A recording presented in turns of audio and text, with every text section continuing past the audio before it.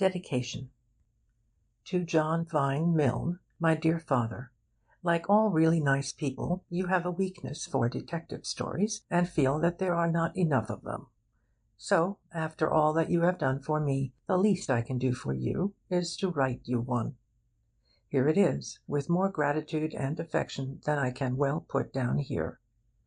A.A.M. End of dedication. Chapter 1. Mrs. Stevens is frightened. In the drowsy heat of the summer afternoon, the Red House was taking its siesta. There was a lazy murmur of bees in the flower borders, a gentle cooing of pigeons in the tops of the elms. From the distant lawns came the whir of a mowing machine, that most restful of all country sounds, making ease the sweeter in that it is taken while others are working. It was the hour when even those whose business it is to attend to the wants of others have a moment or two for themselves. In the housekeeper's room, Audrey Stevens, the pretty parlour-maid, retrimmed her best hat, and talked idly to her aunt, the cook-housekeeper of Mr. Mark Ablett's bachelor home. "For Joe?" said Mrs. Stevens placidly, her eye on the hat. Audrey nodded. She took a pin from her mouth, found a place in the hat for it, and said, "He likes a bit of pink." "I don't say I mind a bit of pink myself," said her aunt. "Joe Turner isn't the only one." "It isn't everybody's colour," said Audrey, holding the hat out at arm's length and regarding it thoughtfully. "Stylish, isn't it?" "Oh, it'll suit you all right, and it would have suited me at your age. A bit too dressy for me now, though wearing better than some other people, I dare say. I was never one to pretend to be what I wasn't. If I'm 55, I'm 55. That's what I say."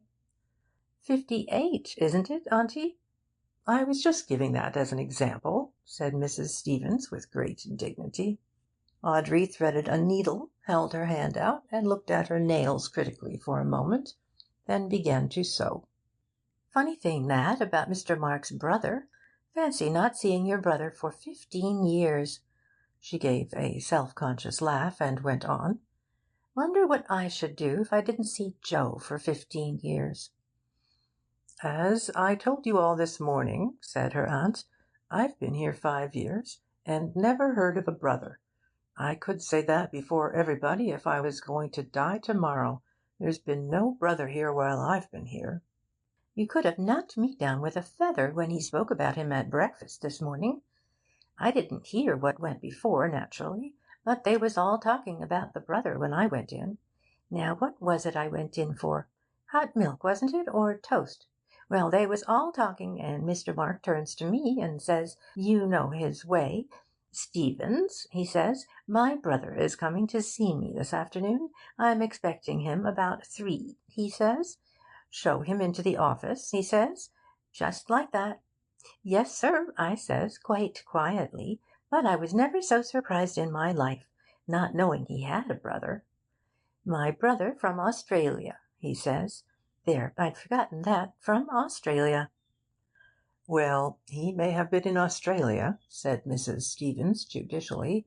"I can't say for that, not knowing the country. But what I do say is he's never been here, not while I've been here, and that's 5 years." "Well, but, Auntie, he hasn't been here for 15 years. I heard Mr. Mark telling Mr. Cayley. 15 years, he says, Mr. Cayley having asked him when his brother was last in England. Mr. Cayley knew of him, I heard him telling Mr. Beverley, but didn't know when he was last in England, see? So that's why he asked Mr. Mark." "I'm not saying anything about 15 years, Audrey. I can only speak for what I know, and that's 5 years Whitsuntide. I can take my oath he's not set foot in this house since 5 years Whitsuntide. And if he's been in Australia, as you say, well, I dare say he's had his reasons." "What reasons?" said Audrey lightly. "Never mind what reasons. Being in the place of a mother to you, since your poor mother died, I say this, Audrey, When a gentleman goes to Australia, he has his reasons. And when he stays in Australia 15 years, as Mr. Mark says, and as I know for myself for 5 years, he has his reasons. And a respectably brought-up girl doesn't ask what reasons. "Got into trouble, I suppose," said Audrey carelessly. "They were saying at breakfast he'd been a wild one. Debts. I'm glad Joe isn't like that. He's got £15 in the Post Office Savings Bank. Did I tell you?"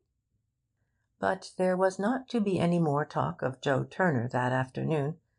The ringing of a bell brought Audrey to her feet, no longer Audrey, but now Stevens.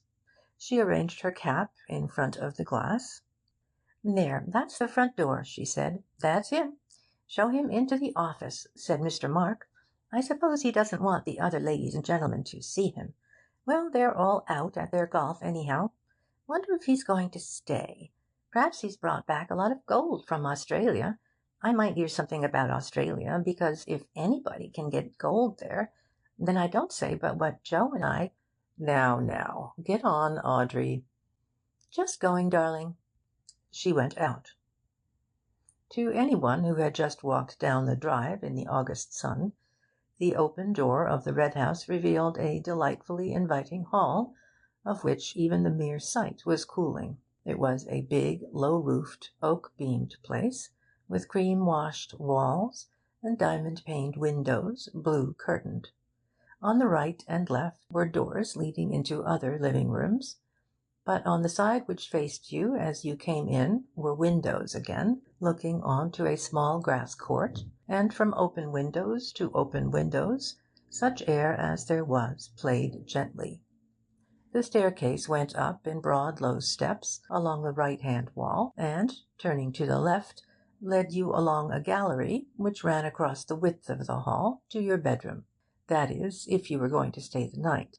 Mr. Robert Ablett's intentions in this matter were as yet unknown.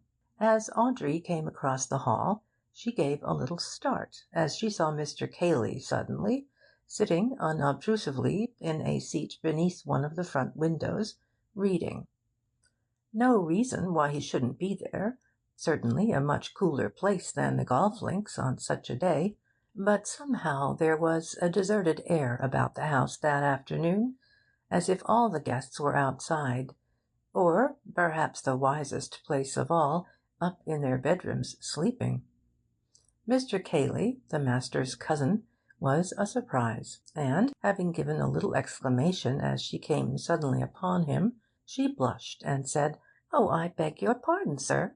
I didn't see you at first." And he looked up from his book and smiled at her. An attractive smile it was, on that big, ugly face. "Such a gentleman, Mr. Cayley," she thought to herself, as she went on, and wondered what the master would do without him. If this brother, for instance, had to be bundled back to Australia, it was Mr. Cayley who would do most of the bundling. "So this is Mr. Robert," said Audrey to herself, as she came in sight of the visitor. She told her aunt afterwards that she would have known him anywhere for Mr. Mark's brother, but she would have said that in any event. Actually, she was surprised.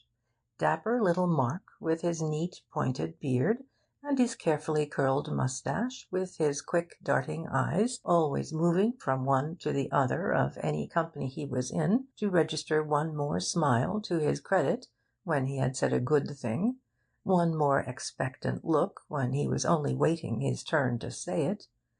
He was a very different man from this rough-looking, ill-dressed colonial, staring at her so loweringly. "I want to see Mr. Mark Ablett," he growled. It sounded almost like a threat. Audrey recovered herself and smiled reassuringly at him. She had a smile for everybody. "Yes, sir. He's expecting you, if you will come this way." "Oh, so you know who I am, eh?" "Mr. Robert Ablett?" "Aye, that's right. So he's expecting me, eh? He'll be glad to see me, eh?" "If you will come this way, sir," said Audrey primly. She went to the second door on the left and opened it. "Mr. Robert she began, and then broke off. The room was empty. She turned to the man behind her. "If you will sit down, sir, I will find the master. I know he's in, because he told me that you were coming this afternoon." "Oh." He looked round the room. "What do you call this place, eh?" "The office, sir." "The office?" "The room where the master works, sir." "Works, eh? That's new. Didn't know he'd ever done a stroke of work in his life." "Where he writes, sir," said Audrey with dignity. The fact that Mr. Mark wrote, though nobody knew what, was a matter of pride in the housekeeper's room. "Not well dressed enough for the drawing room, eh?" "I will tell the master you are here, sir," said Audrey decisively. She closed the door and left him there. Well, here was something to tell Auntie. Her mind was busy at once, going over all the things which he had said to her, and she had said to him, quiet like. "Directly I saw him, I said to myself, why, you could have knocked her over with a feather." Feathers, indeed, were a perpetual menace to Audrey. However, the immediate business was to find the master. She walked across the hall to the library, glanced in, came back a little uncertainly, and stood in front of Cayley. "If you please, sir," she said in a low, respectful voice, "can you tell me where the master is?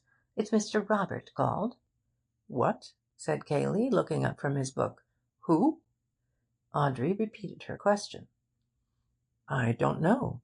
Isn't he in the office? He went up to the Temple after lunch. I don't think I've seen him since." "Thank you, sir. I will go up to the Temple." Cayley returned to his book. The Temple was a brick summer-house in the gardens at the back of the house, about 300 yards away. Here Mark meditated sometimes before retiring to the office to put his thoughts upon paper. The thoughts were not of any great value. Moreover, they were given off at the dinner-table more often than they got on to paper, and got on to paper more often than they got into print.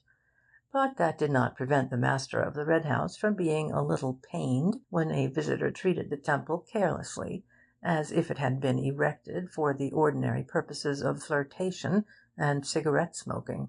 There had been an occasion when two of his guests had been found playing fives in it. Mark had said nothing at the time, save to ask with a little less than his usual point whether they couldn't find anywhere else for their game. But the offenders were never asked to the Red House again. Audrey walked slowly up to the Temple, looked in, and walked slowly back. All that walk for nothing. Perhaps the master was upstairs in his room. Not well dressed enough for the drawing-room. Well, now, Auntie, would you like anyone in your drawing-room with a red handkerchief round his neck, and great big dusty boots, and listen, one of the men shooting rabbits? Auntie was partial to a nice rabbit and onion sauce. How hot it was! She wouldn't say no to a cup of tea. Well, one thing, Mr. Robert wasn't staying the night. He hadn't any luggage. Of course, Mr. Mark could lend him things. He had clothes enough for 6. She would have known him anywhere for Mr. Mark's brother. She came into the house. As she passed the housekeeper's room on her way to the hall, the door opened suddenly, and a rather frightened face looked out. "Hallo, Aud," said Elsie. "It's Audrey," she said, turning into the room. "Come in, Audrey," called Mrs. Stevens. "What's up?" said Audrey, looking in at the door. "Oh, my dear, you gave me such a turn. Where have you been?" "Up to the Temple." "Did you hear anything?" "Hear what?" "Bangs and explosions and terrible things." "Oh," said Audrey, rather relieved. "One of the men shooting rabbits. Why, I said to myself as I came along, Auntie's partial to a nice rabbit, I said, and I shouldn't be surprised if—" "Rabbits," said her aunt scornfully. "It was inside the house, my girl." "Straight it was," said Elsie. She was one of the housemaids. "I said to Mrs. Stevens, didn't I, Mrs. Stevens? That was in the house, I said." Audrey looked at her aunt, and then at Elsie. "Do you think he had a revolver with him?" she said in a hushed voice. "Who?" said Elsie excitedly. "That brother of his, from Australia. I said as soon as I set eyes on him, 'You're a bad lot, my man.' That's what I said, Elsie, even before he spoke to me. Rude!" She turned to her aunt. Well, I give you my word. If you remember, Audrey, I always said there was no saying with anyone from Australia. Mrs. Stevens lay back in her chair, breathing rather rapidly. I wouldn't go out of this room now, not if you paid me £100,000. Oh, Mrs. Stevens, said Elsie, who badly wanted 5 shillings for a new pair of shoes, I wouldn't go so far as that, not myself, but there, cried Mrs. Stevens, sitting up with a start. They listened anxiously, the 2 girls instinctively coming closer to the older woman's chair. A door was being shaken, kicked, and rattled. Listen. Audrey and Elsie looked at each other with frightened eyes. They heard a man's voice, loud, angry. "Open the door!" it was shouting. "Open the door! I say, open the door!" "Don't open the door!" cried Mrs. Stevens in a panic, as if it was her door which was threatened. "Audrey, Elsie, don't let him in." "Damn it, open the door!" came the voice again. "We're all going to be murdered in our beds," she quavered. Terrified, the 2 girls huddled closer, and, with an arm round each, Mrs. Stevens sat there, waiting. End of chapter 1. Mr. Gillingham gets out at the wrong station. Whether Mark Ablett was a bore or not depended on the point of view, but it may be said at once that he never bored his company on the subject of his early life. However, stories get about. There is always somebody who knows. It was understood, and this, anyhow, on Mark's own authority, that his father had been a country clergyman. It was said that, as a boy, Mark had attracted the notice and patronage of some rich old spinster of the neighbourhood, who had paid for his education both at school and university. At about the time when he was coming down from Cambridge, his father had died, leaving behind him a few debts, as a warning to his family, and a reputation for short sermons, as an example to his successor. Neither warning nor example seems to have been effective. Mark went to London with an allowance from his patron, and, it is generally agreed, made acquaintance with the money-lenders. He was supposed, by his patron and any others who inquired, to be writing. But what he wrote, other than letters asking for more time to pay, has never been discovered. However, he attended the theatres and music halls very regularly, no doubt with a view to some serious articles in the Spectator on the decadence of the English stage. Fortunately, from Mark's point of view, his patron died during his 3rd year in London, and left him all the money he wanted. From that moment his life loses its legendary character, and becomes more a matter of history. He settled accounts with the money-lenders, abandoned his crop of wild oats to the harvesting of others, and became, in his turn, a patron. He patronised the arts. It was not only usurers who discovered that Mark Ablett no longer wrote for money. Editors were now offered free contributions, as well as free lunches. Publishers were given agreements for an occasional slender volume, in which the author paid all expenses and waived all royalties. Promising young painters and poets dined with him, and he even took a theatrical company on tour, playing host and lead with equal lavishness. He was not what most people call a snob. A snob has been defined carelessly as a man who loves a lord, and more carefully as a mean lover of mean things, which would be a little unkind to the peerage if the first definition were true. Mark has his vanities, undoubtedly, but he would sooner have met an actor-manager than an earl. He would have spoken of his friendship with Dante, had that been possible, more glibly than of his friendship with the Duke. Call him a snob if you like, but not the worst kind of snob, a hanger-on, but to the skirts of art, not society. A climber, but in the neighbourhood of Parnassus, not Hay Hill. His patronage did not stop at the arts. It also included Matthew Cayley, a small cousin of 13, whose circumstances were as limited as had been Mark's own before his patron had rescued him. He sent the Cayley cousin to school and Cambridge. His motives, no doubt, were unworldly enough at first, a mere repaying to his account in the recording angel's book of the generosity which had been lavished on himself, a laying up of treasure in heaven. But it is probable that, as the boy grew up, Mark's designs for his future were based on his own interests as much as those of his cousin, and that a suitably educated Matthew Cayley of 23 was felt by him to be a useful property for a man in his position, a man, that is to say, whose vanities left him so little time for his affairs. Cayley, then, at 23, looked after his cousin's affairs. By this time Mark had bought the Red House and the considerable amount of land which went with it. Cayley superintended the necessary staff. His duties, indeed, were many. He was not quite secretary, not quite land agent, not quite business adviser, not quite companion, but something of all four. Mark leant upon him and called him K, objecting quite rightly in the circumstances to the name of Matthew. K, he felt, was above all dependable. A big, heavy-jawed, solid fellow who didn't bother you with unnecessary talk.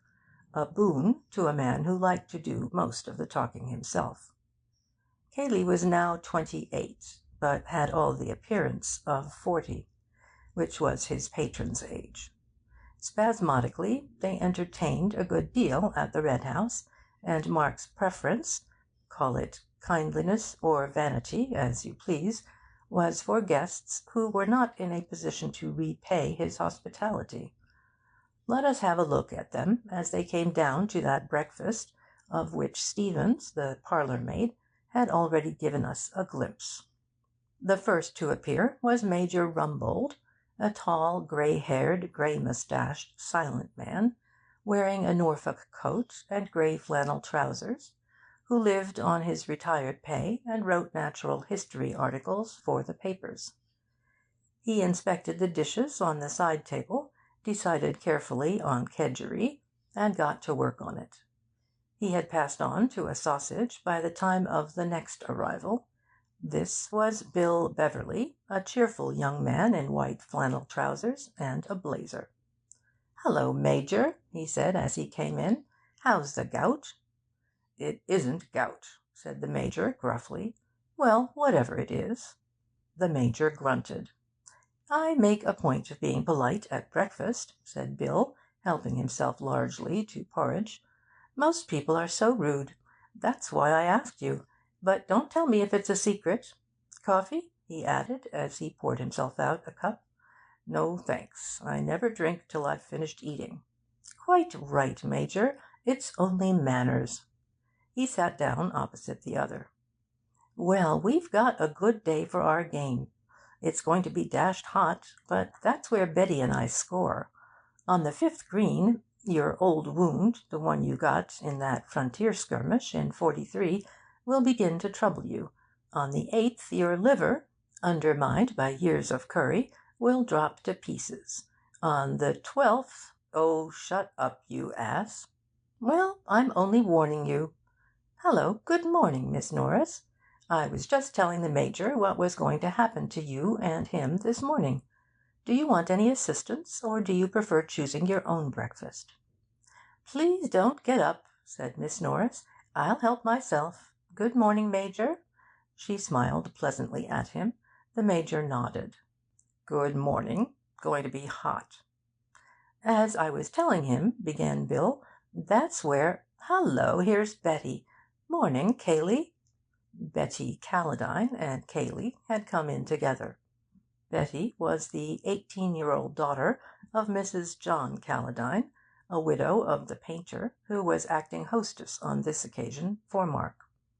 Ruth Norris took herself seriously as an actress, and, on her holidays, seriously as a golfer. She was quite competent as either. Neither the Stage Society nor Sandwich had any terrors for her. "By the way, the car will be round at 10:30, said Cayley, looking up from his letters. "You're lunching there, and driving back directly afterwards. Isn't that right?" "I don't see why we shouldn't have 2 rounds," said Bill hopefully. "Much too hot in the afternoon," said the Major. "Get back comfortably for tea." Mark came in. He was generally the last. He greeted them, and sat down to toast and tea. Breakfast was not his meal. The others chattered gently while he read his letters. "Good God!" said Mark suddenly. There was an instinctive turning of heads toward him. "I beg your pardon, Miss Norris. Sorry, Betty." Miss Norris smiled her forgiveness. She often wanted to say it herself, particularly at rehearsals. "I say, Kay." He was frowning to himself, annoyed, puzzled. He held up a letter and shook it. "Who do you think this is from?" Cayley, at the other end of the table, shrugged his shoulders. How could he possibly guess? "Robert," said Mark. "Robert?" It was difficult to surprise Cayley. "Well?" "It's all very well to say 'well' like that," said Mark peevishly. "He's coming here this afternoon." "I thought he was in Australia, or somewhere." "Of course, so did I." He looked across at Rumbold. "Got any brothers, Major?" "No." "Well, take my advice, and don't have any." "Not likely to now," said the Major. Bill laughed. Miss Norris said politely, "But you haven't any brothers, Mr. Ablett?" "One," said Mark grimly. "If you're back in time, you'll see him this afternoon. He'll probably ask you to lend him £5. Don't." Everybody felt a little uncomfortable. "I've got a brother," said Bill helpfully, "but I always borrow from him." "Like Robert," said Mark. "When was he in England last?" asked Cayley. "About 15 years ago, wasn't it? You'd have been a boy, of course." "Yes, I remember seeing him once about then, but I didn't know if he had been back since." "No, not to my knowledge." Mark, still obviously upset, returned to his letter. "Personally," said Bill, "I think relations are a great mistake." "All the same," said Betty a little daringly, "it must be rather fun having a skeleton in the cupboard." Mark looked up, frowning. "If you think it's fun, I'll hand him over to you, Betty. If he's anything like he used to be, and like his few letters have been, well, Kay knows." Cayley grunted. "All I knew was that one didn't ask questions about him." It may have been meant as a hint to any too curious guest not to ask more questions, or a reminder to his host not to talk too freely in front of strangers, although he gave it the sound of a mere statement of fact. But the subject dropped, to be succeeded by the more fascinating one of the coming foursome. Mrs. Calladine was driving over with the players in order to lunch with an old friend who lived near the links, and Mark and Cayley were remaining at home, on affairs. Apparently, affairs were now to include a prodigal brother, but that need not make the foursome less enjoyable.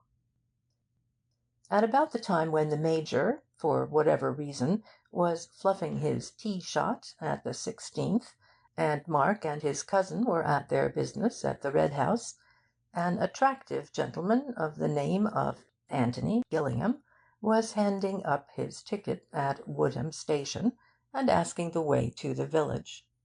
Having received directions, he left his bag with the station master and walked off leisurely. He is an important person to this story, so it is as well we should know something about him before letting him loose in it. Let us stop him at the top of the hill on some excuse and have a good look at him. The first thing we realize is that he is doing more of the looking than we are. Above a clean-cut, clean-shaven face, of the type usually associated with the Navy, he carries a pair of grey eyes which seem to be absorbing every detail of our person. To strangers this look is almost alarming at first, until they discover that his mind is very often elsewhere, that he has, so to speak, left his eyes on guard, while he himself follows a train of thought in another direction. Many people do this, of course, when, for instance, they are talking to one person and trying to listen to another. But their eyes betray them. Antony's never did. He had seen a good deal of the world with those eyes, though never as a sailor. When, at the age of 21, he came into his mother's money, £400 a year, old Gillingham looked up from the Stock Breeders' Gazette to ask what he was going to do. "See the world," said Antony. "Well, send me a line from America, or wherever you get to." "Right," said Antony. Old Gillingham returned to his paper. Antony was a younger son, and, on the whole, not so interesting to his father as the cadets of certain other families. Champion Burkett's, for instance. But then Champion Burkett was the best Hereford bull he had ever bred. Antony, however, had no intention of going further away than London. His idea of seeing the world was to see, not countries, but people, and to see them from as many angles as possible. There are all sorts in London, if you know how to look at them. So Antony looked at them from various strange corners, from the viewpoint of the valet, the newspaper reporter, the waiter, the shop assistant. With the independence of £400 a year behind him, he enjoyed it immensely. He never stayed long in one job, and generally closed his connection with it by telling his employer, contrary to all etiquette as understood between master and servant, exactly what he thought of him. He had no difficulty in finding a new profession. Instead of experience and testimonials, he offered his personality and a sporting bet. He would take no wages the first month, and, if he satisfied his employer, double wages the second. He always got his double wages. He was now 30. He had come to Woodham for a holiday because he liked the look of the station. His ticket entitled him to travel further, but he had always intended to please himself in the matter. Woodham attracted him, and he had a suit-case in the carriage with him and money in his pocket. Why not get out? The landlady of the George was only too glad to put him up, and promised that her husband would drive over that afternoon for his luggage. "And you would like some lunch, I expect, sir?" "Yes, but don't give yourself any trouble about it. Cold, anything you've got." "What about beef, sir?" she asked, as if she had 100 varieties of meat to select from, and was offering him her best. "That will do splendidly. And a pint of beer." While he was finishing his lunch, the landlord came in to ask about the luggage. Antony ordered another pint, and soon had him talking. "It must be rather fun to keep a country inn," he said, thinking that it was about time he started another profession. "I don't know about fun, sir. It gives us a living and a bit over." "You ought to take a holiday," said Antony, looking at him thoughtfully. "Funny thing you're saying that," said the landlord, with a smile. "Another gentleman over from the Red House was saying that only yesterday. Offered to take my place and all." He laughed rumblingly. "The Red House? Not the Red House, Stanton?" "That's right, sir. Stanton's the next station to Woodham. The Red House is about a mile from here. Mr. Ablett's." Antony took a letter from his pocket. It was addressed from the Red House, Stanton, and signed Bill. "Good old Bill," he murmured to himself. "He's getting on." Antony had met Bill Beverley 2 years before in a tobacconist's shop. Gillingham was on one side of the counter and Mr. Beverley on the other. Something about Bill, his youth and freshness perhaps, attracted Anthony, and when cigarettes had been ordered and an address given to which they were to be sent, he remembered that he had come across an aunt of Beverley's at a country house. Beverley and he met again a little later at a restaurant.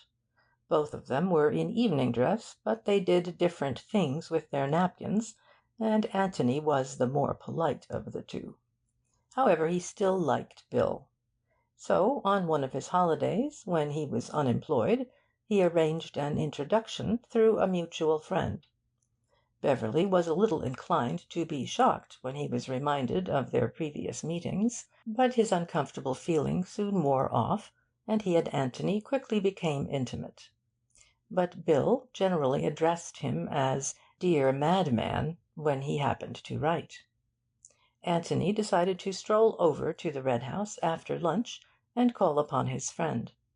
Having inspected his bedroom, which was not quite the lavender-smelling country-inn bedroom of fiction, but sufficiently clean and comfortable, he set out over the fields. As he came down the drive and approached the old red brick front of the house, there was a lazy murmur of bees in the flower borders, a gentle cooing of pigeons in the tops of the elms, and from distant lawns the whir of a mowing machine, that most restful of all country sounds. And in the hall a man was banging at a locked door and shouting, "Open the door! I say, open the door!" "Hallo!" said Anthony, in amazement. End of chapter 2.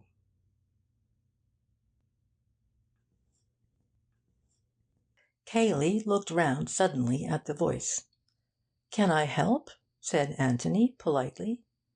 "Something's happened," said Cayley. He was breathing quickly. "I heard a shot. It sounded like a shot. I was in the library. A loud bang. I didn't know what it was, and the door's locked." He rattled the handle again and shook it. "Open the door!" he cried. "I say, Mark, what is it? Open the door!" "But he must have locked the door on purpose," said Anthony. "So why should he open it just because you ask him to?" Cayley looked at him in a bewildered way. Then he turned to the door again. "We must break it in," he said, putting his shoulder to it. "Help me." "Isn't there a window?" Cayley turned to him stupidly. "Window? Window?" "So much easier to break in a window," said Anthony, with a smile.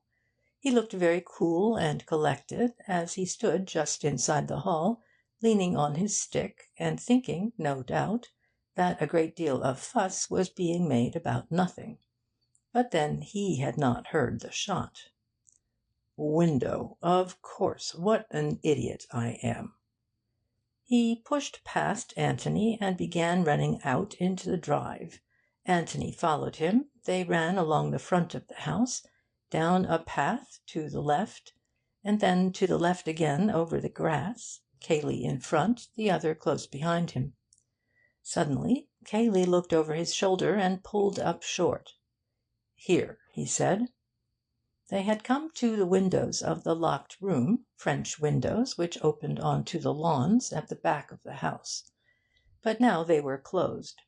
Anthony couldn't help feeling a thrill of excitement as he followed Cayley's example and put his face close up to the glass.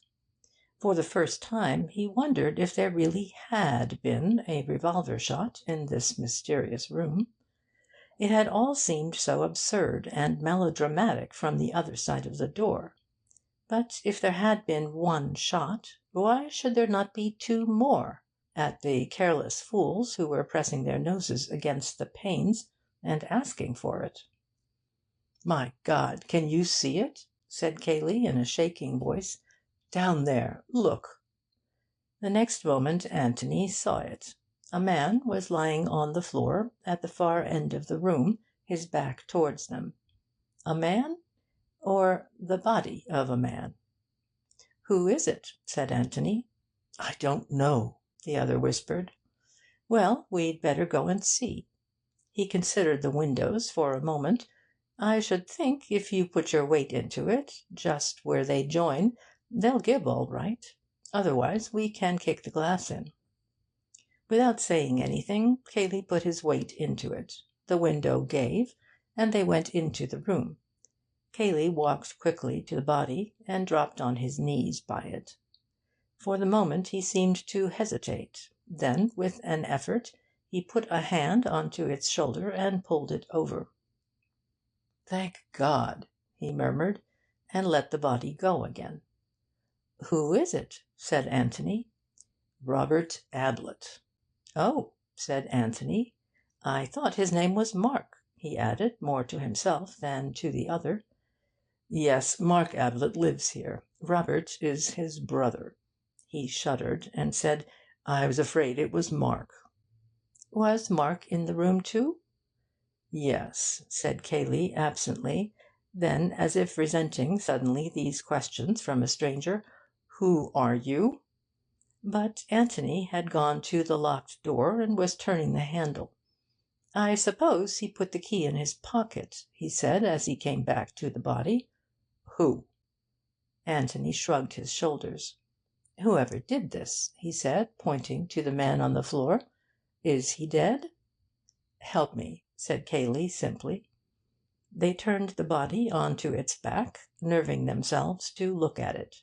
Robert Ablett had been shot between the eyes. It was not a pleasant sight, and with his horror Anthony felt a sudden pity for the man beside him, and a sudden remorse for the careless, easy way in which he had treated the affair. But then one always went about imagining that these things didn't happen, except to other people. It was difficult to believe in them just at first, when they happened to yourself. "Did you know him well?" said Anthony quietly. He meant, were you fond of him? "Hardly at all. Mark is my cousin. I mean, Mark is the brother I know best." "Your cousin?" "Yes." He hesitated, and then said, "Is he dead? I suppose he is. Do you know anything about that sort of thing? Perhaps I'd better get some water." There was another door, opposite to the locked one, which led, as Anthony was to discover for himself directly, into a passage from which opened two more rooms. Cayley stepped into the passage and opened the door on the right. The door from the office, through which he had gone, remained open. The door at the end of the short passage was shut. Anthony, kneeling by the body, followed Cayley with his eyes, and, after he had disappeared, kept his eyes on the blank wall of the passage. But he was not conscious of that at which he was looking, for his mind was with the other man, sympathising with him. "Not that water is any use to a dead body," he said to himself, "but the feeling that you're doing something when there's obviously nothing to be done is a great comfort." Cayley came into the room again. He had a sponge in one hand, a handkerchief in the other. He looked at Anthony. Anthony nodded. Cayley murmured something, and knelt down to bathe the dead man's face. Then he placed the handkerchief over it. A little sigh escaped Anthony, a sigh of relief.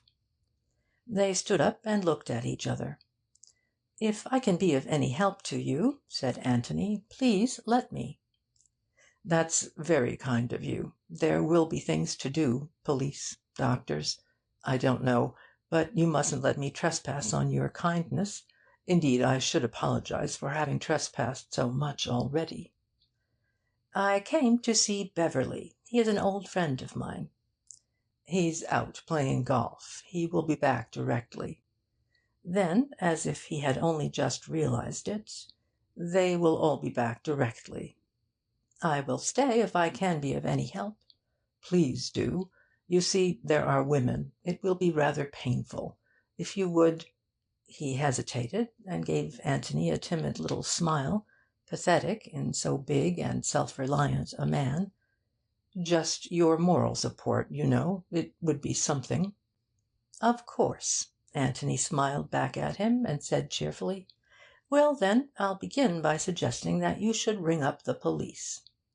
"The police? Yes." He looked doubtfully at the other. "I suppose—" Anthony spoke frankly. "Now, look here, Mr. Cayley. I'm Mark Ablett's cousin. I live with him. My name's Gillingham. I'm sorry I ought to have told you before. Well, now, Mr. Cayley, we shan't do any good by pretending.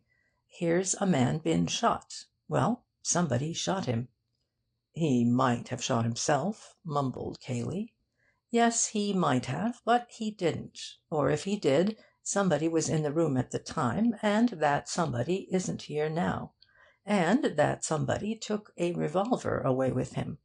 Well, the police will want to say a word about that, won't they?" Cayley was silent, looking on the ground. "Oh, I know what you're thinking, and believe me, I do sympathise with you.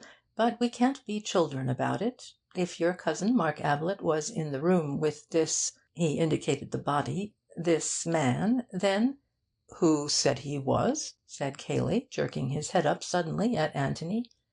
"You did." "I was in the library. Mark went in. He may have come out again. I know nothing. Somebody else may have gone in." "Yes, yes," said Anthony patiently, as if to a little child. "You know your cousin. I don't. Let's agree that he had nothing to do with it. But somebody was in the room when this man was shot. And, well, the police will have to know. Don't you think—" he looked at the telephone—"or would you rather I did it?" Cayley shrugged his shoulders and went to the telephone. "May I look round a bit?" Anthony nodded toward the open door. "Oh, do, yes." He sat down and drew the telephone towards him. "You must make allowances for me, Mr. Gillingham. You see, I've known Mark for a very long time. But, of course, you're quite right, and I'm merely being stupid." He took off the receiver. Let us suppose that, for the purpose of making a first acquaintance with this office, we are coming into it from the hall, through the door which is now locked, but which, for our special convenience, has been magically unlocked for us. As we stand just inside the door, the length of the room runs right and left, or, more accurately, to the right only, for the left-hand wall is almost within our reach. Immediately opposite to us, across the breadth of the room, some 15 feet, is that other door by which Cayley went out and returned a few minutes ago. In the right-hand wall, 30 feet away from us, are the French windows. Crossing the room and going out by the opposite door, we come into a passage from which 2 rooms lead. The one on the right, into which Cayley went, is less than half the length of the office, a small square room which has evidently been used some time or other as a bedroom. The bed is no longer there, but there is a basin with hot and cold taps in a corner, chairs, a cupboard or two, and a chest of drawers. The window faces the same way as the French windows in the next room, but anybody looking out of the bedroom window has his view on the immediate right shut off by the outer wall of the office, which projects, by reason of its greater length, 15 feet further into the lawn. The room on the other side of the bedroom is a bathroom. The 3 rooms together, in fact, form a sort of private suite, used, perhaps, during the occupation of the previous owner by some invalid who could not manage the stairs, but allowed by Mark to fall into disuse save for the living-room. At any rate, he never slept downstairs. Anthony glanced at the bathroom, and then wandered into the bedroom, the room into which Cayley had been. The window was open, and he looked out at the well-kept grass beneath him, and the peaceful stretch of park beyond, and he felt very sorry for the owner of it all, who was now mixed up in so grim a business. "Cayley thinks he did it," said Anthony to himself. "That's obvious. It explains why he wasted so much time banging on the door. Why should he try to break a lock when it's so much easier to break a window? Of course, he might just have lost his head. On the other hand, he might have wanted to give his cousin a chance of getting away. The same about the police, lots of things. Why, for instance, did we run all the way round the house in order to get to the windows? Surely there's a back way out through the hall. I must have a look later on. Anthony, it will be observed, had by no means lost his head. There was a step in the passage outside, and he turned round to see Cayley in the doorway. He remained looking at him for a moment, asking himself a question. It was rather a curious question. He was asking himself why the door was open. Well, not exactly why the door was open. That could be explained easily enough. But why had he expected the door to be shut? He did not remember shutting it, but somehow he was surprised to see it open now, to see Cayley through the doorway, just coming into the room. Something working subconsciously in his brain had told him that it was surprising. Why?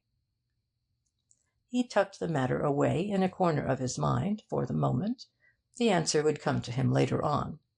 He had a wonderfully retentive mind. Everything which he saw or heard seemed to make its corresponding impression somewhere in his brain, often without his being conscious of it, and these photographic impressions were always there, ready for him, when he wished to develop them. Cayley joined him at the window. "I've telephoned," he said. "They're sending an inspector or someone from Middleston, and the local police and doctor from Stanton." He shrugged his shoulders. "We're in for it now." How far away is Middleston? It was the town for which Anthony had taken a ticket that morning, only 6 hours ago. How absurd it seemed. "About 20 miles. These people will be coming back soon." "Beverley and the others?" "Yes. I expect they'll want to go away at once." "Much better that they should." "Yes." Cayley was silent for a little. Then he said, "You're staying near here?" "I'm at the George at Woodham." "If you're by yourself, I wish you'd put up here.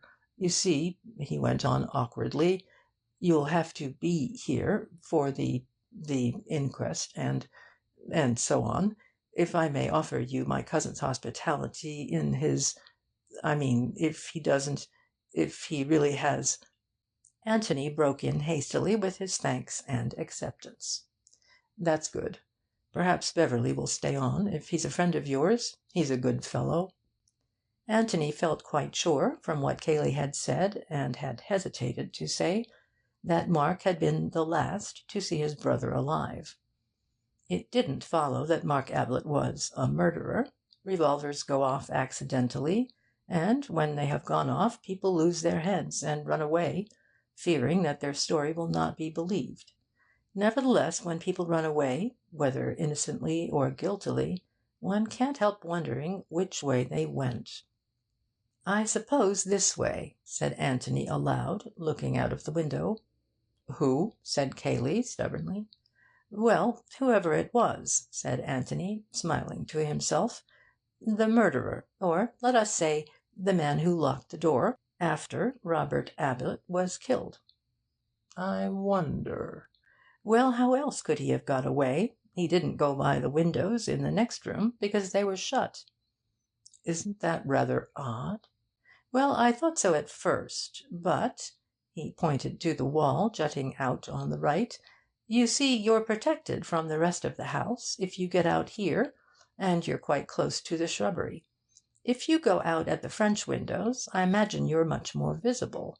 All this part of the house," he waved his right hand, "the west, northwest almost, where the kitchen parts are, you see, you're hidden from them here."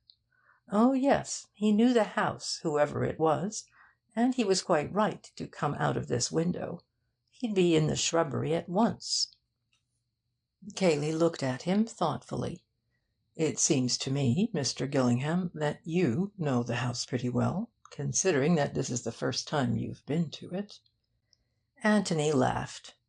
"Oh, well, I notice things, you know. I was born noticing. But I'm right, aren't I, about why he went out this way?' 'Yes, I think you are.' Cayley looked away, towards the shrubbery. 'Do you want to go noticing in there, now?' He nodded at it. 'I think we might leave that to the police,' said Anthony gently. 'There's no hurry.' Cayley gave a little sigh, as if he had been holding his breath for the answer, and could now breathe again. 'Thank you, Mr. Gillingham,' he said. End of chapter 3. Guests at the Red House were allowed to do what they liked, within reason, the reasonableness or otherwise of it being decided by Mark. But when once they, or Mark, had made up their minds as to what they wanted to do, the plan had to be kept. Mrs. Calladine, who knew this little weakness of their host, resisted, therefore, the suggestion of Bill that they should have a second round in the afternoon, and drive home comfortably after tea. The other golfers were willing enough, but Mrs. Calladine, without actually saying that Mr. Ablett wouldn't like it, was firm on the point that, having arranged to be back by 4, they should be back by 4. 'I really don't think Mark wants us, you know,' said the Major, having played badly in the morning. He wanted to prove to himself in the afternoon that he was really better than that. With this brother of his coming, he'll be only too glad to have us out of the way.' 'Of course he will, Major.' This from Bill. 'You'd like to play, wouldn't you, Miss Norris?' Miss Norris looked doubtfully at the hostess. 'Of course, if you want to get back, dear, we mustn't keep you here. Besides, it's so dull for you, not playing.' 'Just 9 holes, mother,' pleaded Betty. 'The car could take you back, and you could tell them that we were having another round, and then it could come back for us,' said Bill brilliantly. 'It's certainly much cooler here than I expected,' put in the Major. Mrs. Calladine fell. It was very pleasantly cool outside the golf house, and of course Mark would be rather glad to have them out of the way. So she consented to 9 holes, and the match having ended all square, and everybody having played much better than in the morning, they drove back to the Red House, very well pleased with themselves. 'Hallo!' said Bill to himself, as they approached the house. 'Isn't that old Tony?'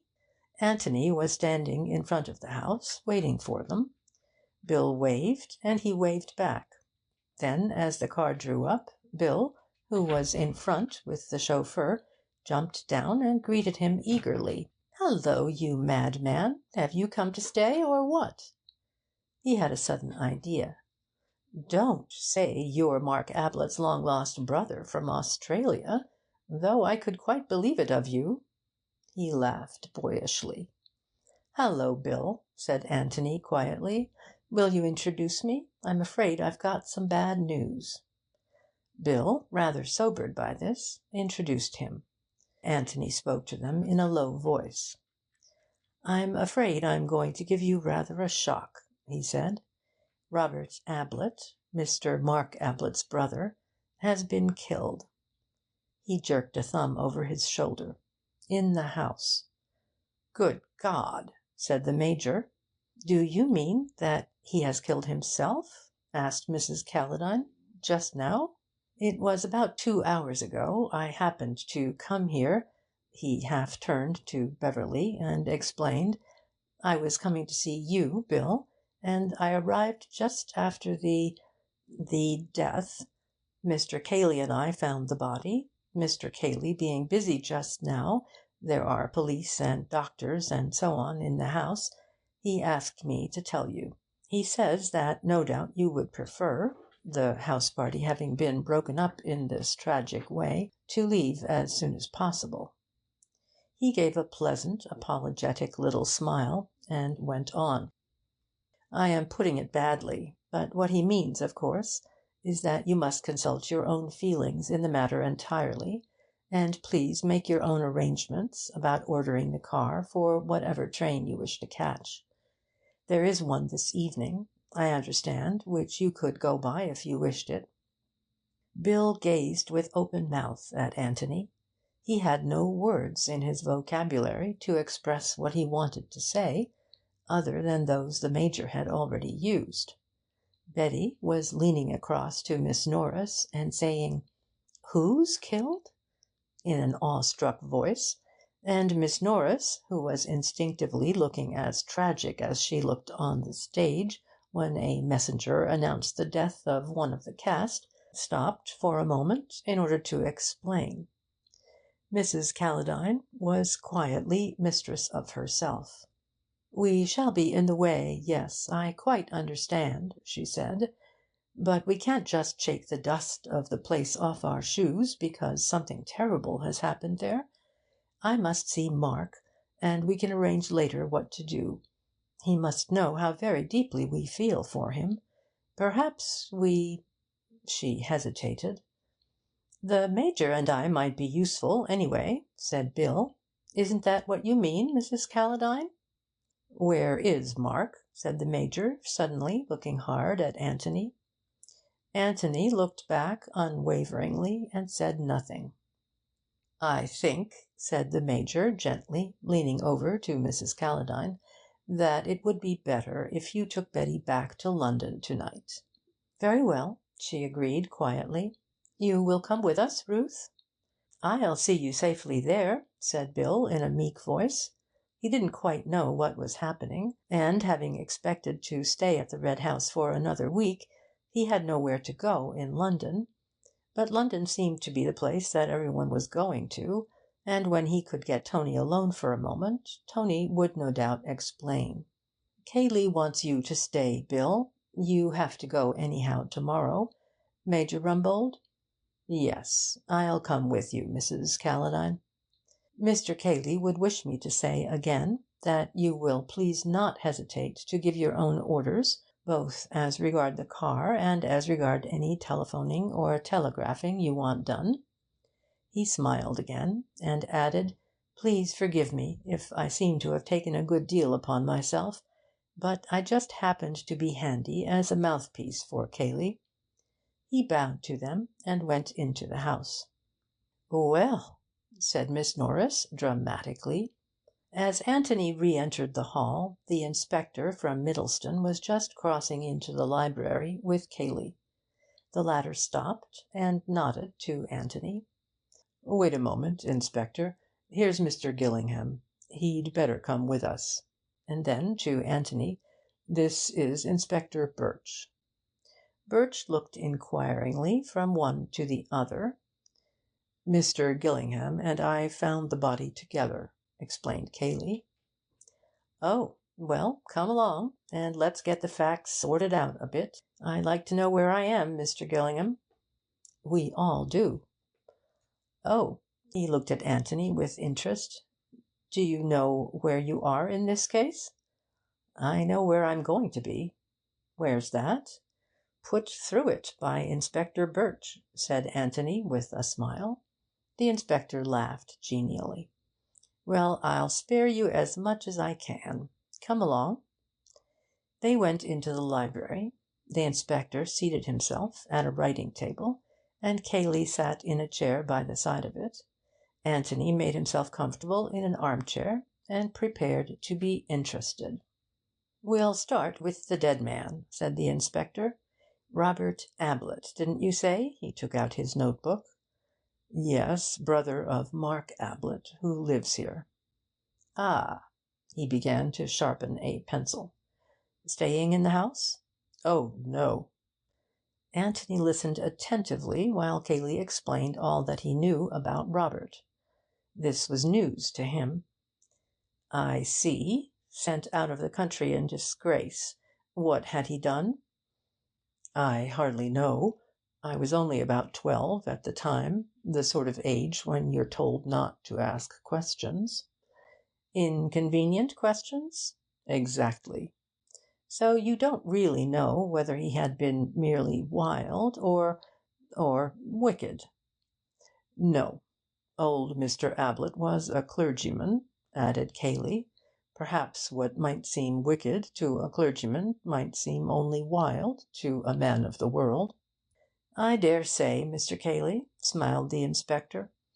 "Anyhow, it was more convenient to have him in Australia?" "Yes." "Mark Ablett never talked about him?" "Hardly ever. He was very much ashamed of him, and very glad he was in Australia." "Did he write Mark sometimes?" "Occasionally, perhaps 3 or 4 times in the last 5 years." "Asking for money?" "Something of the sort. I don't think Mark always answered them. As far as I know, he never sent any money." "Now, your own private opinion, Mr. Cayley. Do you think that Mark was unfair to his brother, unduly hard on him?" "They never liked each other as boys. There was never any affection between them. I don't know whose fault it was, in the first place, if anybody's." "Still, Mark might have given him a hand." "I understand," said Cayley, "that Robert spent his whole life asking for hands." The inspector nodded. "I know that sort. Well, now, we'll go on to this morning. This letter that Mark got. Did you see it?"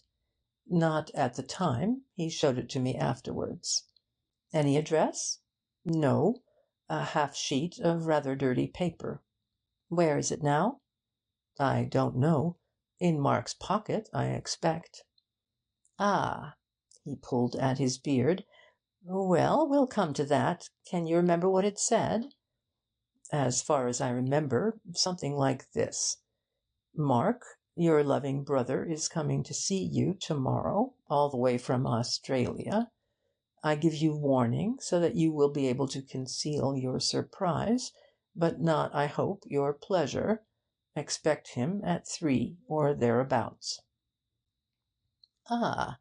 The inspector copied it down carefully. "Did you notice the postmark?" "London." "And what was Mark's attitude?" "Annoyance. Disgust." Cayley hesitated. "Apprehension?" "No, not exactly.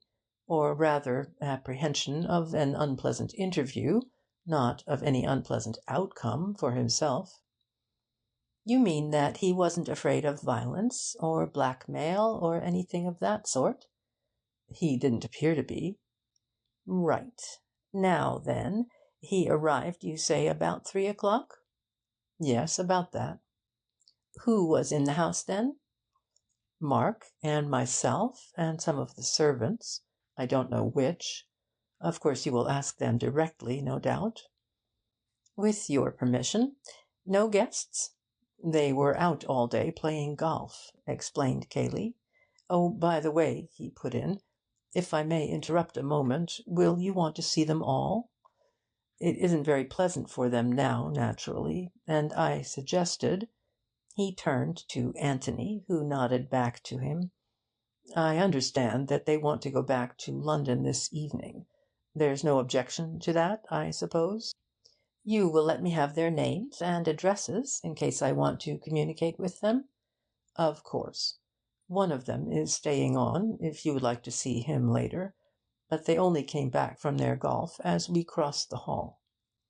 "That's all right, Mr. Cayley. Well, now then, let's go back to 3 o'clock.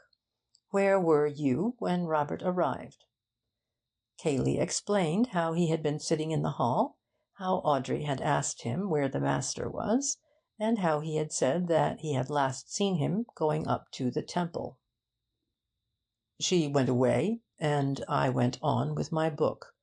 There was a step on the stairs, and I looked up to see Mark coming down. He went into the office, and I went on with my book again. I went into the library for a moment to refer to another book, and when I was in there I heard a shot. At least, it was a loud bang. I wasn't sure if it was a shot. I stood and listened. Then I came slowly to the door and looked out. Then I went back again, hesitated a bit, and finally decided to go across to the office and make sure that it was all right. I turned the handle of the door and found it was locked.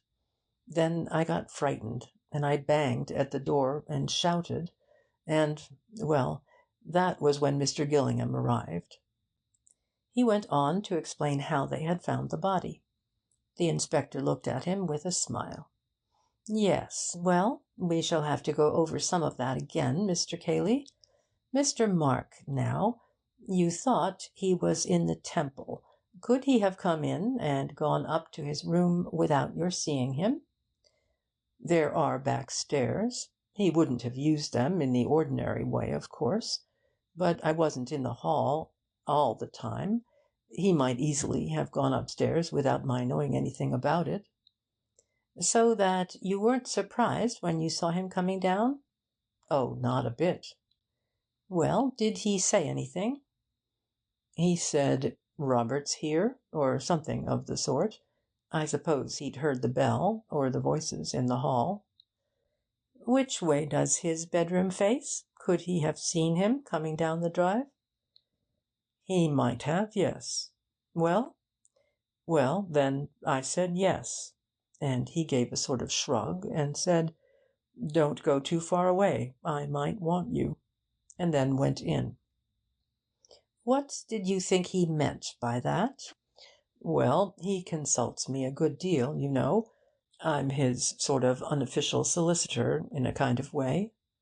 "This was a business meeting rather than a brotherly one?" "Oh, yes. That's how he regarded it, I'm sure." "Yes. How long was it before you heard the shot?" "Very soon. 2 minutes, perhaps." The inspector finished his writing, and then regarded Cayley thoughtfully. Suddenly he said, "What is your theory of Robert's death?" Cayley shrugged his shoulders.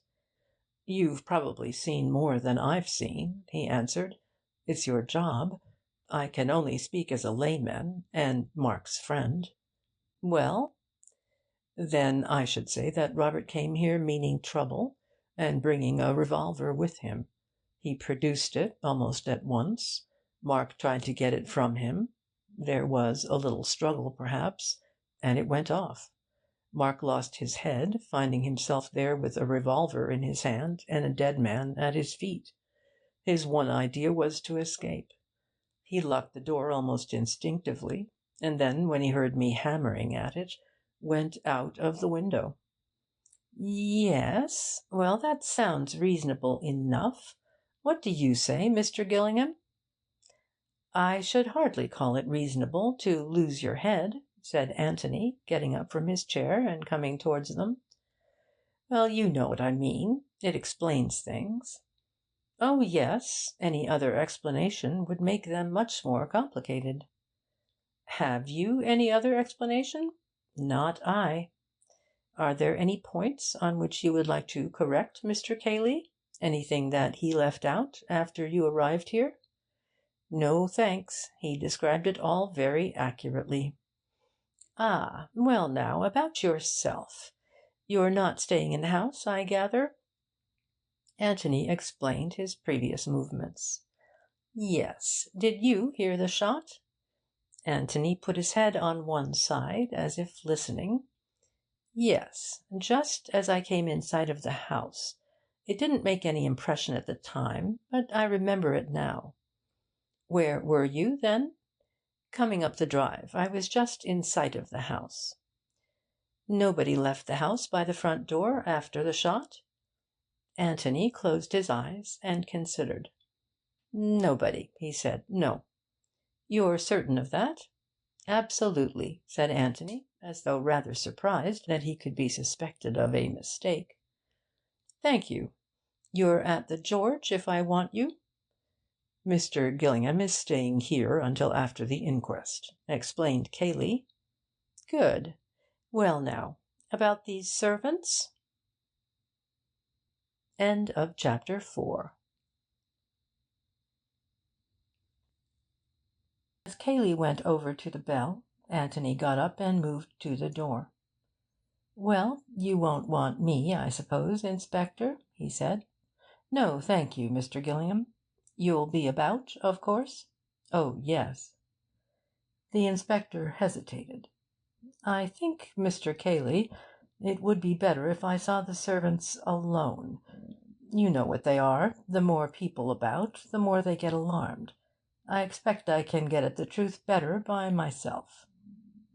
'Oh, quite so. In fact, I was going to ask you to excuse me. I feel rather responsible towards these guests of ours, although Mr. Gillingham very kindly—' He smiled at Anthony, who was waiting at the door, and left his sentence unfinished. 'That reminds me,' said the inspector. 'Didn't you say that one of your guests, Mr. Beverley, was it? A friend of Mr. Gillingham's, was staying on?' 'Yes. Would you like to see him?' 'Afterwards, if I may.' 'I'll warn him. I shall be up in my room if you want me. I have a room upstairs where I work. Any of the servants will show you. Stevens, Inspector Birch would like to ask you a few questions.' 'Yes, sir,' said Audrey, primly, but inwardly fluttering. The housekeeper's room had heard something of the news by this time, and Audrey had had a busy time explaining to other members of the staff exactly what he had said and what she had said.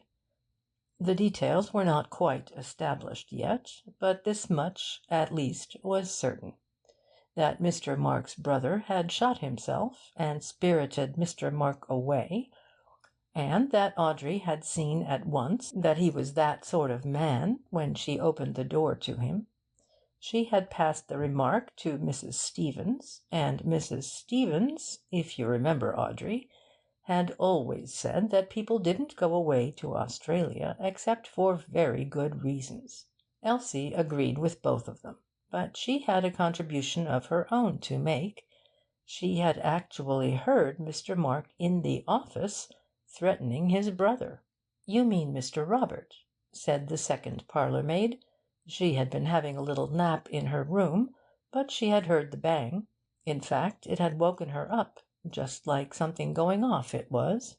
'It was Mr. Mark's voice,' said Elsie firmly. 'Pleading for mercy,' said an eager-eyed kitchen-maid hopefully from the door, and was hurried out again by the others, wishing that she had not given her presence away. But it was hard to listen in silence when she knew so well from her novelettes just what happened on these occasions. 'I shall have to give that girl a piece of my mind,' said Mrs. Stevens. 'Well, Elsie?' 'He said, I heard him say it with my own ears, "It's my turn now," he said, triumphant like.' 'Well, if you think that's a threat, dear, you're very particular, I must say.' But Audrey remembered Elsie's words when she was in front of Inspector Birch. She gave her own evidence with the readiness of one who had already repeated it several times, and was examined and cross-examined by the inspector with considerable skill. The temptation to say, 'Never mind about what you said to him,' was strong, but he resisted it, knowing that in this way he would discover best what he said to her. By this time both his words and the looks he gave her were getting their full value from Audrey, but the general meaning of them seemed to be well established. 'Then you didn't see Mr. Mark at all?' 'No, sir. He must have come in before and gone up to his room, or come in by the front door, likely enough, while I was going out by the back.' 'Yes. Well, I think that's all that I want to know. Thank you very much. Now, what about the other servants?' 'Elsie heard the master and Mr. Robert talking together,' said Audrey eagerly. 'He was saying Mr. Mark, I mean.' 'Ah, well, I think Elsie had better tell me that herself. Who is Elsie, by the way?' 'One of the housemaids. Shall I send her to you, sir?' 'Please.' Elsie was not sorry to get the message. It interrupted a few remarks from Mrs. Stevens about Elsie's conduct that afternoon, which were, Elsie thought, much better interrupted. In Mrs. Stevens' opinion, any crime committed that afternoon in the office was as nothing to the double crime committed by the unhappy Elsie. For Elsie had realised too late that she would have done better to have said nothing about her presence in the hall that afternoon. She was bad at concealing the truth, and Mrs. Stevens was good at discovering it.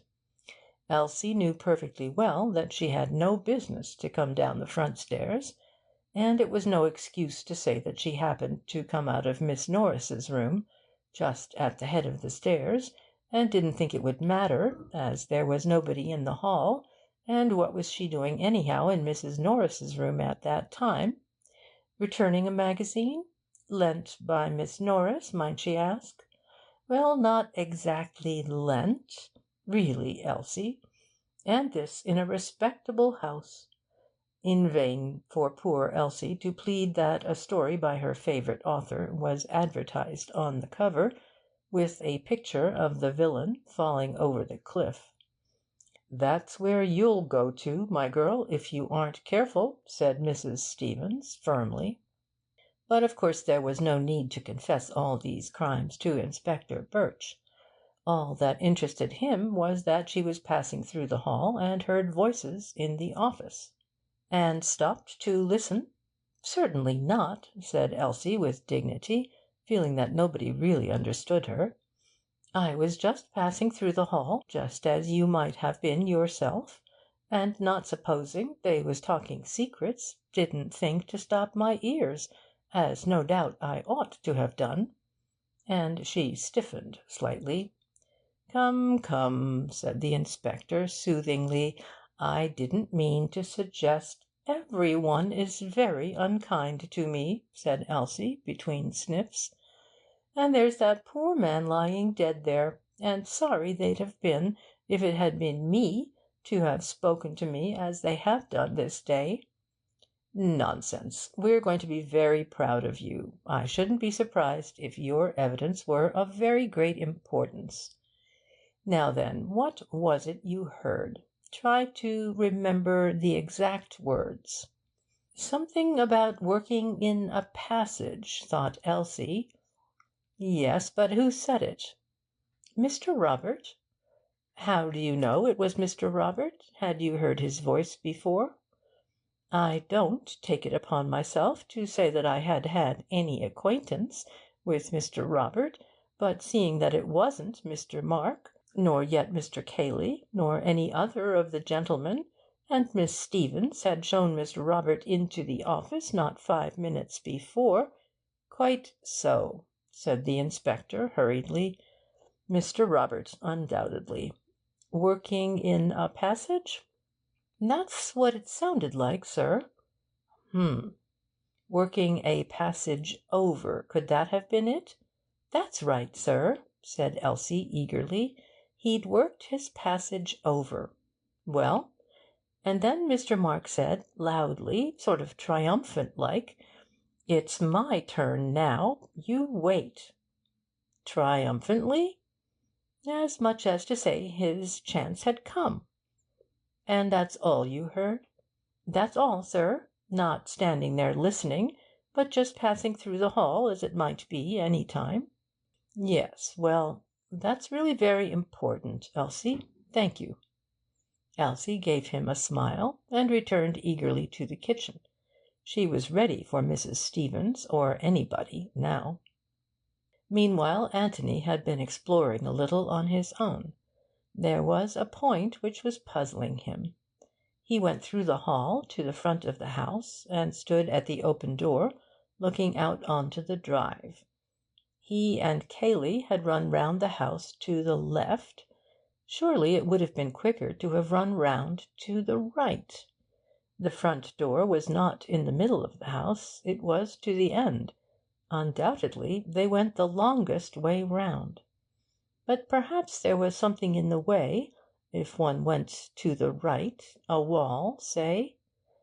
He strolled off in that direction, followed a path round the house, and came in sight of the office windows. Quite simple, and about half the distance of the other way. He went on a little farther, and came to a door just beyond the broken-in windows.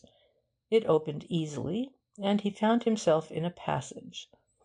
At the end of the passage was another door. He opened it and found himself in the hall again. And, of course, that's the quickest way of the three, he said to himself. Through the hall, and out at the back, turn to the left, and there you are. Instead of which, we ran the longest way round the house. Why? Was it to give Mark more time in which to escape? Only in that case, why run? Also, how did Cayley know, then, that it was Mark who was trying to escape? If he had guessed, well, not guessed, but been afraid, that one had shot the other, it was much more likely that Robert had shot Mark. Indeed, he had admitted that this was what he thought. The first thing he had said when he turned the body over was, "Thank God, I was afraid it was Mark." But why should he want to give Robert time in which to get away?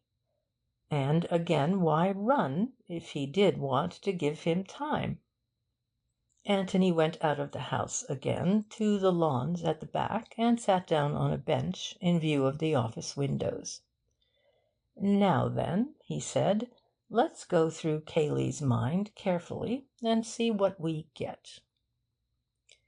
Cayley had been in the hall when Robert was shown into the office.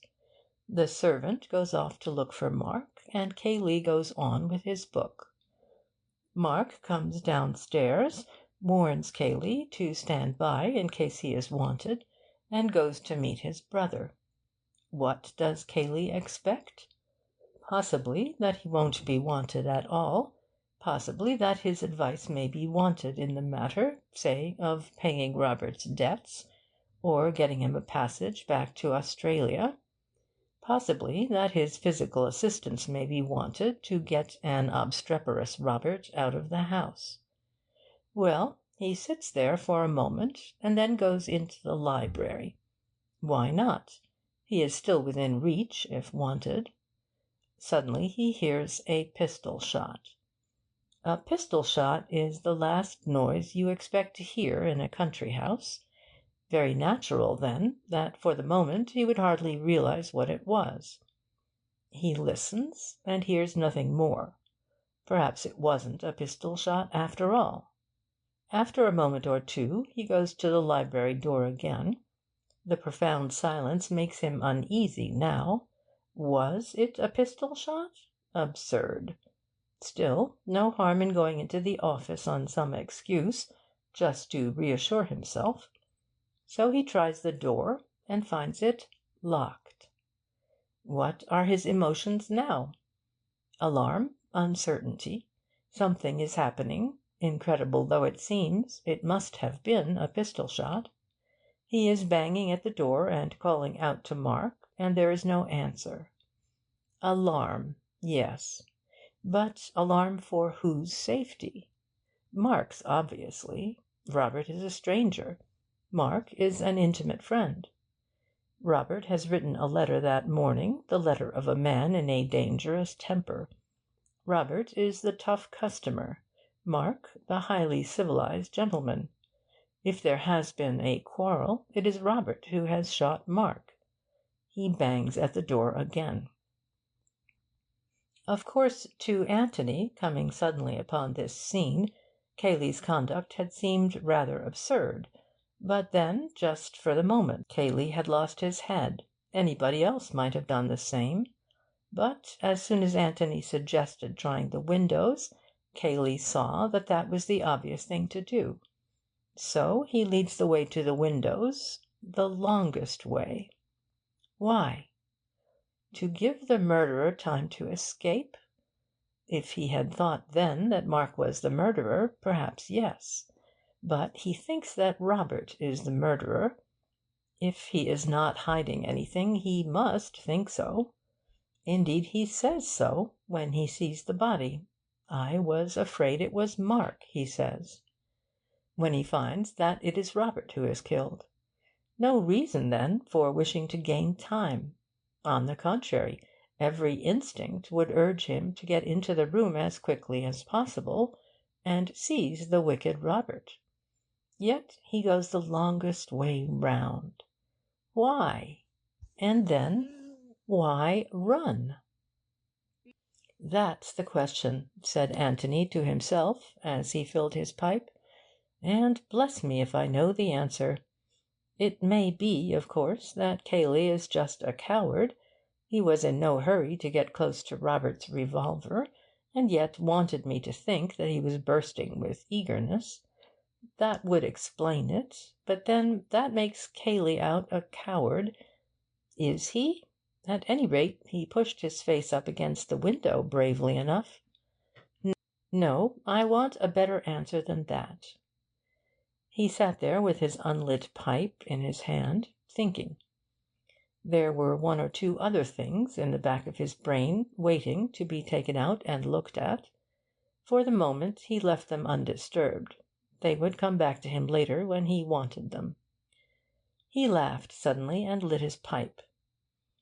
"I was wanting a new profession," he thought, "and now I've found it. Anthony Gillingham, our own private sleuth hound. I shall begin to-day." Whatever Anthony Gillingham's other qualifications for his new profession, he had at any rate a brain which worked clearly and quickly. And this clear brain of his had already told him that he was the only person in the house at that moment who was unhandicapped in the search for truth. The inspector had arrived to find a man dead and a man missing.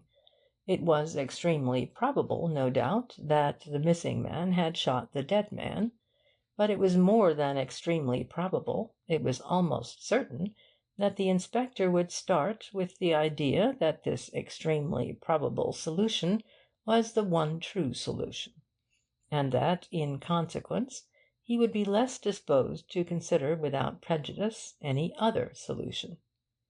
As regards all the rest of them, Cayley, the guests, the servants, they also were prejudiced in favour of Mark, or possibly, for all he knew, against Mark, in favour of or against each other.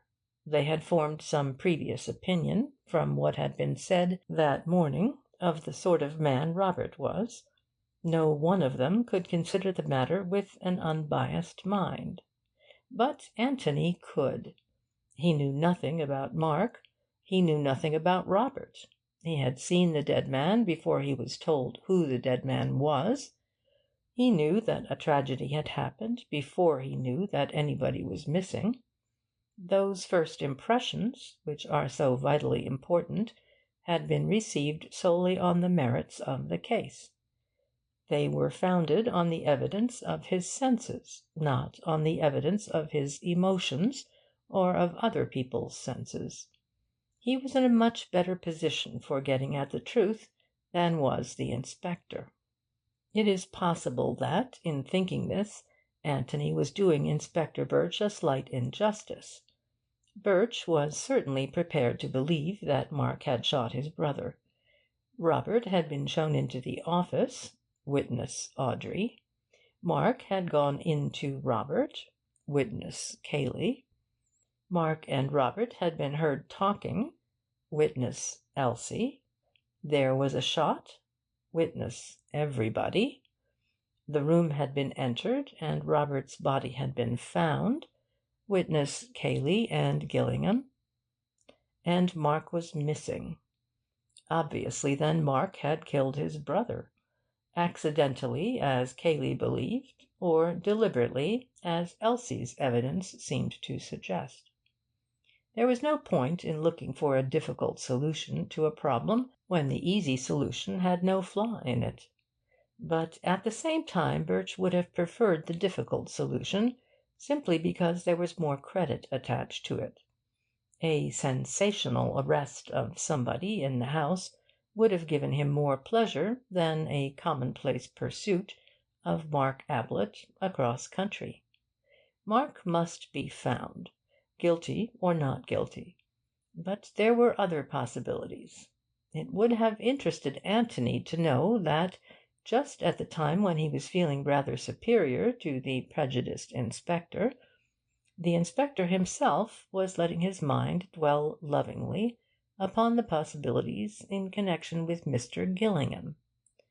Was it only a coincidence that Mr. Gillingham had turned up just when he did? And Mr. Beverley's curious answers when asked for some account of his friend? An assistant in a tobacconist's? A waiter? An odd man, Mr. Gillingham, evidently. It might be as well to keep an eye on him.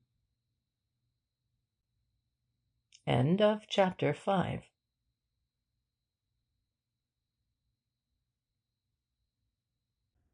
The guests had said good-bye to Cayley, according to their different manner. The Major, gruff and simple. "If you want me, command me. Anything I can do. Good-bye." Betty, silently sympathetic, with everything in her large eyes which she was too much overawed to tell. Mrs. Calladine, protesting that she did not know what to say, but apparently finding plenty. And Miss Norris, crowding so much into one despairing gesture that Cayley's unvarying "thank you very much" might have been taken this time as gratitude for an artistic entertainment. Bill had seen them into the car, and had taken his own farewells, with a special squeeze of the hand for Betty, and had wandered out to join Anthony on the garden seat. "Well, this is a rum show," said Bill, as he sat down. "Very rum, William." "And you actually walked right into it." "Right into it," said Anthony. "Then you're the man I want. There are all sorts of rumours and mysteries about, and that inspector fellow simply wouldn't keep to the point when I wanted to ask him about the murder, or whatever it is, but kept asking me questions about where I'd met you first, and all sorts of dull things like that. Now, what really happened?" Anthony told him, as concisely as he could, all that he had already told the inspector, Bill interrupting him here and there with appropriate "Good Lords!" and whistles. "I say, it's a bit of a business, isn't it? Where do I come in, exactly?" "How do you mean?" "Well, everybody else is bundled off, except me, and I get put through it by that inspector as if I knew all about it. What's the idea?" Anthony smiled at him. "Well, there's nothing to worry about, you know. Naturally, Birch wanted to see one of you, so as to know what you'd all been doing all day. And Cayley was nice enough to think that you'd be company for me, as I knew you already. And, well, that's all." "You're staying here in the house?" said Bill eagerly. "Good man, that's splendid." "It reconciles you to the departure of some of the others?" Bill blushed. "Oh, well, I shall see her again next week, anyway," he murmured. "I congratulate you. I liked her looks. And that grey dress. A nice, comfortable sort of woman." "You fool, that's her mother." "Oh, I beg your pardon. But anyhow, Bill, I want you more than she does just now, so try and put up with me." "I say, do you really?" said Bill, rather flattered. He had a great admiration for Anthony, and was very proud to be liked by him. "Yes. You see, things are going to happen here soon." "Inquests and that sort of thing?" "Well, perhaps something before that. Hallo, here comes Cayley."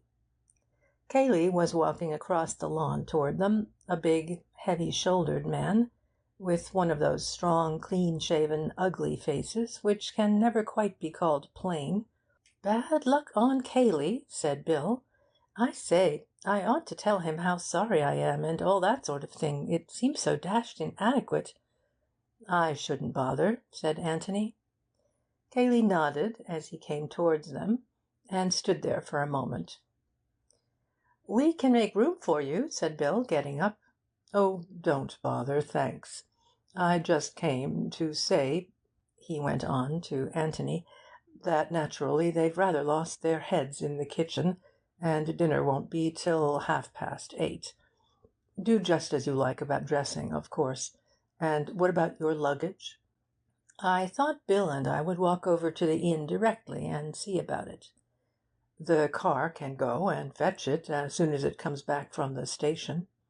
'It's very good of you, but I shall have to go over myself anyhow, to pack up and pay my bill. Besides, it's a good evening for a walk. If you wouldn't mind it, Bill?' 'I should love it.' 'Well, then, if you leave the bag there, I'll send the car round for it later.' 'Thanks very much.' Having said what he wanted to say, Cayley remained there, a little awkwardly, as if not quite sure whether to go or to stay. Anthony wondered whether he wanted to talk about the afternoon's happenings, or whether it was the one subject he wished to avoid. To break the silence, he asked carelessly if the inspector had gone. Cayley nodded. Then he said abruptly, 'He's getting a warrant for Mark's arrest.'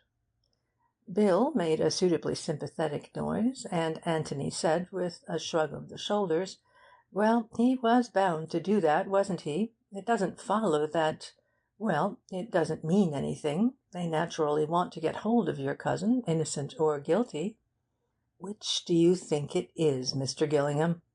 'Mark? It's absurd,' said Bill impetuously. 'Bill's loyal, you see, Mr. Cayley.' 'And you owe no loyalty to anyone concerned?' 'Exactly. So perhaps I might be too frank.' Bill had dropped down onto the grass, and Cayley took his place on the seat and sat there heavily, his elbows on his knees, his chin on his hands, gazing at the ground. 'I want you to be quite frank,' he said at last. 'Naturally, I am prejudiced where Mark is concerned. So I want to know how my suggestion strikes you, who have no prejudices either way.' 'Your suggestion?' 'My theory that, if Mark killed his brother, it was purely accidental, as I told the inspector.' Bill looked up with interest. 'You mean that Robert did the hold-up business,' he said, 'and there was a bit of struggle, and the revolver went off, and then Mark lost his head and bolted? That sort of idea?' 'Exactly.' 'Well, that seems all right.' He turned to Anthony.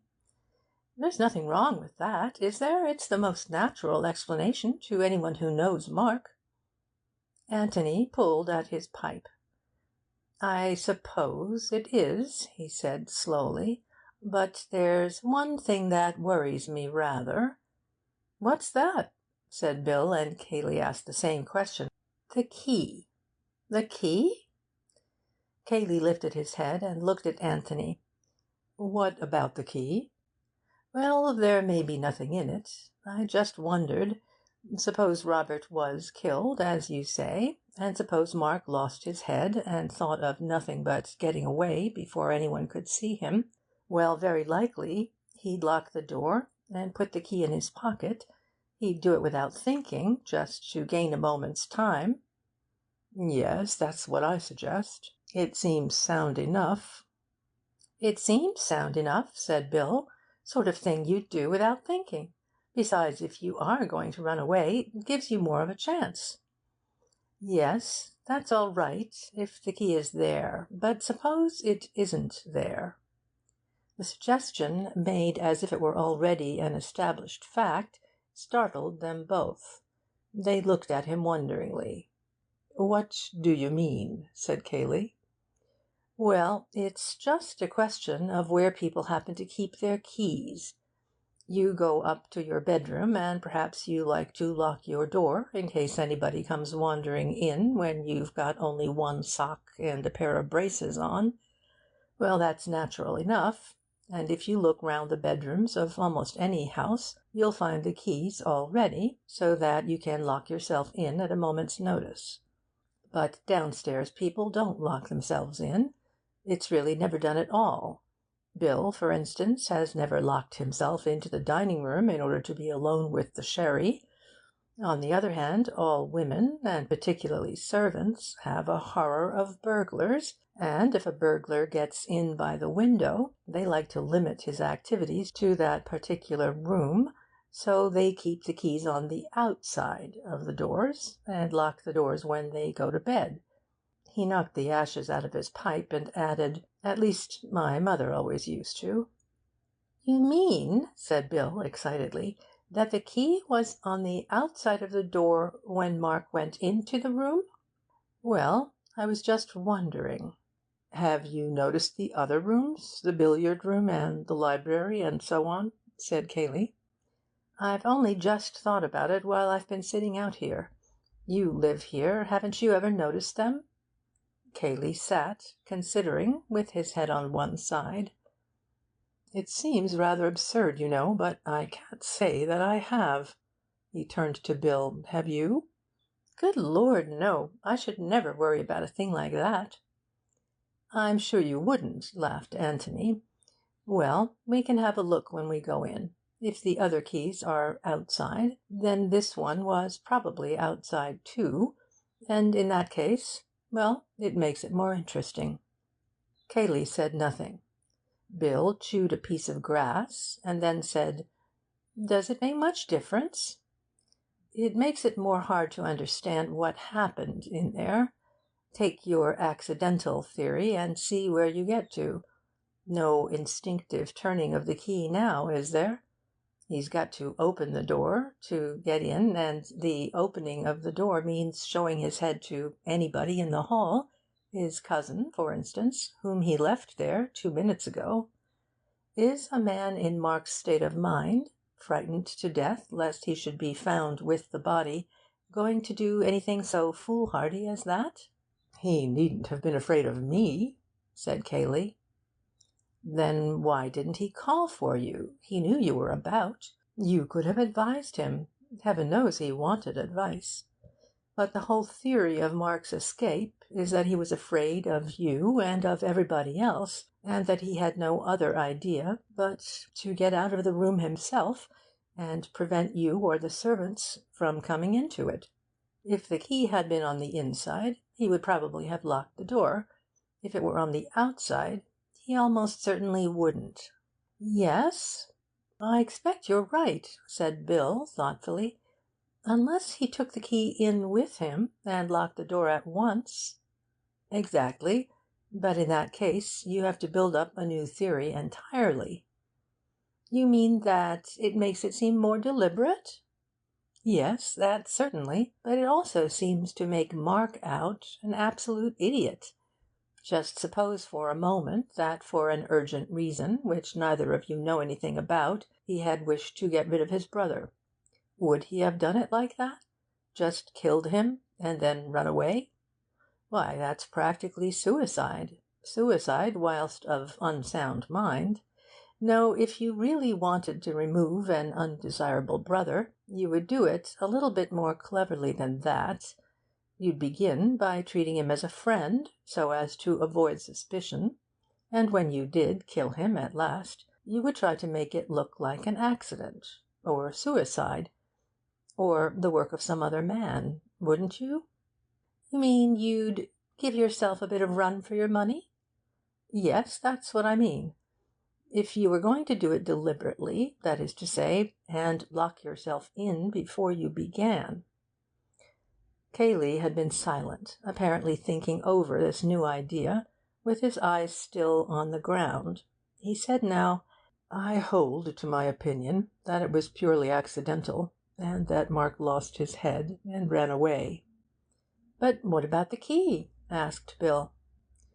"We don't know yet that the keys were outside. I don't at all agree with Mr. Gillingham that the keys of the downstairs rooms are always outside the doors. Sometimes they are, no doubt. But I think we shall probably find that these are inside." "Oh, well, of course, if they are inside, then your original theory is probably the correct one. Having often seen them outside, I just wondered, that's all. You asked me to be quite frank, you know, and tell you what I thought. But no doubt you're right, and we shall find them inside, as you say." Even if the key was outside, went on Cayley stubbornly, I still think it might have been accidental. He might have taken it in with him, knowing that the interview would be an unpleasant one, and not wishing to be interrupted. But he had just told you to stand by in case he wanted you, so why should he lock you out? Besides, I should think that if a man were going to have an unpleasant interview with a threatening relation, the last thing he would do would be to barricade himself in with him. He would want to open all the doors and say, "Get out of it." Cayley was silent, but his mouth looked obstinate. Anthony gave a little apologetic laugh and stood up. "Well, come on, Bill," he said. "We ought to be stepping." He held out a hand and pulled his friend up. Then, turning to Cayley, he went on, "You must forgive me if I have let my thoughts run on rather. Of course I was considering the matter purely as an outsider, just as a problem, I mean, which didn't concern the happiness of any of my friends." "That's all right, Mr. Gillingham," said Cayley, standing up too. "It is for you to make allowances for me. I'm sure you will. You say that you're going up to the inn now about your bag?" "Yes." He looked up at the sun and then round the parkland stretching about the house. "Let me see. It's over in that direction, isn't it?" He pointed southwards. "Can we get to the village that way, or must we go by the road?" "I'll show you, my boy," said Bill. "Bill will show you. The park reaches almost as far as the village. Then I'll send the car round in about half an hour." "Thanks very much." Cayley nodded and turned to go into the house. Anthony took hold of Bill's arm and walked off with him in the opposite direction.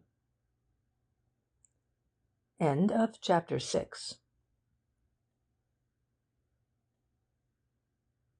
They walked in silence for a little, until they had left the house and gardens well behind them.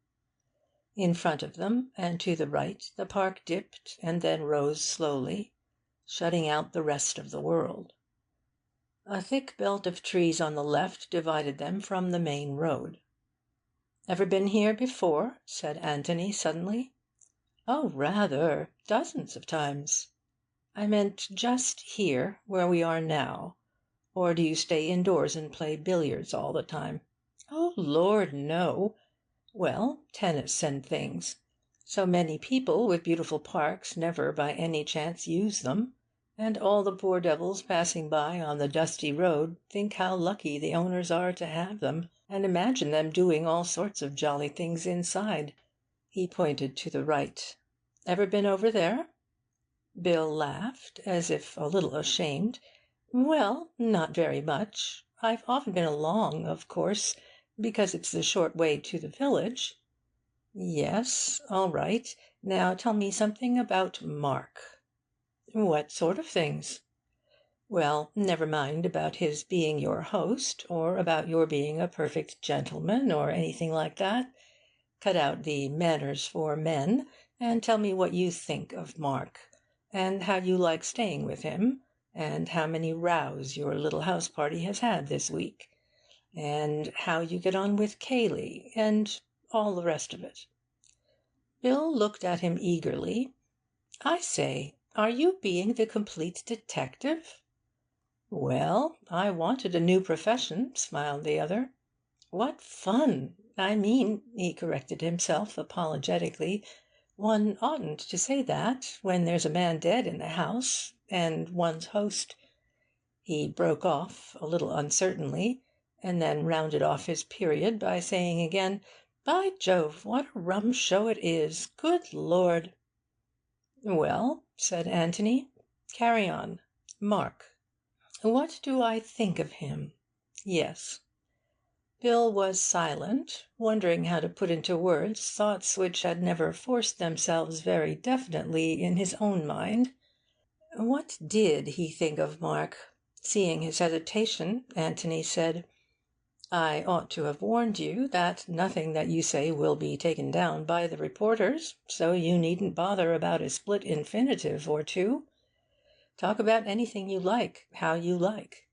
Well, I'll give you a start. Which do you enjoy more, a week-end here or at the Barringtons, say?" "Well, of course that would depend. Take it that she was there in both cases." "Ass," said Bill, putting an elbow into Anthony's ribs. "It's a little difficult to say," he went on.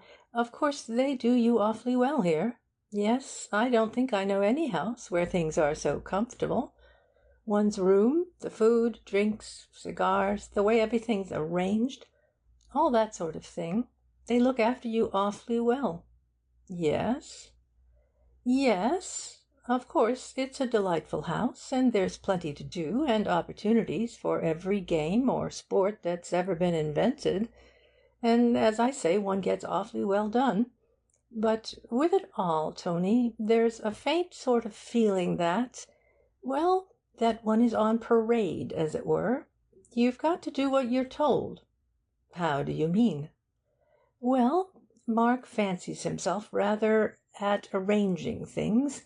He arranges things, and it's understood that the guests fall in with the arrangement. For instance, Betty, Miss Caledine, and I were going to play a single just before tea the other day, tennis. She's frightfully hot stuff at tennis, and backed herself to take me on level. I'm rather erratic, you know. Mark saw us go out with our rackets and asked us what we were going to do. Well, he'd got up a little tournament for us after tea, handicaps all arranged by him, and everything ruled out neatly in red and black ink, prizes and all. Quite decent ones, you know. He'd had the lawn specially cut and marked for it.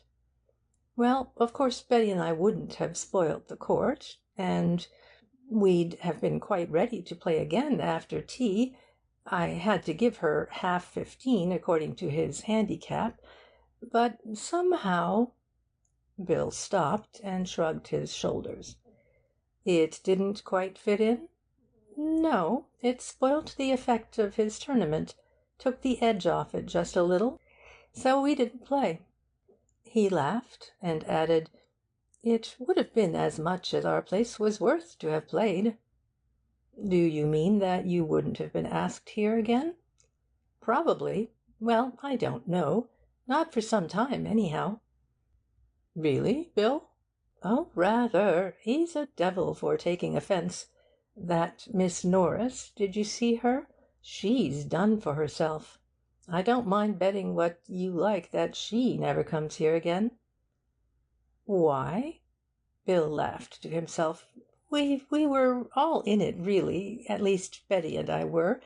There's supposed to be a ghost attached to the house. Lady Anne Patten. Ever heard of her?" "Never." "Mark told us about her at dinner one night. He rather liked the idea of there being a ghost in his house, you know, except that he doesn't believe in ghosts. I think he wanted all of us to believe in her, and yet he was annoyed with Betty and Miss Caledine for believing in ghosts at all. Rum chap. Well, anyhow, Miss Norris, she's an actress, some actress, too, dressed up as a ghost and played the fool a bit, and poor Mark was frightened out of his life. Just for a moment, you know." "What about the others?" "Well, Betty and I knew. In fact, I had told her, Miss Norris, I mean, not to be a silly ass, knowing Mark. Mrs. Caledine wasn't there. Betty wouldn't let her be. As for the Major, I don't believe anything would frighten him." "Well, where did the ghost appear?" "Down by the bowling green. That's supposed to be its haunt. We were all down there in the moonlight, pretending to wait for it. Do you know the bowling green?" "No." "I'll show it to you after dinner." "I wish you would. Was Mark very angry afterwards?" "Oh, Lord, yes. Sulked for a whole day. Well, he's just like that." "Was he angry with all of you?" "Oh, yes. Sulky, you know." "This morning?" "Oh, no. He got over it. He generally does. He's just like a child. That's really it, Tony. He's like a child in some ways. As a matter of fact, he was unusually bucked with himself this morning and yesterday." "Yesterday?" "Rather. We all said we'd never seen him in such form. Is he generally in form? He's quite good company, you know, if you take him the right way. He's rather vain and childish, well, like I've been telling you, and self-important, but quite amusing in his way, and—" Bill broke off suddenly. "I say, you know, it really is the limit talking about your host like this." "Don't think of him as your host. Think of him as a suspected murderer with a warrant out against him." "Oh, but that's all rot, you know." "It's the fact, Bill." "Yes, but I mean he didn't do it. He wouldn't murder anybody. It's a funny thing to say, but, well, he's not big enough for it. He's got his faults like all of us, but they aren't on that scale." "One can kill anybody in a childish fit of temper." Bill grunted assent, but without prejudice to Mark. "All the same," he said, "I can't believe it. That he would do it deliberately, I mean." "Suppose it was an accident, as Cayley says. Would he lose his head and run away?" Bill considered for a moment. "Yes, I really think he might, you know. He nearly ran away when he saw the ghost. Of course that's different, rather." "Oh, I don't know. In each case it's a question of obeying your instinct instead of your reason." They had left the open land and were following a path through the bordering trees. Two abreast was uncomfortable, so Anthony dropped behind, and further conversation was postponed until they were outside the boundary fence and in the high road. The road sloped gently down to the village of Woodham, a few red-roofed cottages, and the grey tower of a church showing above the green. "Well now," said Anthony, as they stepped out more quickly, "what about Cayley?" "How do you mean, what about him?" "I want to see him. I can see Mark perfectly, thanks to you, Bill. You were wonderful. Now let's have Cayley's character, Cayley from within." Bill laughed in a pleased embarrassment, and protested that he was not a blooming novelist. "Besides," he added, "Mark's easy. Cayley's one of these heavy, quiet people who might be thinking about anything. Mark gives himself away. Ugly, black-jawed devil, isn't he?" "Some women like that type of ugliness." "Yes, that's true. Between ourselves, I think there's one girl here who does. Rather a pretty girl at Jallands." He waved his left hand. "Down that way." "What's Jallands?" "Well, I suppose it used to be a farm, belonging to a bloke called Jalland, but now it's a country cottage belonging to a widow called Norbury. Mark and Cayley used to go there a good deal together. Miss Norbury, the girl, has been here once or twice for tennis. Seemed to prefer Cayley to the rest of us, but of course he hadn't much time for that sort of thing." "What sort of thing?" "Walking about with a pretty girl and asking her if she's been to any theatres lately. He nearly always had something to do." "Mark kept him busy?" "Yes. Mark never seemed quite happy unless he had Cayley doing something for him. He was quite lost and helpless without him. And, funnily enough, Cayley seemed lost without Mark." "He was fond of him?" "Yes, I should say so. In a protective kind of way. He'd sized Mark up, of course, his vanity, his self-importance, his amateurishness, and all the rest of it. But he liked looking after him, and he knew how to manage him." "Yes. What sort of terms was he on with the guests, you and Miss Norris and all of them?" "Just polite and rather silent, you know, keeping himself to himself. We didn't see so very much of him, except at meals. We were here to enjoy ourselves, and, well, he wasn't." "He wasn't there when the ghost walked?" "No. I heard Mark calling for him when he went back to the house. I expect Cayley stroked down his feathers a bit and told him that girls will be girls. Hallo, here we are." They went into the inn, and while Bill made himself pleasant to the landlady, Anthony went upstairs to his room. It appeared that he had not very much packing to do after all. He returned his brushes to his bag, glanced round to see that nothing else had been taken out, and went down again to settle his bill. He had decided to keep on his room for a few days, partly to save the landlord and his wife the disappointment of losing a guest so suddenly, partly in case he found it undesirable, later on, to remain at the Red House. For he was taking himself seriously as a detective. Indeed, he took himself seriously, while getting all the fun out of it which was possible, at every new profession he adopted. And he felt that there might come a time, after the inquest, say, when he could not decently remain at the Red House as a guest, a friend of Bill's, enjoying the hospitality of Mark or Cayley, whichever was to be regarded as his host, without forfeiting his independent attitude towards the events of that afternoon. At present he was staying in the house merely as a necessary witness, and, since he was there, Cayley could not object to him using his eyes. But if, after the inquest, it appeared that there was still work for a pair of independent and very keen eyes to do, then he must investigate either with his host's approval or from beneath the roof of some other host.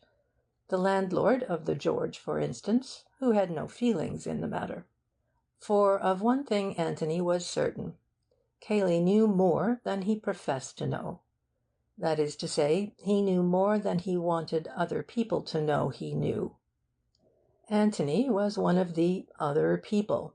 If, therefore, he was for trying to find out what it was that Cayley knew, he could hardly expect Cayley's approval of his labours.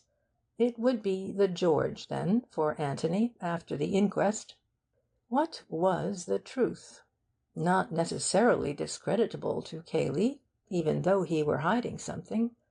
All that could be said against him at the moment was that he had gone the longest way round to get into the locked office, and that this did not fit in with what he had told the inspector. But it did fit in with the theory that he had been an accessory after the event, and that he wanted, while appearing to be in a hurry, to give his cousin as much time as possible in which to escape. That might not be the true solution, but it was at least a workable one. The theory which he had suggested to the inspector was not. However, there would be a day or two before the inquest in which Anthony could consider all these matters from within the Red House. The car was at the door. He got in with Bill. The landlord put his bag on the front seat next to the chauffeur, and they drove back. End of chapter 7. Anthony's bedroom looked over the park at the back of the house. The blinds were not yet drawn, while he was changing his clothes for dinner, and at various stages of undress he would pause and gaze out of the window, sometimes smiling to himself, sometimes frowning, as he turned over in his mind all the strange things that he had seen that day.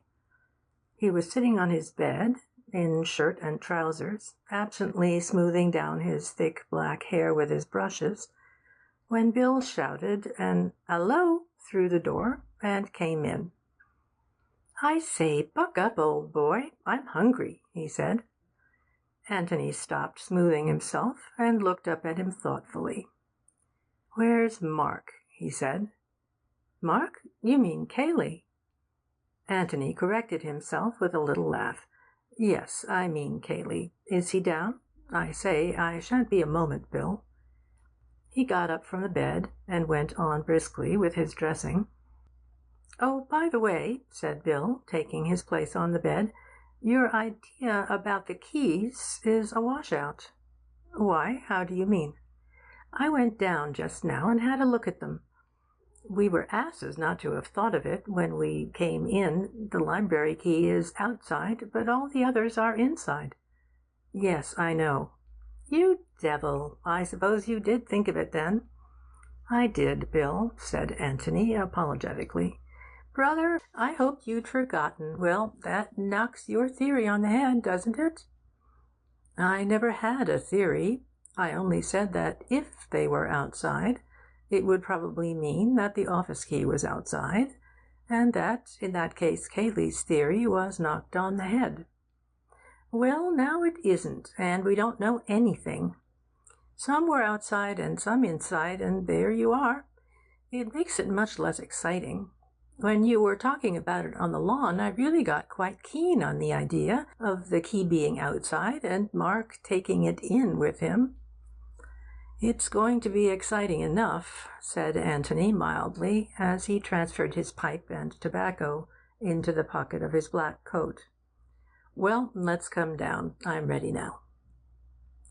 Cayley was waiting for them in the hall. He made some polite inquiry as to the guests' comfort, and the three of them fell into a casual conversation about houses in general and the Red House in particular. You were quite right about the keys, said Bill during a pause. He was less able than the other two, perhaps because he was younger than they, to keep away from the subject which was uppermost in the minds of them all. Keys? Said Cayley blankly. We were wondering whether they were outside or inside. Oh, yes. He looked slowly round the hall at the different doors, and then smiled in a friendly way to Anthony. We both seem to have been right, Mr. Gillingham, so we don't get much farther. No, he gave a shrug. I just wondered, I thought it was worth mentioning. Oh, quite. Not that you would have convinced me, just as Elsie's evidence doesn't convince me. Elsie? Said Bill excitedly. Anthony looked inquiringly at him, wondering who Elsie was. One of the housemaids, explained Cayley. You didn't hear what she told the inspector? Of course, as I told Birch, girls of that class make things up, but he seemed to think she was genuine. What was it? Said Bill. Cayley told them of what Elsie had heard through the office door that afternoon. You were in the library then, of course, said Anthony, rather to himself than to the other. She might have gone through the hall without your hearing. Oh, I've no doubt she was there, and heard voices. Perhaps she heard those very words, but— He broke off, and then added impatiently, It was accidental. I know it was accidental. What's the good of talking as if Mark was a murderer? Dinner was announced at that moment, and as they went in, he added, What's the good of talking about it at all, if it comes to that? What indeed, said Anthony, and to Bill's great disappointment, they talked of books and politics during the meal. Cayley made an excuse for leaving them as soon as their cigars were alight. He had business to attend to, as was natural. Bill would look after his friend. Bill was only too willing. He offered to beat Anthony at billiards, to play him at piquet, to show him the garden by moonlight, or indeed to do anything else with him that he required. Thank the Lord you're here, he said piously. I couldn't have stood it alone. Let's go outside, suggested Anthony. It's quite warm. Somewhere where we can sit down, right away from the house. I want to talk to you. Good man. What about the bowling green? Oh, you were going to show me that anyhow, weren't you? Somewhere where we can talk without being overheard? Rather, the ideal place. You'll see. They came out of the front door and followed the drive to the left. Coming from Woodham, Anthony had approached the house that afternoon from the other side. The way they were going now would take them out at the opposite end of the park on the high road to Stanton, a country town some 3 miles away. They passed by a gate and a gardener's lodge, which marked the limit of what auctioneers like to call the ornamental grounds of the estate, and then the open park was before them. Sure we haven't missed it? Said Anthony. The park lay quietly in the moonlight on either side of the drive, wearing a little way ahead of them a deceptive air of smoothness, which retreated always as they advanced. Rum, isn't it? Said Bill.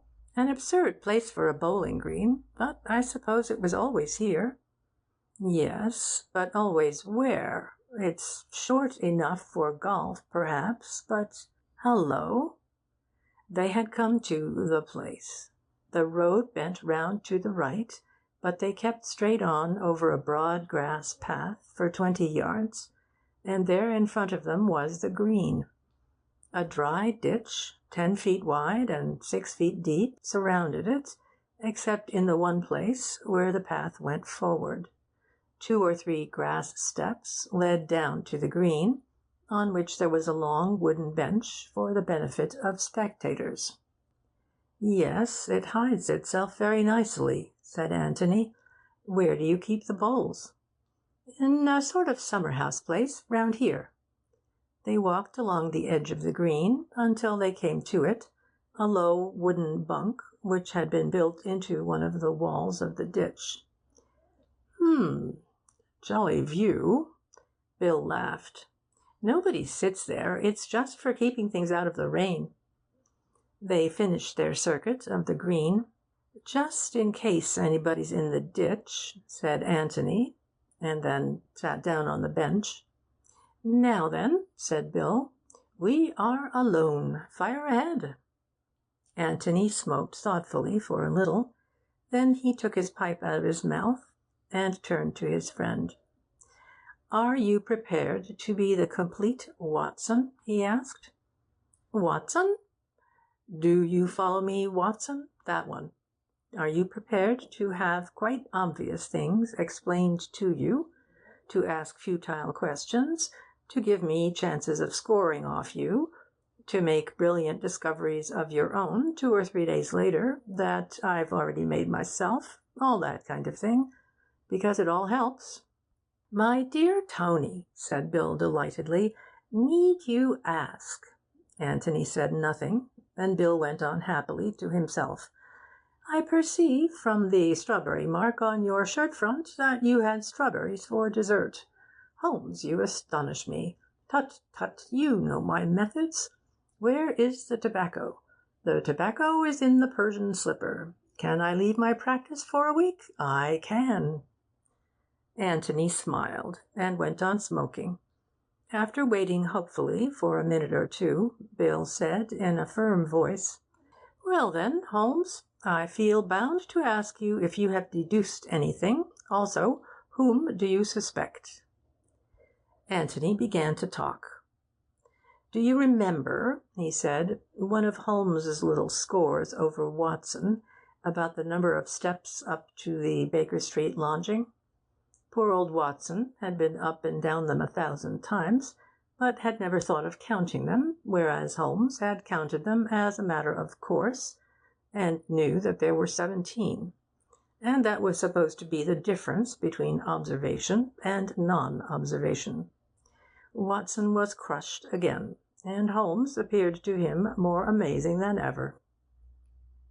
Now it always seemed to me that in that matter Holmes was the ass, and Watson the sensible person. What on earth is the point of keeping in your head an unnecessary fact like that? If you really want to know at any time the number of steps to your lodging, you can ring up your landlady and ask her. I've been up and down the steps of the club 1,000 times, but if you asked me to tell you at this moment how many steps there are, I couldn't do it. Could you? I certainly couldn't. But if you really wanted to know, said Anthony casually, with a sudden change of voice, I could find out for you without even bothering to ring up the hall porter. Bill was puzzled as to why they were talking about the club steps, but he felt it his duty to say that he did want to know how many they were. Right, said Anthony. I'll find out. He closed his eyes. I'm walking up St. James's Street, he said slowly. Now I've come to the club, and I'm going past the smoking room windows. 1, 2, 3, 4. Now I'm at the steps. I turn in and begin going up then. 1, 2, 3, 4, 5, 6, then a broad step, 6, 7, 8, 9. Another broad step. 9, 10, 11. 11. I'm inside. Good morning, Rogers. Fine day again. With a little start, he opened his eyes and came back to his present surroundings. He turned to Bill with a smile. 11, he said. Count them the next time you're there. 11. And now I hope I shall forget it again. Bill was distinctly interested. That's rather hot, he said. Expound. Well, I can't explain it, whether it's something in the actual eye, something in the brain, or what.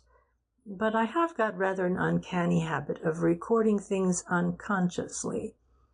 You know that game where you look at a tray full of small objects for 3 minutes, and then turn away and try to make a list of them?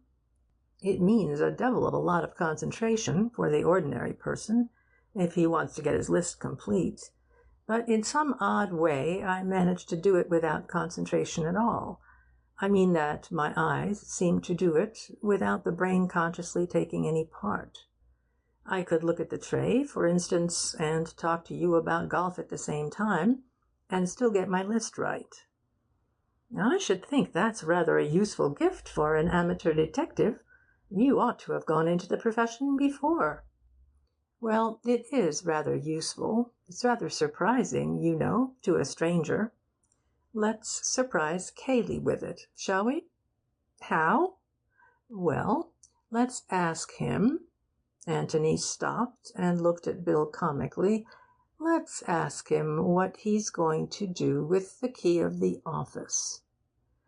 For a moment, Bill did not understand. Key of the office? He said vaguely. You don't mean... Tony, what do you mean? Good God, do you mean that Cayley... But what about Mark? I don't know where Mark is. That's another thing I want to know, but I'm quite certain that he hasn't got the key of the office with him, because Cayley's got it. Are you quite sure? Quite. Bill looked at him wonderingly. I say, he said, almost pleadingly, don't tell me that you can see into people's pockets and all that sort of thing as well. Anthony laughed and denied it cheerfully. Then how do you know? You're the perfect Watson, Bill. You take to it quite naturally.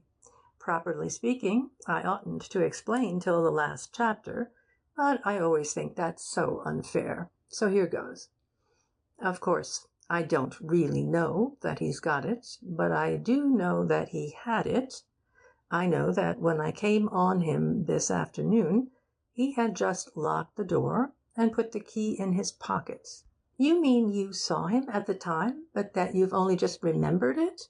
Reconstructed it in the way you were explaining just now? No, I didn't see him, but I did see something. I saw the key of the billiard room. Where? Outside the billiard room door. Outside? But it was inside when we looked just now. Exactly. Who put it there? Obviously, Cayley. But let's go back to this afternoon. I don't remember noticing the billiard room key at the time. I must have done so without knowing. Probably, when I saw Cayley banging at the door, I may have wondered subconsciously whether the key of the room next to it would fit, something like that, I dare say. Well, when I was sitting out by myself on that seat just before you came along, I went over the whole scene in my mind, and I suddenly saw the billiard room key there, outside. And I began to wonder if the office key had been outside too. When Cayley came up, I told you my idea, and you were both interested. But Cayley was just a shade too interested. I dare say you didn't notice it, but he was. By Jove! Well, of course that proved nothing, and the key business didn't really prove anything, because whatever side of the door the other keys were, Mark might have locked his own private room from the inside sometimes. But I piled it on and pretended that it was enormously important and quite altered the case altogether, and having got Cayley thoroughly anxious about it, I told him that we should be well out of the way for the next hour or so, that he would be alone in the house to do what he liked about it. And, as I expected, he couldn't resist it. He altered the keys and gave himself away entirely. But the library key was still outside. Why didn't he alter that? Because he's a clever devil. For one thing, the inspector had been in the library and might possibly have noticed it already. And for another, Anthony hesitated. "What?" said Bill, after waiting for him to go on. "It's only guesswork, but I fancy that Cayley was thoroughly upset about the key business. He suddenly realized that he had been careless, and he hadn't got time to think it all over, so he didn't want to commit himself definitely to the statement that the key was either outside or inside. He wanted to leave it vague. It was safest that way." "I see," said Bill slowly. But his mind was elsewhere. He was wondering suddenly about Cayley. Cayley was just an ordinary man like himself. Bill had had little jokes with him sometimes. Not that Cayley was much of a hand at joking. Bill had helped him to sausages, played tennis with him, borrowed his tobacco, lent him a putter. And here was Anthony saying that he was what? Well, not an ordinary man, anyway. A man with a secret. Perhaps a murderer. No, not a murderer, not Cayley. That was just rot, anyway. Why, they had played tennis together. "Now then, Watson," said Anthony suddenly, "it's time you said something." "I say, Tony, do you really mean it?" "Mean what?" "About Cayley?" "I mean what I said, Bill. No more." "Well, what does it amount to?" "Simply that Robert Ablett died in the office this afternoon, and that Cayley knows exactly how he died. That's all. It doesn't follow that Cayley killed him." "No, no, of course it doesn't." Bill gave a sigh of relief. "He's just shielding Mark, what?" "I wonder." "Well, isn't that the simplest explanation?" "It's the simplest if you're a friend of Cayley and want to let him down lightly. But then I'm not, you see." "Why isn't it simple, anyhow?" "Well, let's have the explanation, then, and I'll undertake to give you a simpler one afterwards." "Go on. Only remember, the key is on the outside of the door to start with." "Yes, well, I don't mind that. Mark goes in to see his brother, and they quarrel and all the rest of it, just as Cayley was saying. Cayley hears the shot, and, in order to give Mark time to get away, locks the door, puts the key in his pocket, and pretends that Mark has locked the door and that he can't get in. How's that?" "Hopeless, Watson, hopeless." "Why?" "How does Cayley know that it is Mark who has shot Robert, and not the other way around?" "Oh," said Bill, rather upset. "Yes." He thought for a moment. "All right, say that Cayley has gone into the room first and seen Robert on the ground." "Well?" "Well, there you are. And what does he say to Mark? That it's a fine afternoon, and couldn't he lend him a pocket-handkerchief? Or does he ask him what's happened?" "Well, of course, I suppose he asks what happened," said Bill reluctantly. "And what does Mark say?" "Explains that the revolver went off accidentally during the struggle." "Whereupon Cayley shields him by doing what, Bill? Encouraging him to do the damn silliest thing that any man could possibly do? Confess his guilt by running away?" "No, that's rather hopeless, isn't it?" Bill thought again. "Well," he said reluctantly, "suppose Mark confessed that he'd murdered his brother." "That's better, Bill. Don't be afraid of getting away from the accident idea.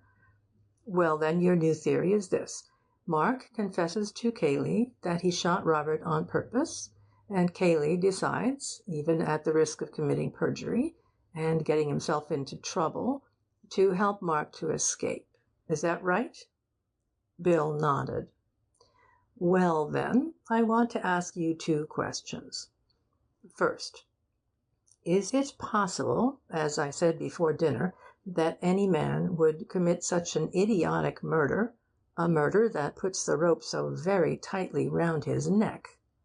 Secondly, if Cayley is prepared to perjure himself for Mark, as he has to anyway now, wouldn't it be simpler for him to say that he was in the office all the time, and that Robert's death was accidental?"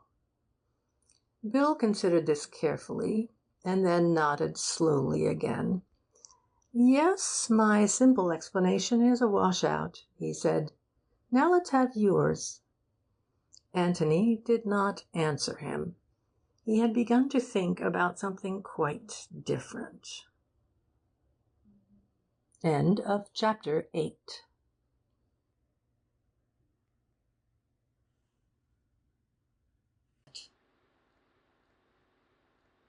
"What's the matter?" said Bill sharply.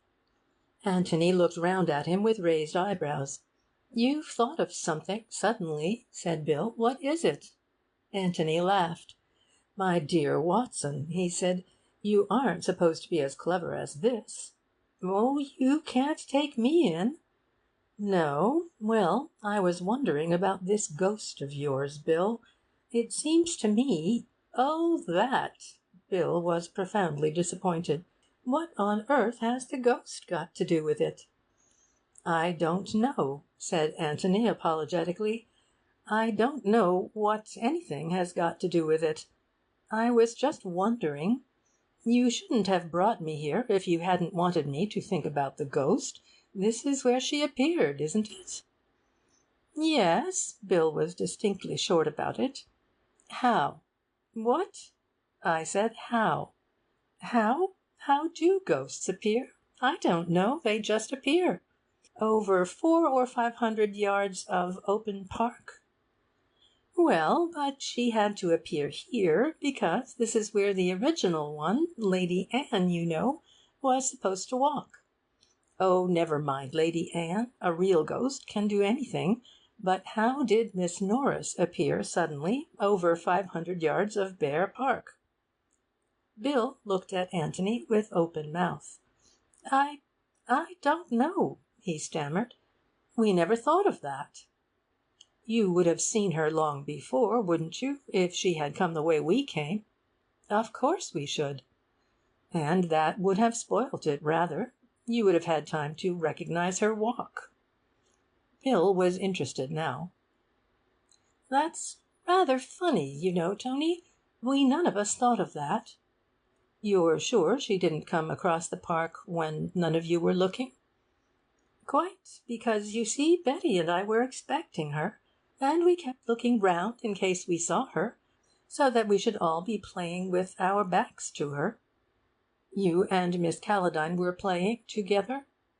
"I say, however did you know that?" "Brilliant deductive reasoning. Well, then, you suddenly saw her?" "Yes. She walked across that side of the lawn." He indicated the opposite side, nearer to the house. "She couldn't have been hiding in the ditch? Do you call it the moat, by the way?" "Mark does. We don't among ourselves. No, she couldn't. Betty and I were here before the others, and walked around a bit. We should have seen her." "Then she must have been hiding in the shed. Or do you call it the summer house?" "We had to go there for the bowls, of course. She couldn't have been there." "Oh." "It's dashed funny," said Bill, after an interval for thought. "But it doesn't matter, does it? It has nothing to do with Robert." "Hasn't it?" "I say, has it?" said Bill, getting excited again. "I don't know. We don't know what has or what hasn't. But it has got something to do with Miss Norris. And Miss Norris—" He broke off suddenly. "What about her?" "Well, you're all in it, in a kind of way. And if something unaccountable happened to one of you a day or two before something unaccountable happens to the whole house, one is, well, interested. It was a good enough reason, but it wasn't the reason he had been on the point of giving. I see. Well, Antony knocked out his pipe and got up slowly. Well, then, let's find the way from the house by which Miss Norris came. Bill jumped up eagerly. By Jove! Do you mean there's a secret passage? A secluded passage, anyway. There must be. I say, what fun! I love secret passages. Good Lord, and this afternoon I was playing golf, just like an ordinary merchant. What a life! Secret passages. They made their way down into the ditch. If an opening was to be found which led to the house, it would probably be on the house side of the green, and on the outside of the ditch. The most obvious place at which to begin the search was the shed where the bowls were kept. It was a tidy place, as anything in Mark's establishment would be. There were 2 boxes of croquet things, one of them with the lid open, as if the balls and mallets and hoops, neatly enough put away though, had been recently used, a box of bowls, a small lawn-mower, a roller, and so forth. A seat ran along the back of it, whereon the bowls players could sit when it rained. Antony tapped the wall at the back. This is where the passage ought to begin. It doesn't sound very hollow, does it? It needn't begin here at all, need it? Said Bill, walking round with his bent head tapping the other walls. He was just too tall to stand upright in the shed. There's only one reason why it should, and that is that it would save us the trouble of looking anywhere else for it. Surely Mark didn't let you play croquet on his bowling green? He pointed to the croquet things. He didn't encourage it at one time, but this year he got rather keen about it. There's really nowhere else to play. Personally, I hate the game. He wasn't very keen on bowls, you know, but he liked calling it the bowling green and surprising his visitors with it. Antony laughed. I love you on Mark, he said. You're priceless. He began to feel in his pockets for his pipe and tobacco, and then suddenly stopped and stiffened to attention. For a moment he stood listening, with his head on one side, holding up a finger to bid Bill listen too. What is it? Whispered Bill. Antony waved him to silence and remained listening. Very quietly he went down on his knees and listened again. Then he put his ear to the floor. He got up and dusted himself quickly, walked across to Bill, and whispered in his ear, Footsteps. Somebody coming. When I begin to talk, back me up. Bill nodded. Antony gave him an encouraging pat on the back, and stepped firmly across to the box of bowls, whistling loudly to himself. He took the bowls out, dropped one with a loud bang on the floor, said, Oh, Lord, and went on. I say, Bill, I don't think I want to play bowls after all. Well, why did you say you did? Grumbled Bill. Antony flashed a smile of appreciation at him. Well, I wanted to when I said I did, and now I don't want to. Then what do you want to do? Talk. Oh, right-o, said Bill eagerly. There's a seat on the lawn, I saw it. Let's bring these things along in case we want to play after all. Right-o, said Bill again. He felt safe with that, not wishing to commit himself until he knew what he was wanted to say. As they went across the lawn, Antony dropped the bowls and took out his pipe. Got a match? He said loudly. As he bent his head over the match, he whispered, There'll be somebody listening to us. You can take the Cayley view. And then went on in his ordinary voice. I don't think much of your matches, Bill, and struck another. They walked over to the seat and sat down. What a heavenly night, said Antony. Ripping! I wonder where that poor devil Mark is now. It's a rum business.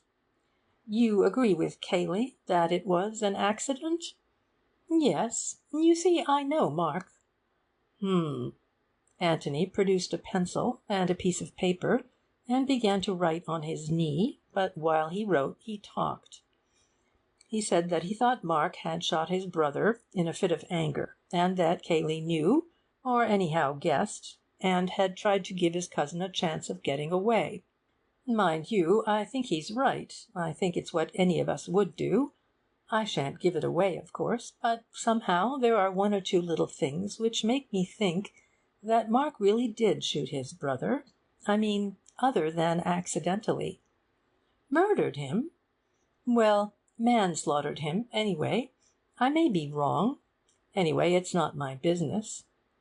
But why do you think so? Because of the keys? Oh, the keys. The keys are a washout. Still, it was a brilliant idea of mine, wasn't it? And it would have been rather a score for me if they had all been outside. He had finished his writing, and now passed the paper over to Bill. In the clear moonlight, the carefully printed letters could easily be read. Go on talking as if I were here. After a minute or two, turn round, as if I were sitting on the grass behind you, but go on talking. I know you don't agree with me, Anthony went on as Bill read, but you'll see that I'm right. Bill looked up and nodded eagerly. He had forgotten golf and Betty and all other things which had made up his world lately. This was the real thing. This was life. Well, he began deliberately, the whole point is that I know Mark. Now, Mark— But Anthony was off the seat and letting himself gently down into the ditch. His intention was to crawl round it until the shed came in sight. The footsteps which he had heard seemed to be underneath the shed. Probably there was a trap-door of some kind in the floor. Whoever it was would have heard their voices, and would probably think it was worth while to listen to what they were saying. He might do this merely by opening the door a little without showing himself, in which case Anthony would have found the entrance to the passage without any trouble to himself. But when Bill turned his head and talked over the back of the seat, it was probable that the listener would find it necessary to put his head outside in order to hear, and then Anthony would be able to discover who it was. Moreover, if he should venture out of his hiding-place altogether and peep at them over the bank, the fact that Bill was talking over the back of the seat would mislead the watcher into thinking that Anthony was still there, sitting on the grass, no doubt, behind the seat, swinging his legs over the side of the ditch.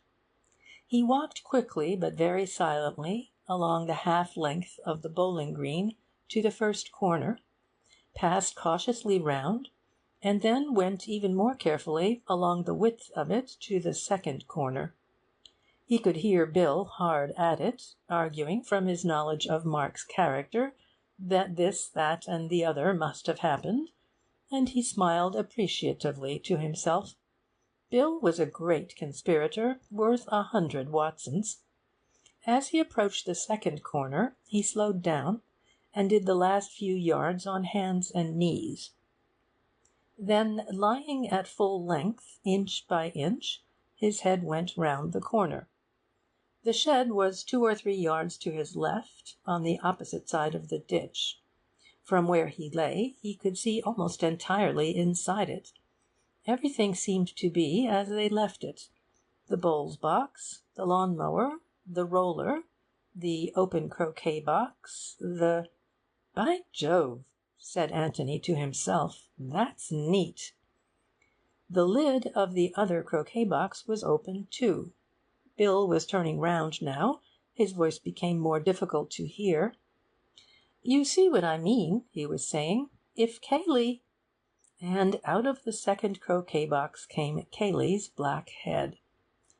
Anthony wanted to shout his applause. It was neat, devilish neat. For a moment he gazed, fascinated, at that wonderful new kind of croquet ball which had appeared so dramatically out of the box, and then reluctantly wriggled himself back. There was nothing to be gained by staying there, and a good deal to be lost, for Bill showed signs of running down. As quickly as he could, Antony hurried round the ditch and took up his place at the back of the seat. Then he stood up with a yawn, stretched himself, and said carelessly, "Well, don't worry yourself about it, Bill, old man. I dare say you're right. You know Mark, and I don't, and that's the difference. Shall we have a game, or shall we go to bed?" Bill looked at him for inspiration, and, receiving it, said, "Oh, let's just have one game, shall we?" "Right you are," said Antony. But Bill was much too excited to take the game which followed very seriously. Antony, on the other hand, seemed to be thinking of nothing but bowls. He played with great deliberation for 10 minutes, and then announced that he was going to bed. Bill looked at him anxiously. "It's all right," laughed Antony. "You can talk if you want to. Just let's put 'em away first, though." They made their way down to the shed, and while Bill was putting the bowls away, Antony tried the lid of the closed croquet box. As he expected, it was locked.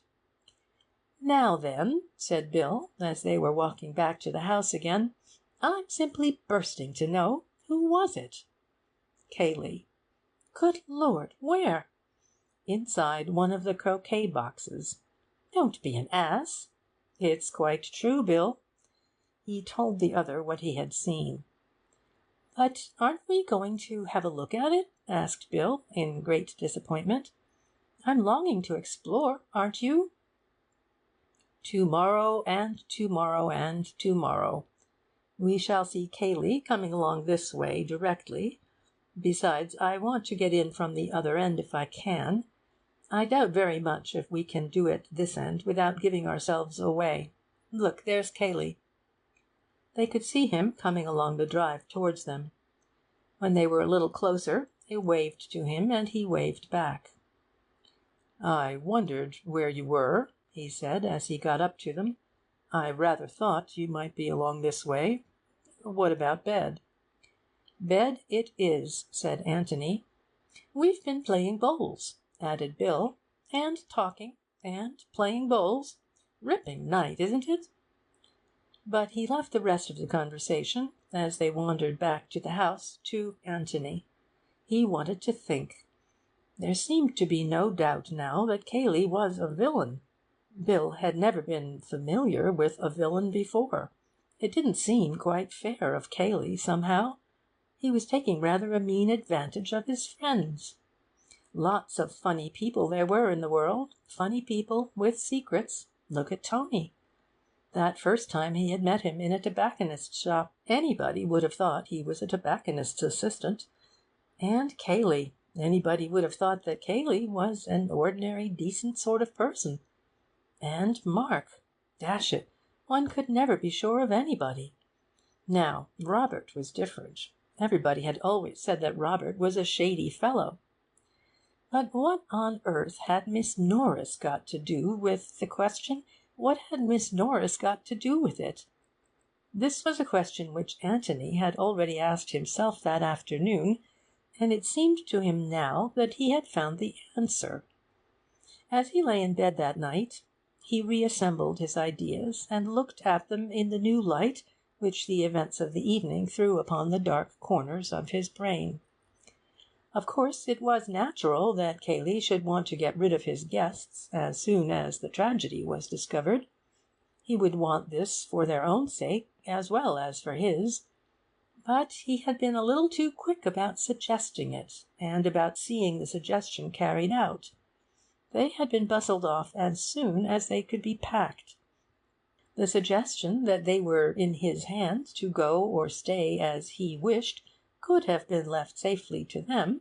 As it was, they had been given no alternative, and Miss Norris, who had proposed to catch an after-dinner train at the junction, in the obvious hope that she might have in this way a dramatic cross-examination at the hands of some keen-eyed detective, was encouraged tactfully but quite firmly to travel by the earlier train with the others. Antony had felt that Cayley, in the tragedy which had suddenly befallen the house, ought to have been equally indifferent to her presence or absence, but he was not, and Antony assumed from this that Cayley was very much alive to the necessity for her absence. Why? Well, that question was not to be answered offhand. But the fact that it was so had made Antony interested in her, and it was for this reason that he had followed up so alertly Bill's casual mention of her in connection with the dressing-up business. He felt that he wanted to know a little more about Miss Norris and the part she had played in the Red House circle. By sheer luck, as it seemed to him, he had stumbled on the answer to this question. Miss Norris was hurried away because she knew about the secret passage. The passage, then, had something to do with the mystery of Robert's death. Miss Norris had used it in order to bring off her dramatic appearance as the ghost. Possibly she had discovered it for herself. Possibly Mark had revealed it to her secretly one day, never guessing that she would make so unkind a use of it later on. Possibly Cayley, having been let into the joke of her dressing up, had shown her how she could make her appearance on the bowling green even more mysterious and supernatural. One way or another, she knew about the secret passage, so she must be hurried away. Why? Because if she stayed and talked, she might make some innocent mention of it, and Cayley did not want any mention of it. Why again? Obviously because the passage, or even the mere knowledge of its existence, might provide a clue. "I wonder if Mark's hiding there," thought Antony, and he went to sleep. End of chapter 9.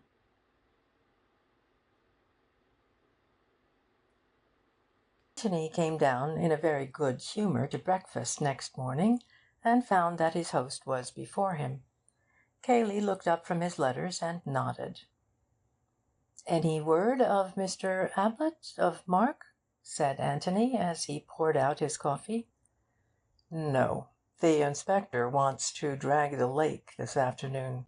"Oh, is there a lake?" There was just the flicker of a smile on Cayley's face, but it disappeared as quickly as it came. "Well, it's really a pond," he said, "but it was called the lake." By Mark, thought Antony. Aloud he said, "What do they expect to find?" "They think that Mark—" He broke off and shrugged his shoulders. "May have drowned himself, knowing that he couldn't get away, and knowing that he had compromised himself by trying to get away at all?" "Yes, I suppose so," said Cayley slowly. "I should have thought he would have given himself more of a run for his money. After all, he had a revolver. If he was determined not to be taken alive, he could always have prevented that. Couldn't he have caught a train to London before the police knew anything about it?" "He might just have managed it. There was a train. They would have noticed him at Woodham, of course. But he might have managed it at Stanton. He's not so well known there, naturally. The inspector has been inquiring. Nobody seems to have seen him. There are sure to be people who will say they did, later on. There was never a missing man yet but a dozen people come forward who swear to have seen him at a dozen different places at the same time." Cayley smiled. "Yes, that's true. Anyhow, he wants to drag the pond first." He added drily, "From what I've read of detective stories, inspectors always do want to drag the pond first." "Is it deep?" "Quite deep enough," said Cayley, as he got up. On his way to the door he stopped and looked at Anthony. "I'm so sorry that we're keeping you here like this, but it will only be until tomorrow. The inquest is tomorrow afternoon. Do amuse yourself how you like till then. Beverley will look after you." "Thanks very much. I shall really be quite all right." Anthony went on with his breakfast. Perhaps it was true that inspectors liked dragging ponds, but the question was, did Cayley's like having them dragged? Was Cayley anxious about it, or quite indifferent? He certainly did not seem to be anxious, but he could hide his feelings very easily beneath that heavy, solid face, and it was not often that the real Cayley peeped out. Just a little too eager once or twice, perhaps, but there was nothing to be learnt from it this morning. Perhaps he knew that the pond had no secrets to give up. After all, inspectors were always dragging ponds. Bill came in noisily. Bill's face was an open book. Excitement was written all over it. "Well," he said eagerly, as he sat down to the business of the meal, "what are we going to do this morning?" "Not talk so loudly, for one thing," said Anthony. Bill looked about him apprehensively. Was Cayley under the table, for example? After last night, one never knew. He raised his eyebrows. "No, but one doesn't want to shout. One should modulate the voice, my dear William, while breathing gently from the hips. Thus one avoids those chest notes which have betrayed many a secret. In other words, pass the toast. You seem bright this morning." "I am. Very bright. Cayley noticed it. Cayley said, 'Were it not that I have other business, I would come gathering nuts and may with thee. Fain would I gyrate round the mulberry bush and hop upon the little hills, but the waters of Jordan encompass me, and Inspector Birch tarries outside with his shrimping net. My friend William Beverley will attend thee anon. Farewell, a long farewell to all. Thy grape nuts.' He then left up centre, enter W. Beverley, R. Are you often like this at breakfast?" "Almost invariably," said he with his mouth full. Exit W. Beverley, L.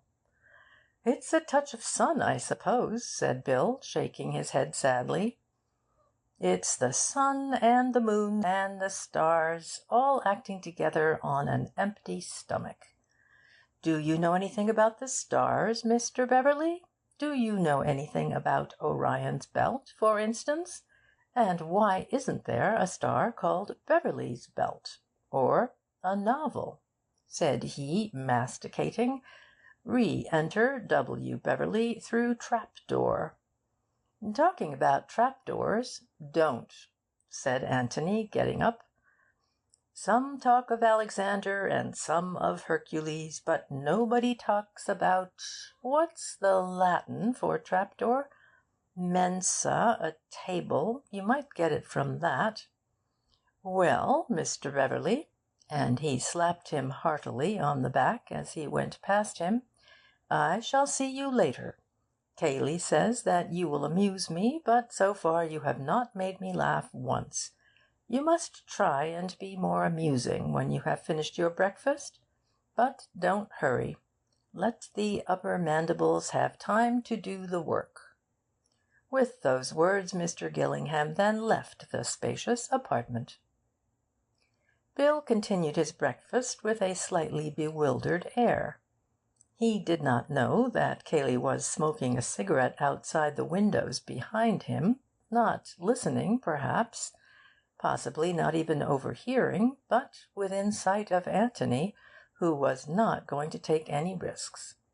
So he went on with his breakfast, reflecting that Anthony was a rum fellow, and wondering if he had dreamed only of the amazing things which had happened the day before. Anthony went up to his bedroom to fetch his pipe. It was occupied by a housemaid, and he made a polite apology for disturbing her. Then he remembered. "Is it Elsie?" he asked, giving her a friendly smile. "Yes, sir," she said, shy but proud. She had no doubts as to why it was that she had achieved such notoriety. "It was you who heard Mr. Mark yesterday, wasn't it? I hope the inspector was nice to you." "Yes, thank you, sir." "It's my turn now. You wait," murmured Anthony to himself. "Yes, sir, nasty like, meaning to say his chance had come. I wonder. Well, that's what I heard, sir, truly." Anthony looked at her thoughtfully and nodded. "Yes. I wonder why." "Why what, sir?" "Oh, lots of things, Elsie. It was quite an accident your being outside just then?" Elsie blushed. She had not forgotten what Mrs. Stevens had said about it. "Quite, sir. In the general way, I use the other stairs." "Of course." He had found his pipe, and was about to go downstairs again when she stopped him. "I beg your pardon, sir, but will there be an inquest?" "Oh, yes, to-morrow, I think." "Shall I have to give my evidence, sir?" "Of course. There's nothing to be frightened of." "I did hear it, sir, truly." "Why, of course you did. Who says you didn't?" "Some of the others, sir, Mrs. Stevens and all." "Oh, that's just because they're jealous," said Anthony, with a smile. He was glad to have spoken to her, because he had recognised at once the immense importance of her evidence. To the inspector, no doubt, it had seemed only of importance in that it had shown Mark to have adopted something of a threatening attitude towards his brother. To Anthony it had much more significance. It was the only trustworthy evidence that Mark had been in the office at all that afternoon. For who saw Mark go into the office? Only Cayley. And if Cayley had been hiding the truth about the keys, why should he not be hiding the truth about Mark's entry into the office? Obviously, all Cayley's evidence went for nothing. Some of it was no doubt true, but he was giving it, both true and false, with a purpose. What the purpose was, Anthony did not know as yet. To shield Mark, to shield himself, even to betray Mark, it might be any of these. But since his evidence was given for his own ends, it was impossible that it could be treated as the evidence of an impartial and trustworthy onlooker, such, for instance, as Elsie appeared to be. Elsie's evidence, however, seemed to settle the point. Mark had gone into the office to see his brother. Elsie had heard them both talking. And then Anthony and Cayley had found the body of Robert, and the inspector was going to drag the pond. But certainly Elsie's evidence did not prove anything more than the mere presence of Mark in the room. "It's my turn now. You wait." That was not an immediate threat. It was a threat for the future. If Mark had shot his brother immediately afterwards, it must have been an accident, the result of a struggle, say, provoked by that nasty-like tone of voice. Nobody would say, "You wait," to a man who was just going to be shot. "You wait" meant, "You wait and see what's going to happen to you later on." The owner of the Red House had had enough of his brother's sponging, his brother's blackmail. Now it was Mark's turn to get a bit of his own back. Let Robert just wait a bit, and he would see. The conversation which Elsie had overheard might have meant something like this. It couldn't have meant murder. Anyway, not murder of Robert by Mark. "It's a funny business," thought Anthony. "The one obvious solution is so easy and yet so wrong. and I've got 100 things in my head, and I can't fit them together, and this afternoon will make 101.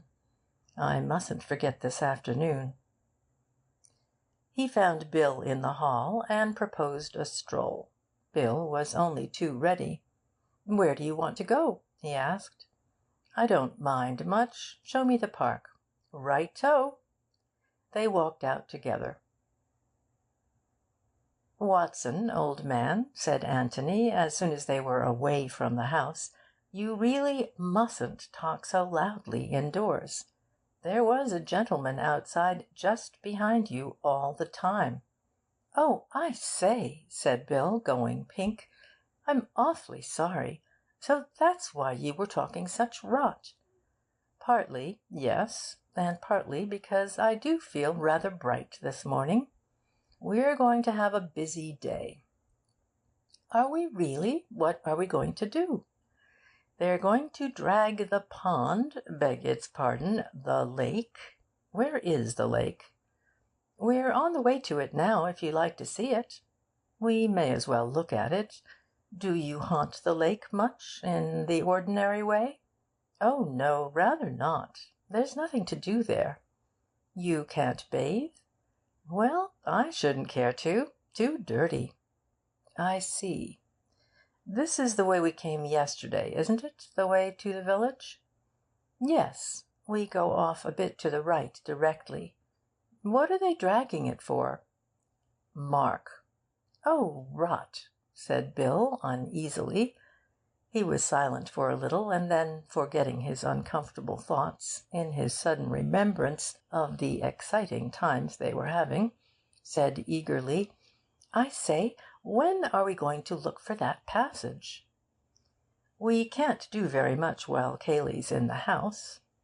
"What about this afternoon, when they're dragging the pond? He's sure to be there." Anthony shook his head. "There's something I must do this afternoon," he said. "Of course, we might have time for both." "Has Cayley got to be out of the house for the other thing, too?" "Well, I think he ought to be." "I say, is it anything rather exciting?" "I don't know. It might be rather interesting. I dare say I could do it at some other time. But I rather fancy it at 3 o'clock, somehow. I've been specially keeping it back for then." "I say, what fun! You do want me, don't you?" "Of course I do. Only, Bill, don't talk about things inside the house unless I begin. There's a good Watson." "I won't. I swear I won't."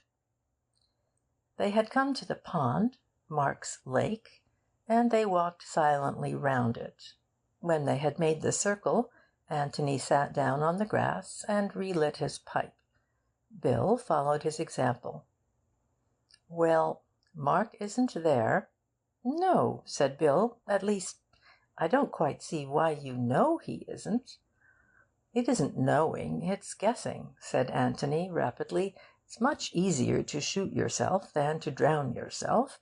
And if Mark had wanted to shoot himself in the water, with some idea of not letting the body be found, he'd have put big stones in his pockets, and the only big stones are near the water's edge, and they would have left marks, and they haven't, and therefore he didn't.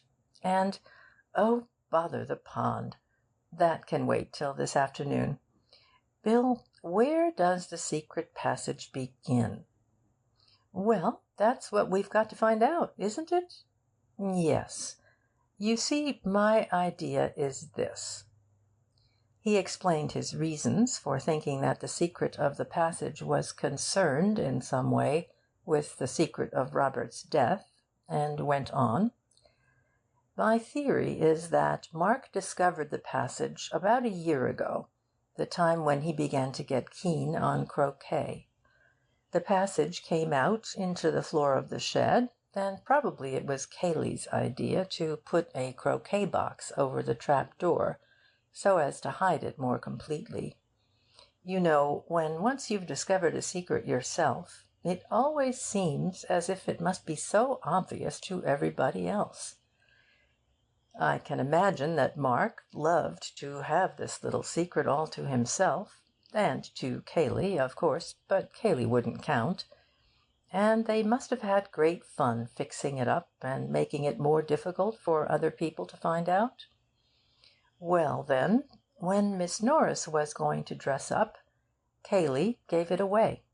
Probably he told her that she could never get down to the bowling green without being discovered, and then perhaps showed that he knew there was one way in which she could do it, and she wormed the secret out of him somehow.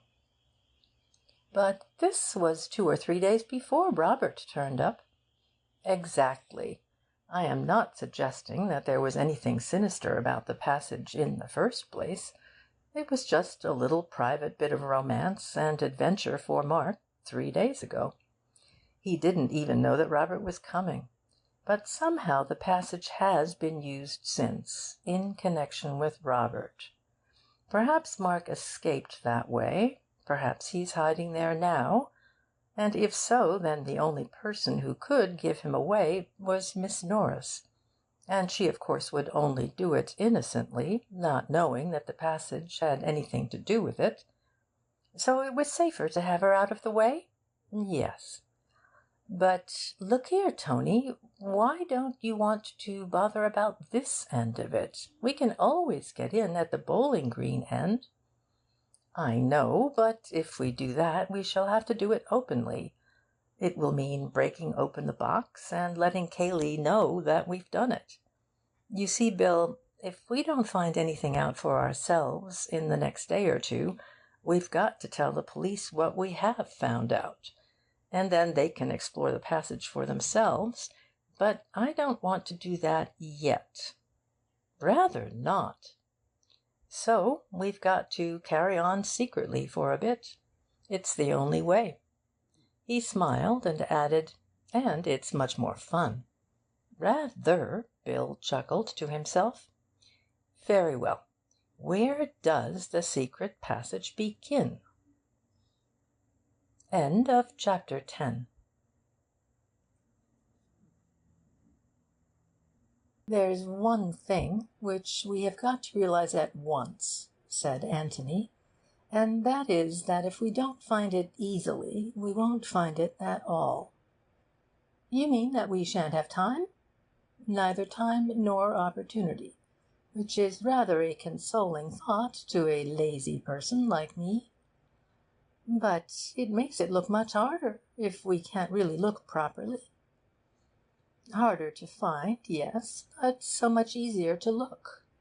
For instance, the passage might begin in Cayley's bedroom. Well, now we know that it doesn't." "We don't know anything of the sort," protested Bill. "We know for the purposes of our search.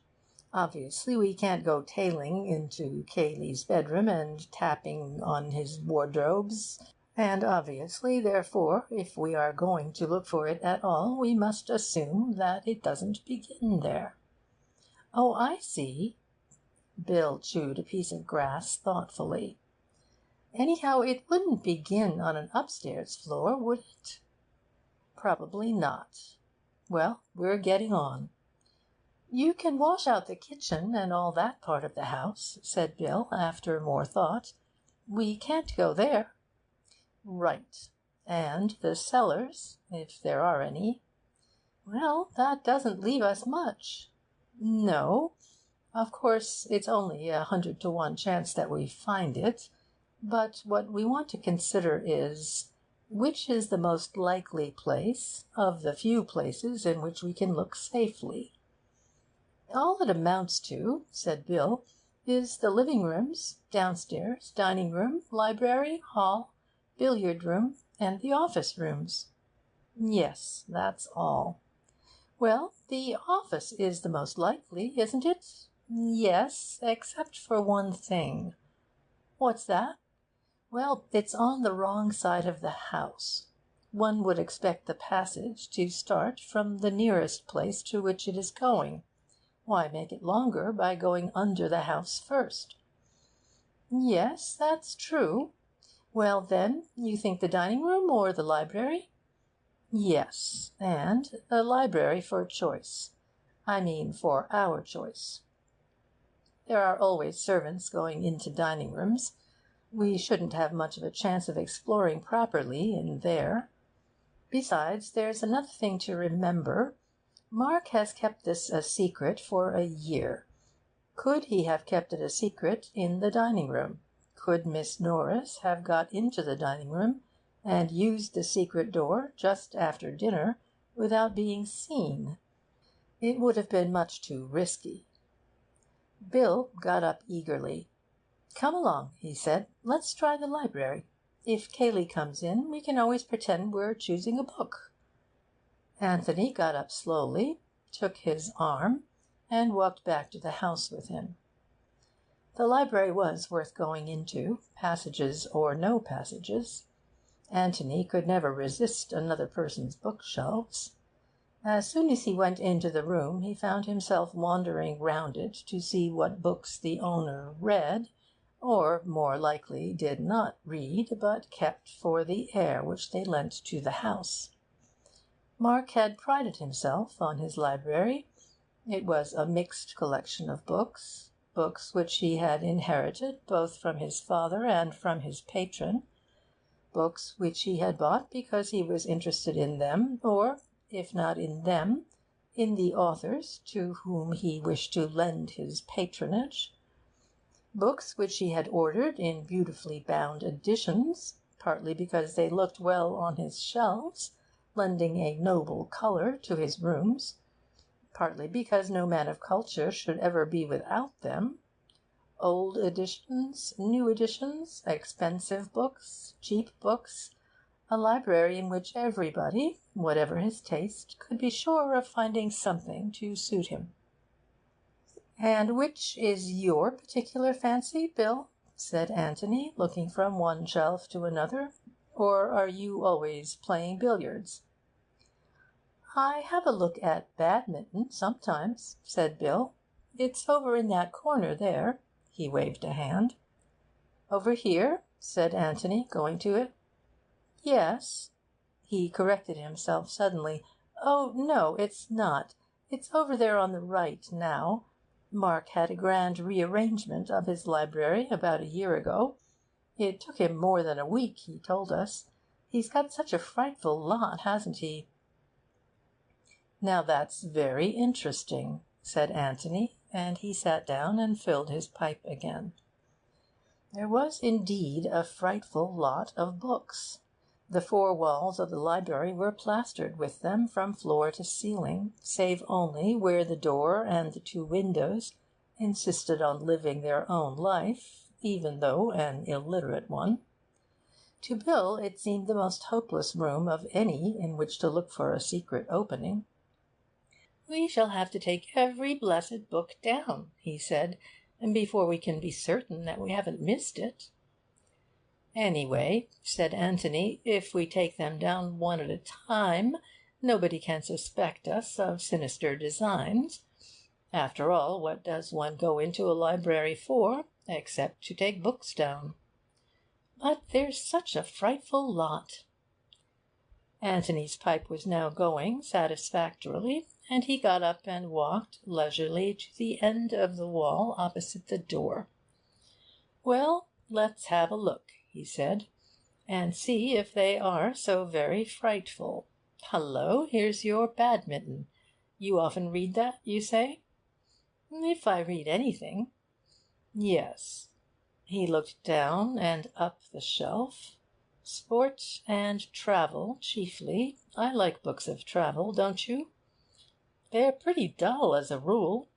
"Well, anyhow, some people like them very much," said Anthony, reproachfully. He moved on to the next row of shelves. "The drama, the Restoration dramatists. You can have most of them. Still, as you will remark, many people seem to love them. Shaw, Wilde, Robertson. I like reading plays, Bill. There are not many people who do, but those who do are usually very keen. Let us pass on." "I say, we haven't too much time," said Bill restlessly. "We haven't. and that's why we aren't wasting any. Poetry. Who reads poetry nowadays? Bill, when did you last read Paradise Lost? Never. I thought not. And when did Miss Caledine last read The Excursion aloud to you? As a matter of fact, Betty, Miss Caledine, happens to be jolly keen on... What's the beggar's name? Never mind his name. You have said quite enough. We pass on. He moved on to the next shelf. Biography. Oh, lots of it. I love biographies. Are you a member of the Johnson Club? I bet Mark is. Memories of Many Courts. I'm sure Mrs. Caledine reads that. Anyway, biographies are just as interesting as most novels, so why linger? We pass on. He went to the next shelf, and then gave a sudden whistle. Hullo, hullo. What's the matter? Said Bill, rather peevishly. Stand back there. Keep the crowd back, Bill. We are getting amongst it. Sermons, as I live. Sermons. Was Mark's father a clergyman, or does Mark take to them naturally? His father was a parson, I believe. Oh, yes, I know he was. Ah, then these are father's books. Half Hours with the Infinite. I must order that from the library when I get back. The Lost Sheep. Jones on the Trinity. The Epistles of St. Paul explained. Oh, Bill, we are amongst it. The Narrow Way being sermons by the Reverend Theodore Usher. Hullo? What is the matter? William, I am inspired. Stand by. He took down the Reverend Theodore Usher's classic work, looked at it with a happy smile for a moment, and then gave it to Bill. Here, hold Usher for a bit. Bill took the book obediently. No, give it back to me. Just go out into the hall and see if you can hear Cayley anywhere. Say hello loudly if you do. Bill went out quickly, listened, and came back. It's all right. Good. He took the book out of its shelf again. Now then, you can hold Usher. Hold him in the left hand, so. With the right or dexter hand, grasp this shelf firmly, so. Now when I say pull, pull gradually. Got that? Bill nodded, his face alight with excitement. Good. Antony put his hand into the space left by the stout Usher and fingered the back of the shelf. Pull, he said. Bill pulled. Now just go on pulling like that. I shall get it directly. Not hard, you know, but just keeping up the strain. His fingers went at it again busily. And then suddenly the whole row of shelves, from top to bottom, swung gently open towards them. Good Lord, said Bill, letting go of the shelf in his amazement. Antony pushed the shelves back, extracted Usher from Bill's fingers, replaced him, and then, taking Bill by the arm, led him to the sofa and deposited him in it. Standing in front of him, he bowed gravely. Child's play, Watson, he said.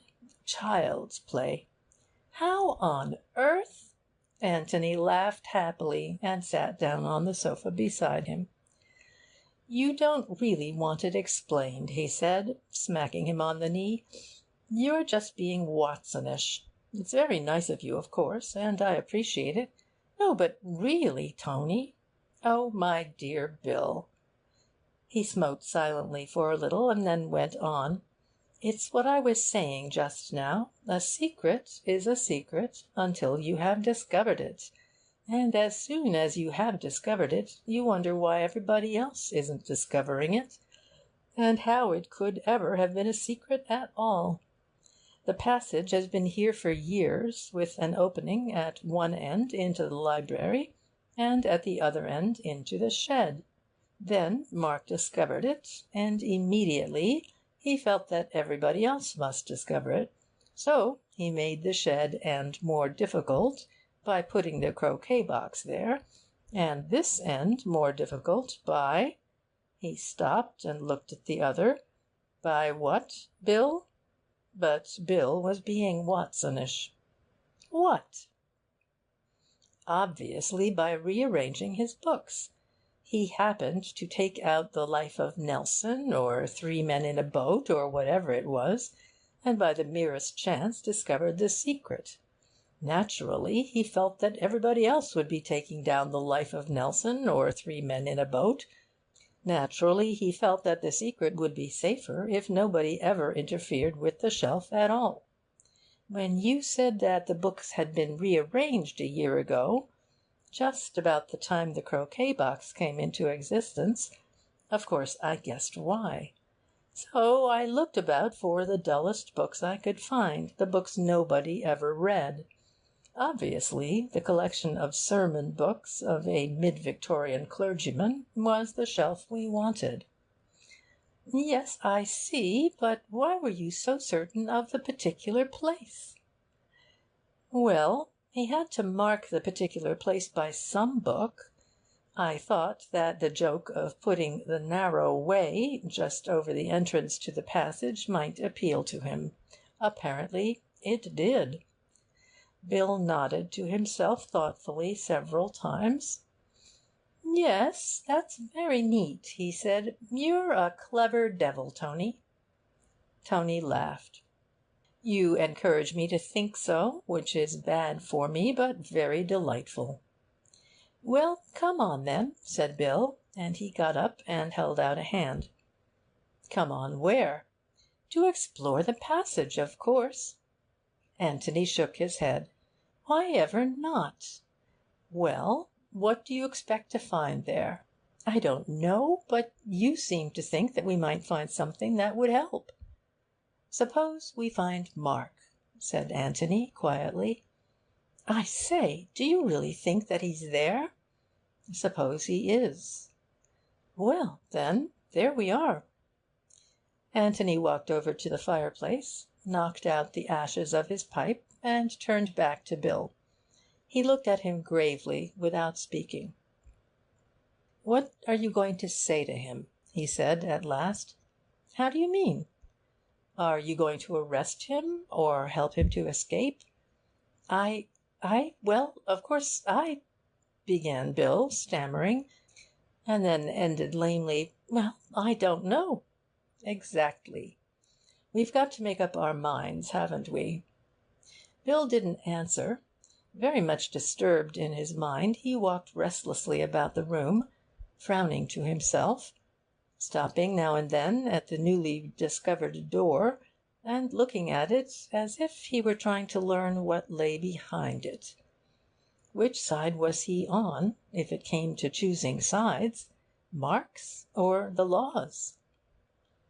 You know, you can't just say, hello, to him, said Anthony, breaking rather appropriately into his thoughts.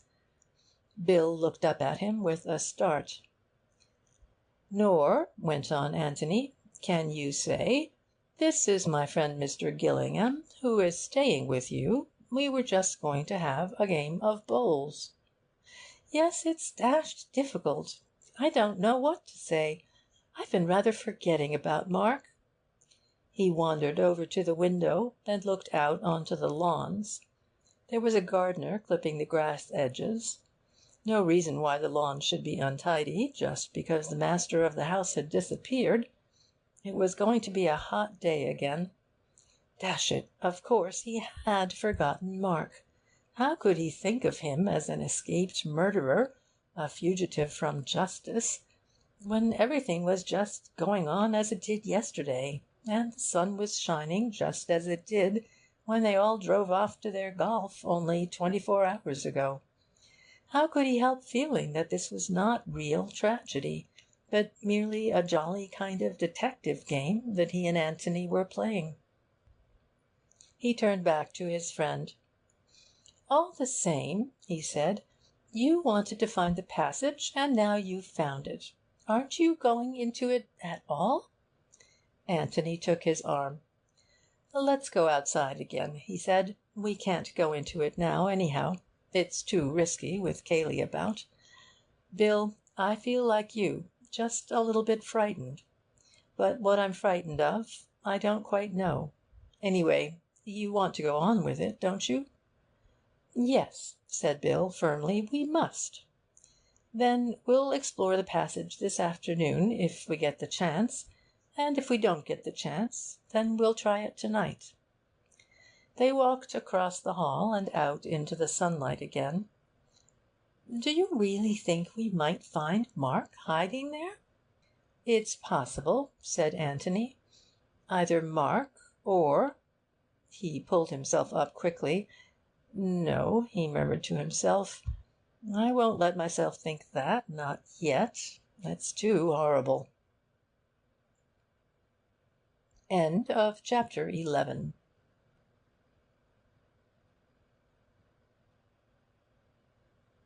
In the 20 hours or so at his disposal, Inspector Birch had been busy.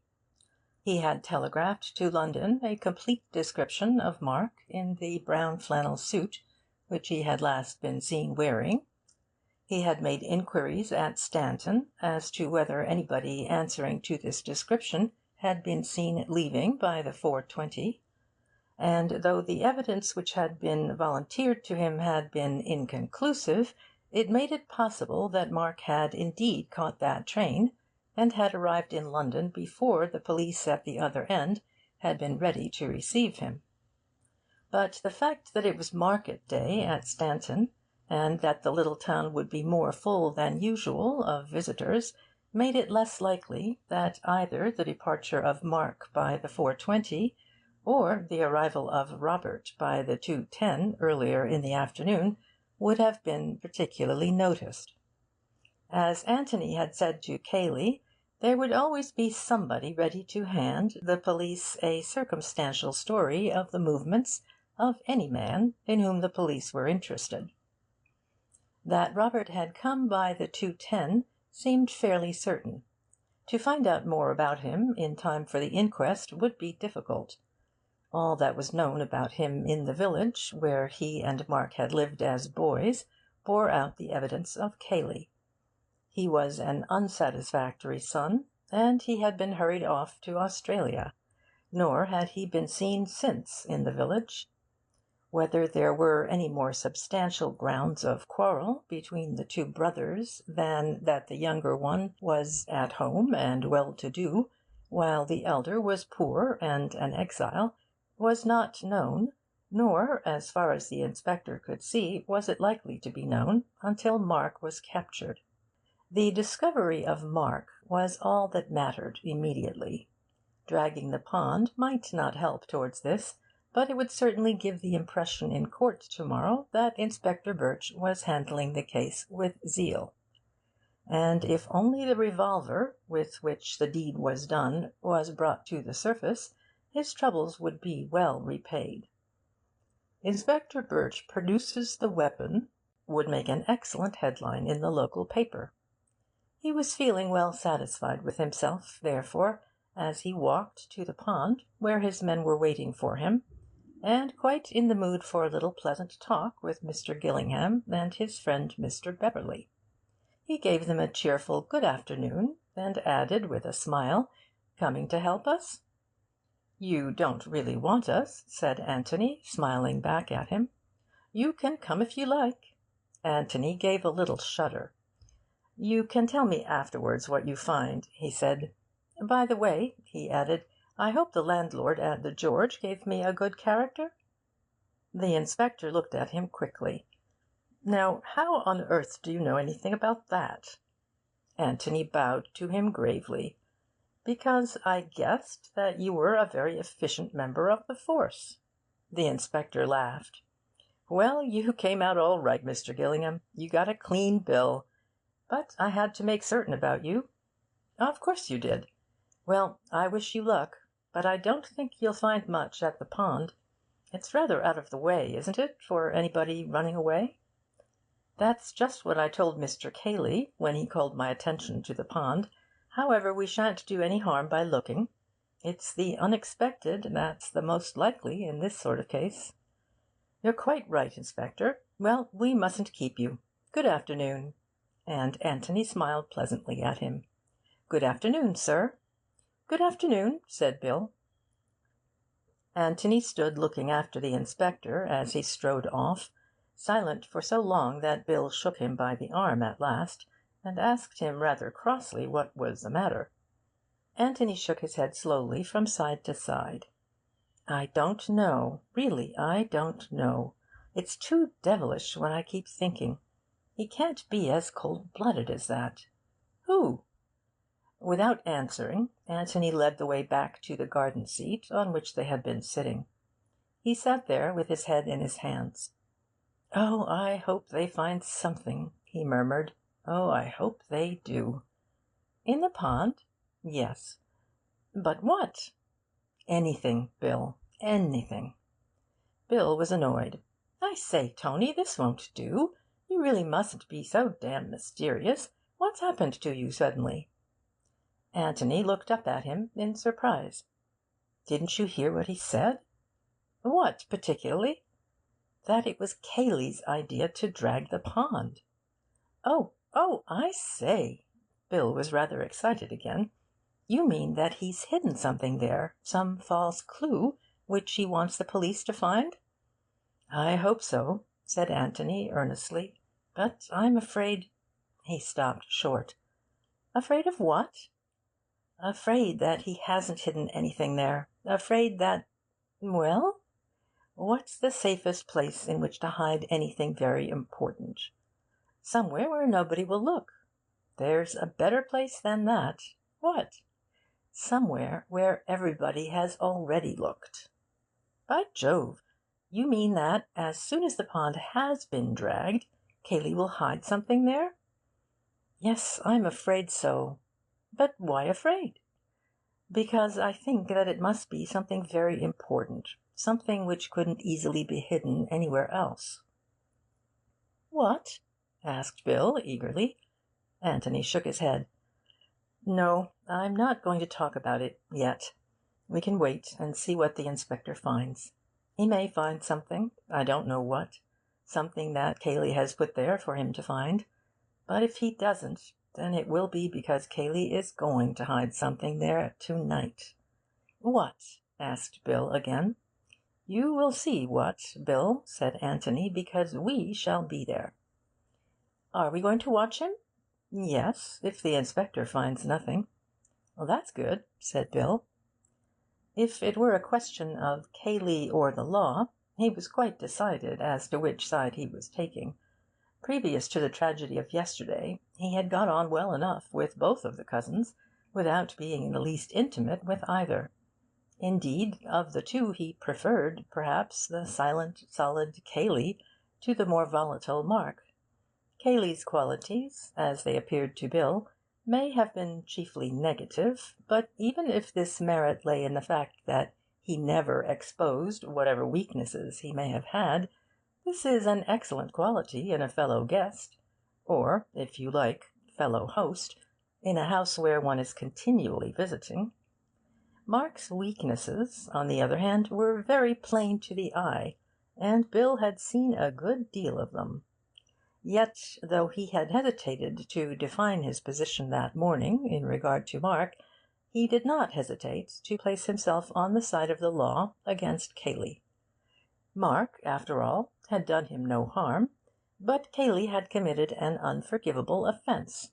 Cayley had listened secretly to a private conversation between himself and Tony. Let Cayley hang if the law demanded it. Anthony looked at his watch and stood up. "Come along," he said. "It's time for that job I spoke about." "The passage?" said Bill eagerly. "No, the thing which I said that I had to do this afternoon." "Oh, of course. What is it?"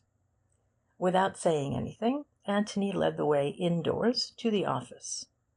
It was 3 o'clock, and at 3 o'clock yesterday Anthony and Cayley had found the body. At a few minutes after 3 he had been looking out of the window of the adjoining room, and had been surprised suddenly to find the door open and Cayley behind him.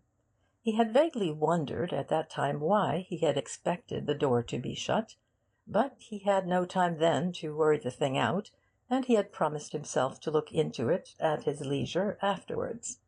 Possibly it meant nothing. Possibly, if it meant anything, he could have found out its meaning by a visit to the office that morning. But he had felt that he would be more likely to recapture the impressions of yesterday if he chose, as far as possible, the same conditions for his experiment.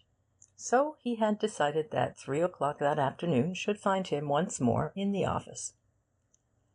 As he went into the room, followed by Bill, he felt it almost as a shock that there was now no body of Robert lying there between the two doors. But there was a dark stain which showed where the dead man's head had been, and Anthony knelt down over it, as he had knelt 24 hours before. "I want to go through it again," he said. "You must be Cayley.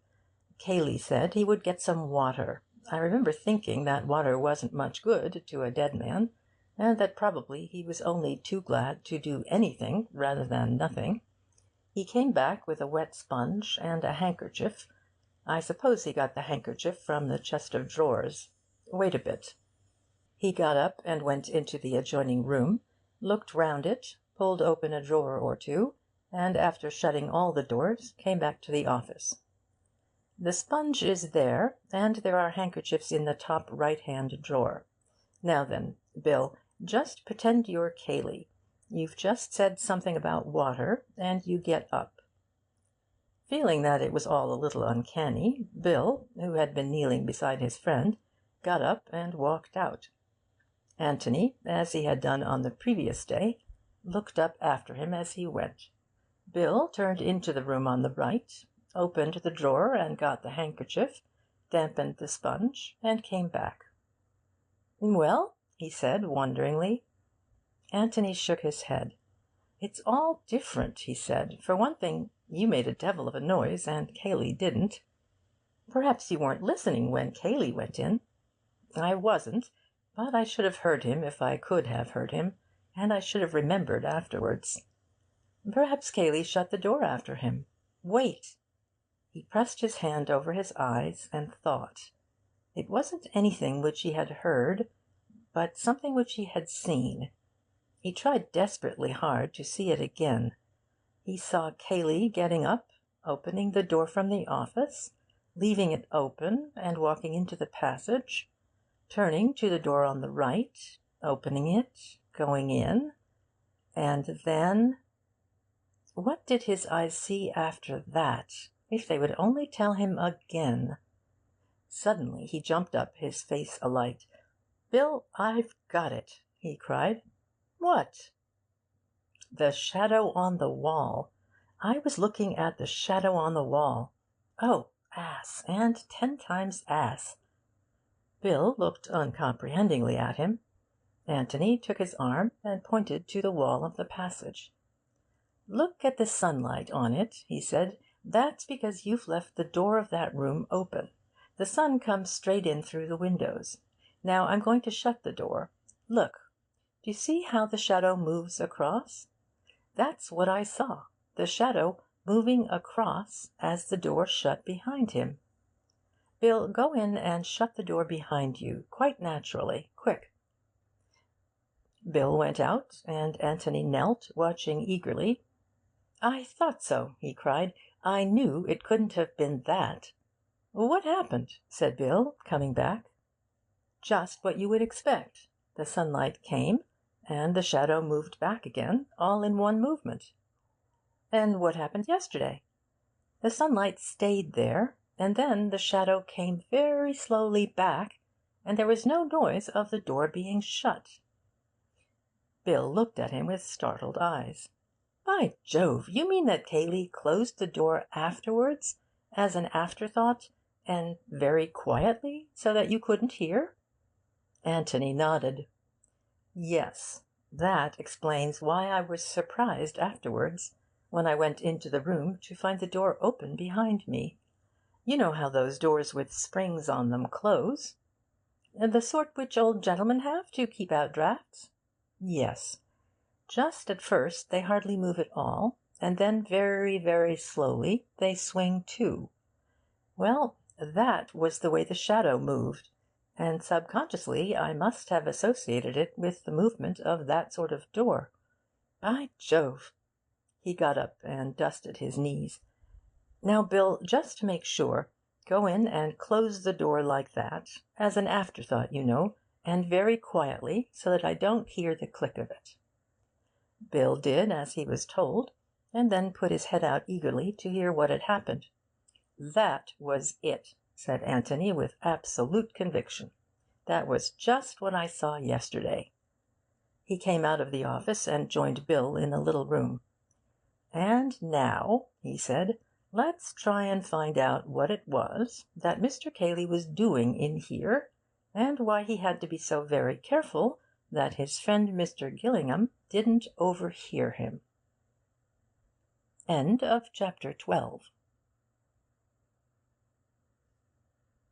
Antony's first thought was that Cayley had hidden something perhaps which she had found by the body, but that was absurd. In the time at his disposal he could have done no more than put it away in a drawer, where it would be much more open to discovery by Antony than if he had kept it in his pocket. In any case, he would have removed it by this time, and hidden it in some more secret place. Besides, why, in this case, bother about shutting the door? Bill pulled open a drawer in the chest and looked inside. "Is it any good going through these, do you think?" he asked. Antony looked over his shoulder. "Why did he keep his clothes here at all?" he asked. "Did he ever change down here?" "My dear Tony, he had more clothes than anybody in the world. He just kept them here in case they might be useful, I expect. When you and I go from London to the country, we carry our clothes about with us. Mark never did. In his flat in London he had everything all over again which he has here. It was a hobby with him, collecting clothes. If he'd had half a dozen houses, they would all have been full of a complete gentleman's town and country outfit." "I see." "Of course, it might be useful sometimes, when he was busy in the next room, not to have to go upstairs for a handkerchief or a more comfortable coat." "I see. Yes." He was walking round the room as he answered, and he lifted the top of the linen basket, which stood near the wash basin, and glanced in. "He seems to have come in here for a collar lately." Bill peered in. There was one collar at the bottom of the basket. "Yes, I daresay he would," he agreed. "If he suddenly found that the one he was wearing was uncomfortable, or a little bit dirty, or something. He was very finicking." Antony leant over and picked it out. "It must have been uncomfortable this time," he said, after examining it carefully. "It couldn't be very well cleaner." He dropped it back again. "Anyway, he did come in here sometimes?" "Oh, yes, rather." "Yes, but what did Cayley come in for so secretly?" "What did he want to shut the door for?" said Bill. "That's what I don't understand. You couldn't have seen him, anyhow." "No. So it follows that I might have heard him. He was going to do something which he didn't want me to hear." "By Jove, that's it!" said Bill eagerly. "Yes, but what?" Bill frowned hopefully to himself, but no inspiration came. "Well, let's have some air, anyway," he said at last, exhausted by the effort, and he went to the window, opened it, and looked out. Then, struck by an idea, he turned back to Antony and said, "Do you think I had better go up to the pond to make sure that they're still at it? Because—" He broke off suddenly at the sight of Antony's face. "Oh, idiot, idiot!" Antony cried. "Oh, most super excellent of Watsons! Oh, you lamb, you blessing! Oh, Gillingham, you incomparable ass! What on earth—" "The window, the window!" cried Anthony, pointing to it. Bill turned back to the window, expecting it to say something. As it said nothing, he looked at Anthony again. "He was opening the window," cried Anthony. Very gravely and slowly he expounded. "He came in here in order to open the window. He shut the door so that I shouldn't hear him open the window. He opened the window. I came in here and found the window open. I said, 'This window is open. My amazing powers of analysis tells me that the murderer must have escaped by this window.'" "Oh," said Cayley, raising his eyebrows. "Well," said he, "I suppose you must be right." Said I proudly, "I am. For the window is open," I said. "Oh, you incomparable ass!" He understood now. It explained so much that had been puzzling him. He tried to put himself in Cayley's place. Cayley, when Anthony had first discovered him, hammering at the door and crying, "Let me in!" Whatever had happened inside the office, whoever had killed Robert, Cayley knew all about it, and knew that Mark was not inside, and had not escaped by the window. But it was necessary to Cayley's plans, to Mark's plans, if they were acting in concert, that he should be thought so to have escaped. At some time, then, while he was hammering, the key in his pocket, at the locked door, he must suddenly have remembered, with what a shock, that a mistake had been made. A window had not been left open. Probably it would just have been a horrible doubt at first. Was the office window open? Surely it was open. Was it? Would he have time now to unlock the door, slip in, open the French windows, and slip out again? No. At any moment the servants might come. It was too risky, fatal if he were discovered. But servants were stupid. He could get the windows safely open while they were crowding round the body. They wouldn't notice. He could do it somehow. And then Anthony's sudden appearance. Here was a complication. And Anthony suggesting that they should try the window. Why, the window was just what he wanted to avoid. No wonder he had seemed dazed at first. Ah, and here at last was the explanation why they had gone the longest way round, and yet run. It was Cayley's only chance of getting a start on Anthony, of getting to the windows first, of working them open somehow before Anthony caught up. Even if that were impossible, he must get there first, just to make sure. Perhaps they were open. He must get away from Anthony and see. And if they were shut, hopelessly shut, then he must have a moment to himself, a moment in which to think of some other plan and avoid the ruin which seemed so suddenly to be threatening. So he had run. But Anthony had kept up with him. They had broken in the window together and gone into the office. But Cayley was not done yet. There was the dressing-room window. But quietly, quietly. Anthony mustn't hear. And Anthony didn't hear. Indeed, he had played up to Cayley splendidly.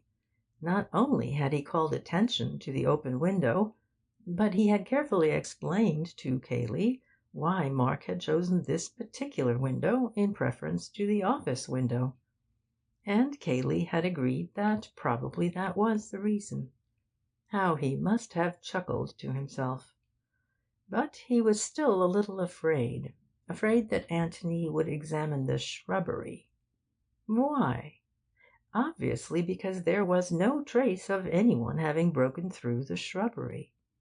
No doubt Cayley had provided the necessary traces since, and had helped the inspector to find them. Had he even gone as far as footmarks in Mark's shoes? But the ground was very hard. Perhaps footmarks were not necessary. Anthony smiled as he thought of the big Cayley trying to squeeze into the dapper little Mark's shoes. Cayley must have been glad that footmarks were not necessary. No, the open window was enough. The open window and a broken twig or two. But quietly, quietly. Anthony must not hear. And Anthony had not heard, but he had seen a shadow on the wall. They were outside on the lawn again now, Bill and Anthony, and Bill was listening, open-mouthed, to his friend's theory of yesterday's happenings. It fitted in, it explained things, but it did not get them any further. It only gave them another mystery to solve. "What's that?" said Anthony. "Mark. Where's Mark? If he never went into the office at all, then where is he now?" "I don't say that he never went into the office. In fact, he must have gone, else he heard him." He stopped and repeated slowly, "She heard him. At least she says she did. But if he was there, he came out again by the door." "Well, but where does that lead you?" "Where it led Mark, the passage." "Do you mean that he's been hiding there all the time?" Anthony was silent until Bill had repeated his question, and then with an effort he came out of his thoughts and answered him. "I don't know. But look here. Here is a possible explanation. I don't know if it's the right one. I don't know, Bill. I'm rather frightened. Frightened of what may have happened, of what may be going to happen. However, here is an explanation. See if you can find any fault with it." With his legs stretched out and his hands deep in his pockets, he lay back on the garden seat, looking up to the blue summer sky above him, and just as if he saw up there the events of yesterday being enacted over again, he described them slowly to Bill as they happened. "We'll begin at the moment when Mark shoots Robert. Call it an accident. Probably it was. Mark would say it was, anyhow. He is in a panic, naturally, but he doesn't lock the door and run away. For one thing, the key is on the outside of the door. For another, he is not quite such a fool as that. But he is in a horrible position. He is known to be on bad terms with his brother. He has just uttered some foolish threat to him, which may possibly have been overheard. What is he to do? He does the natural thing, the thing which Mark would always do in such circumstances. He consults Cayley, the invaluable, inevitable Cayley. Cayley is just outside. Cayley must have heard the shot. Cayley will tell him what to do. He opens the door. Just as Cayley is coming to see what's the matter, he explains rapidly. "What's to be done, Kay? What's to be done? It was an accident. I swear it was an accident. He threatened me. He would have shot me if I hadn't. Think of something, quick." Cayley has thought of something. "Leave it to me," he says. "You clear out altogether. I shot him, if you like. I'll do all the explaining. Get away. Hide. Nobody saw you go in. Into the passage, quick. I'll come to you there as soon as I can." Good Cayley, faithful Cayley. Mark's courage comes back. Cayley will explain all right. Cayley will tell the servants that it was an accident. He will ring up the police. Nobody will suspect Cayley. Cayley has no quarrel with Robert. And then Cayley will come into the passage and tell him that it is all right. And Mark will go out by the other end and saunter slowly back to the house. He will be told the news by one of the servants. Robert accidentally shot? Good heavens! So, greatly reassured, Mark goes into the library, and Cayley goes to the door of the office and locks it. And then he bangs on the door and shouts, "Let me in!" Anthony was silent.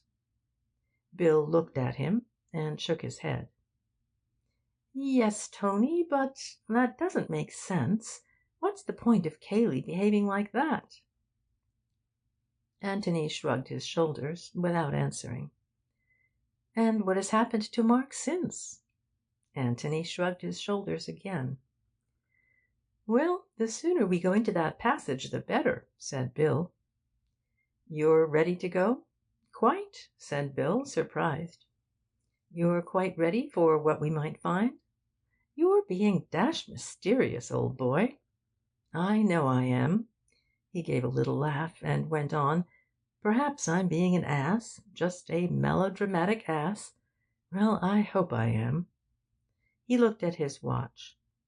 "It's safe, is it? They're still busy at the pond?" "We'd better make certain. Could you be a sleuth hound, Bill? One of those that travel on their stomachs very noiselessly? I mean, could you get near enough to the pond to make sure that Cayley is still there, without letting him see you?" "Rather!" He got up eagerly. "You wait." Anthony's head shot up suddenly. "Why, that was what Mark said!" he cried. "Mark?" "Yes, what Elsie heard him say." "Oh, that." "Yes, I suppose she couldn't have made a mistake, Bill. She did hear him?" "She couldn't have mistaken his voice, if that's what you mean." "Oh? Mark had an extraordinary, characteristic voice." "Ah." "Rather high-pitched, you know, and well, one can't explain, but—" "Yes?" "Well, rather like this, you know, or even more, if anything." He rattled these words off in Mark's rather monotonous, high-pitched voice, and then laughed, and added in his natural voice, "I say, that was really rather good." Anthony nodded quickly. "That was like it," he said. "Exactly." "Yes." He got up and squeezed Bill's arm. "Well, just go and see about Cayley, and then we'll get moving. I shall be in the library." "Right." Bill nodded, and walked off in the direction of the pond. This was glorious fun. This was life. The immediate programme could hardly be bettered. First of all, he was going to stalk Cayley. There was a little copse above the level of the pond, and about 100 yards away from it. He would come into this from the back, creep cautiously through it, taking care that no twigs crackled, and then, drawing himself on his stomach to the edge, peer down upon the scene below. People were always doing that sort of thing in books, and he had been filled with a hopeless envy of them. Well, now he was actually going to do it himself. What fun! And then, when he had got back, unobserved, to the house, and reported to Anthony, they were going to explore the secret passage. Again, what fun! Unfortunately, there seemed to be no chance of buried treasure, but there might be buried clues. Even if you found nothing, you couldn't get away from the fact that a secret passage was a secret passage, and anything might happen in it. But even that wasn't the end of this exciting day. They were going to watch the pond that night. They were going to watch Cayley under the moonlight, watch him as he threw into the silence of the pond. What? The revolver? Well, anyhow, they were going to watch him. What fun! To Anthony, who was older, and who realised into what deep waters they were getting, it did not seem fun. But it was amazingly interesting. He saw so much, and yet somehow it was all out of focus. It was like looking at an opal and discovering, with every movement of it, some new colour, some new gleam of light reflected, and yet never really seeing the opal as a whole. He was too near to it, or too far away. He strained his eyes, and he relaxed his eyes. It was no good. His brain could not get hold of it. But there were moments when he almost had it, and then turned away from it. He had seen more of life than Bill, but he had never seen murder before, and this, which was in his mind now, and to which he was afraid to listen, was not just the hot-blooded killing which any man may come to if he lose control. It was something much more horrible, too horrible to be true. Then let him look again for the truth. He looked again, but it was all out of focus. "I will not look again," he said aloud, as he began to walk towards the house. Not yet, anyway. He would go on collecting facts and impressions. Perhaps the one fact would come along, by itself, which would make everything clear. End of chapter 13. Chapter 14. Mr. Beverley qualifies for the stage. Bill had come back and had reported, rather breathless, that Cayley was still at the pond. "But I don't think they're getting up much except mud," he said. "I ran most of the way back so as to give us as much time as possible." Anthony nodded. "Well, come along then," he said. "The sooner the quicker." They stood in front of the row of sermons. Anthony took down the Reverend Theodore Usher's famous volume, and felt for the spring. Bill pulled. The shelves swung open toward them. "By Jove," said Bill, "it is a narrow way." There was an opening about a yard square in front of them, which had something the look of a brick fireplace, a fireplace raised about 2 feet from the ground, but save for one row of bricks in front, the floor of it was emptiness. Anthony took a torch from his pocket and flashed it down into the blackness. "Look," he whispered to the eager Bill. "The steps begin down there, 6 feet down." He flashed his torch up again. There was a handhold of iron, a sort of large iron staple, in the bricks in front of them. "You swing off from there," said Bill. "At least, I suppose you do.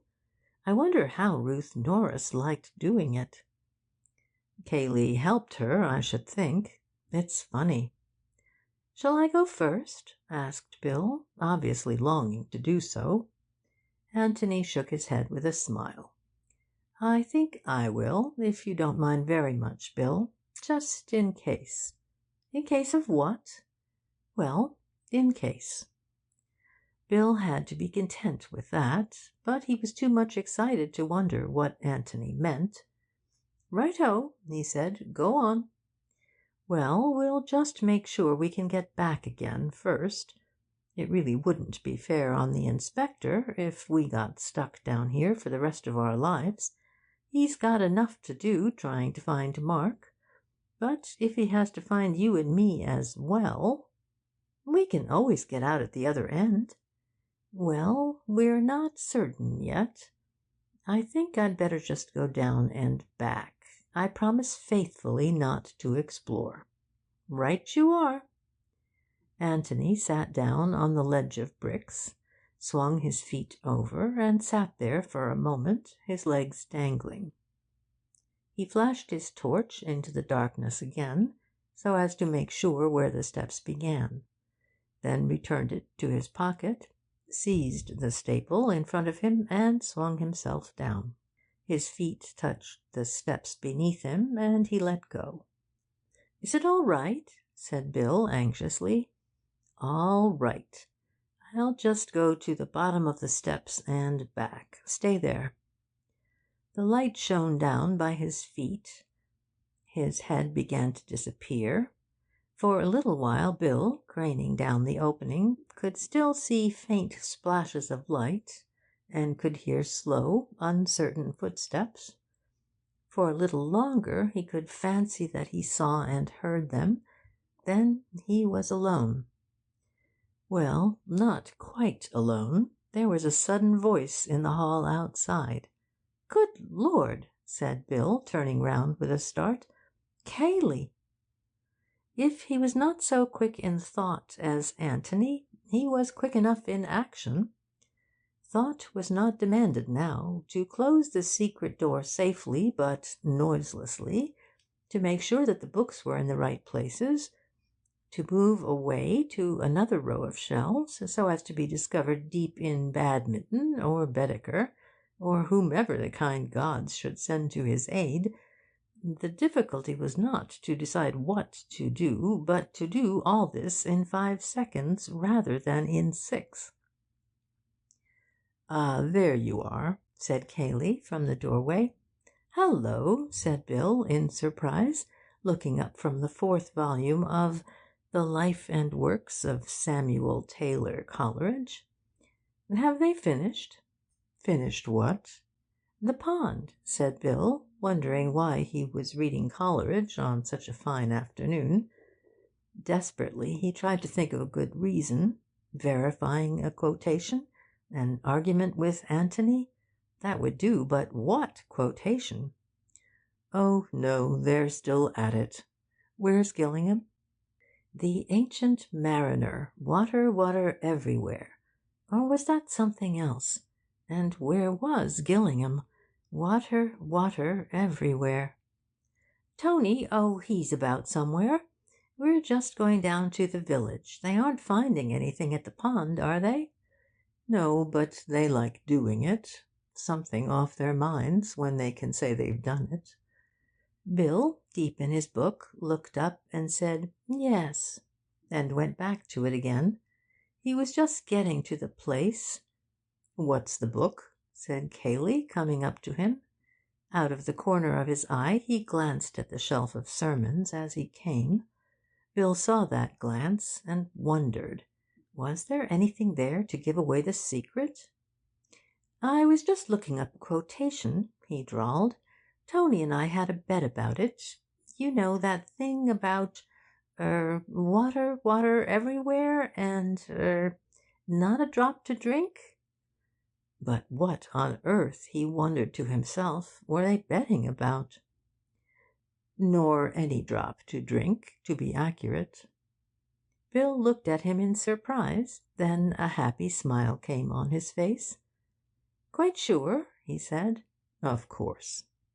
"Then you've saved me a lot of trouble. That's what the bet was about." He closed the book with a slam, put it back in its shelf, and began to feel for his pipe and tobacco. "I was a fool to bet with Tony," he added. "He always knows that sort of thing." So far, so good. But here was Cayley still in the library, and there was Antony, all unsuspecting, in the passage.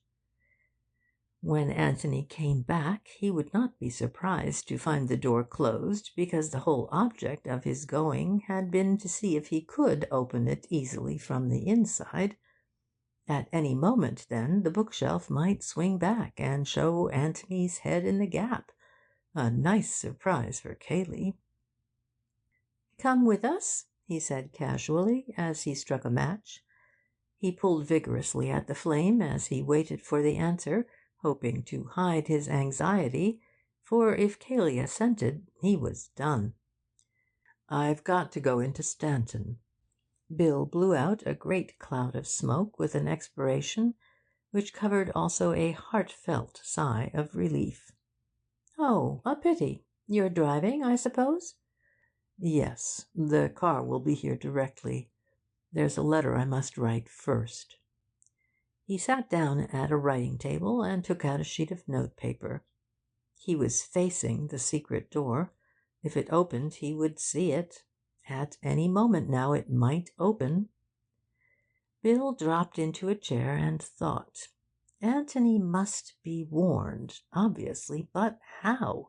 How did one signal to anybody? By code. Morse code. Did Antony know it? Did Bill know it himself, if it came to that? He had picked up a bit in the army, not enough to send a message, of course, but a message was impossible. Cayley would hear him tapping it out. It wouldn't do to send more than a single letter. What letters did he know? And what letter would convey anything to Antony?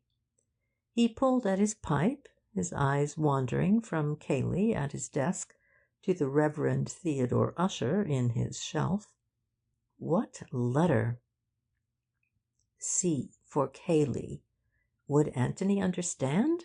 Probably not, but it was just worth a try. What was C? Long, short, long, short? Umpety itty. Was that right? C. Yes, that was C. He was sure of that. Hands in pockets, he got up and wandered across the room, humming vaguely to himself, the picture of a man waiting for another man, as it might be his friend Gillingham, to come in and take him away for a walk or something. He wandered across to the books at the back of Cayley, and began to tap absent-mindedly on the shelves as he looked at the titles. Umpety itty. Not that it was much like that at first. He couldn't get the rhythm of it. Umpty itty. That was better. He was back at Samuel Taylor Coleridge now. Anthony would begin to hear him soon. Umpety itty. Just the aimless tapping of a man who is wondering what book he will take out with him to read on the lawn. Would Anthony hear? One always heard the man in the next flat knocking out his pipe. Would Anthony understand? Umpety itty. C for Cayley, Anthony. Cayley's here. For God's sake, wait. Good Lord, sermons, said Bill with a loud laugh. Umpety itty. Ever read 'em, Cayley? What? Cayley looked up suddenly. Bill's back moved slowly along, his fingers beating a tattoo on the shelves as he walked. No, said Cayley with a little laugh. Nor do I. He was past the sermons now, past the secret door, but still tapping in the same aimless way. Oh, for God's sake, sit down, burst out Cayley, or go outside if you want to walk about. Bill turned round in astonishment. Hullo, what's the matter? Cayley was slightly ashamed of his outburst. Sorry, Bill, he apologized. My nerves are on edge. Your constant tapping and fidgeting about. Tapping? Said Bill with an air of complete surprise. Tapping on the shelves and humming. Sorry, it got on my nerves. My dear old chap, I'm awfully sorry. I'll go out in the hall. It's all right, said Cayley, and went on with his letter. Bill sat down in his chair again. Had Anthony understood? Well, anyhow, there was nothing to do now. And if you ask me, said Bill to himself, much pleased, I ought to be on the stage. That's where I ought to be, the complete actor.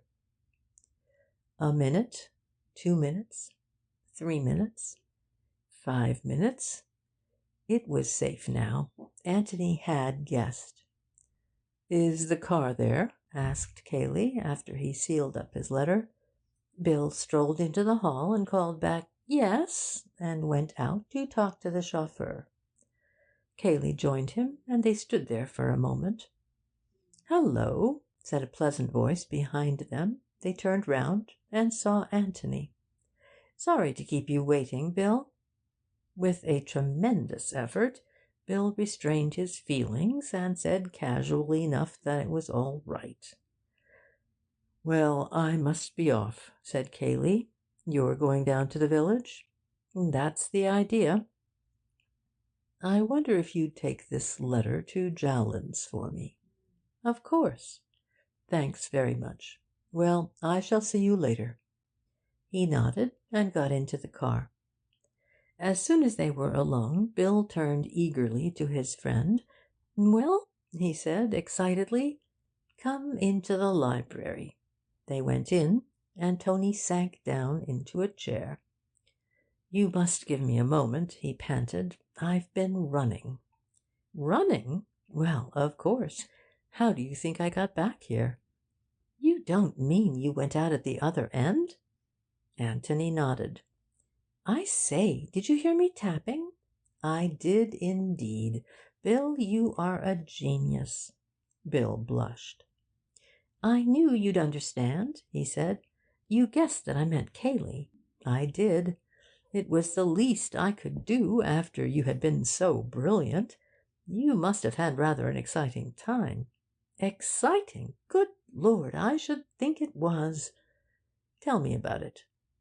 As modestly as possible, Mr. Beverley explained his qualifications for a life on the stage. Good man, said Anthony at the end of it. You are the most perfect Watson that ever lived. Bill, my lad, he went on dramatically, rising and taking Bill's hand in both of his, there is nothing that you and I could not accomplish together if we gave our minds to it. Silly old ass. That's what you always say when I'm being serious. Well, anyway, thanks awfully. You really saved us this time. Were you coming back? Yes, at least I think I was. I was just wondering when I heard you tapping. The fact of the door being shut was rather surprising. Of course, the whole idea was to see if I could open it easily from the other side, but I felt somehow that you wouldn't shut it until the last possible moment, until you saw me coming back. Well, then I heard the taps, and I knew it must mean something, so I sat tight. Then, when C began to come along, I said, Cayley, bejove! Bright, aren't I? And I simply hared to the other end of the passage for all I was worth, and hared back again, because I thought you might be getting rather involved in explanations about where I was and so on. You didn't see Mark, then? No, nor his... No, I didn't see anything. Nor what? Anthony was silent for a moment. I didn't see anything, Bill. Or rather, I did see something. I saw a door in the wall, a cupboard, and it's locked, so if there's anything we want to find, that's where it is. Could Mark be hiding there? I called through the keyhole in a whisper, Mark, are you there? He would have thought it was Cayley. There was no answer. Well, let's go down and try again. We might be able to get the door open. Anthony shook his head. Aren't I going at all? Said Bill in great disappointment. When Anthony spoke, it was to ask another question. Can Cayley drive a car? Yes, of course. Why? Then he might easily drop the chauffeur at his lodge and go off to Stanton or wherever he wanted on his own?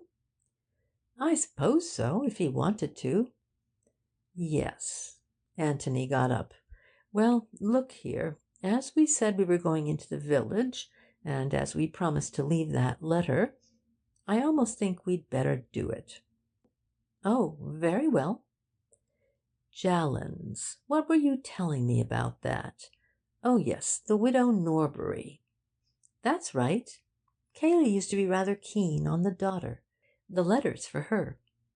Yes, well, let's take it, just to be on the safe side. Am I going to be done out of that secret passage altogether? Asked Bill fretfully. There's nothing to see, really, I promise you. You're very mysterious. What's upset you? You did see something down there, I'm certain of it. I did, and I've told you about it. No, you haven't. You only told me about the door in the wall. That's it, Bill, and it's locked, and I'm frightened of what's behind it. But then we shall never know what's there if we aren't going to look. We shall know tonight, said Anthony, taking Bill's arm and leading him to the hall, when we watch our dear friend Cayley dropping it into the pond. End of chapter 14.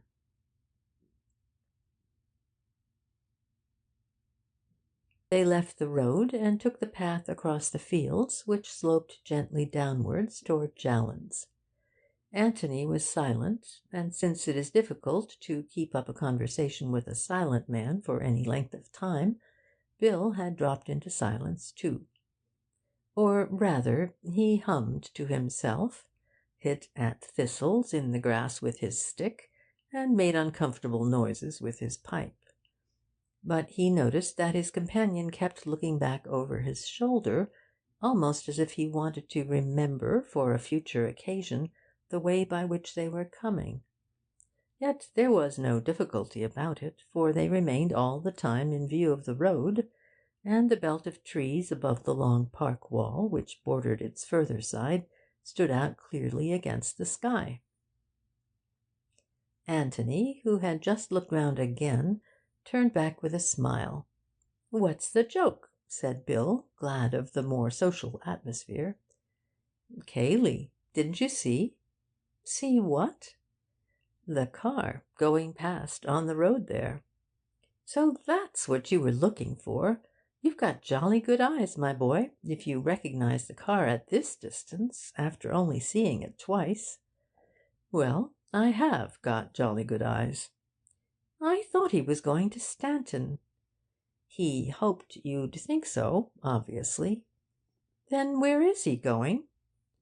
"The library, probably, to consult our friend Usher." After making quite sure that his friends Beverley and Gillingham really were going to Jallands, as they said.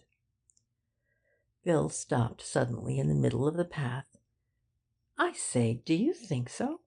Anthony shrugged his shoulders. "I shouldn't be surprised.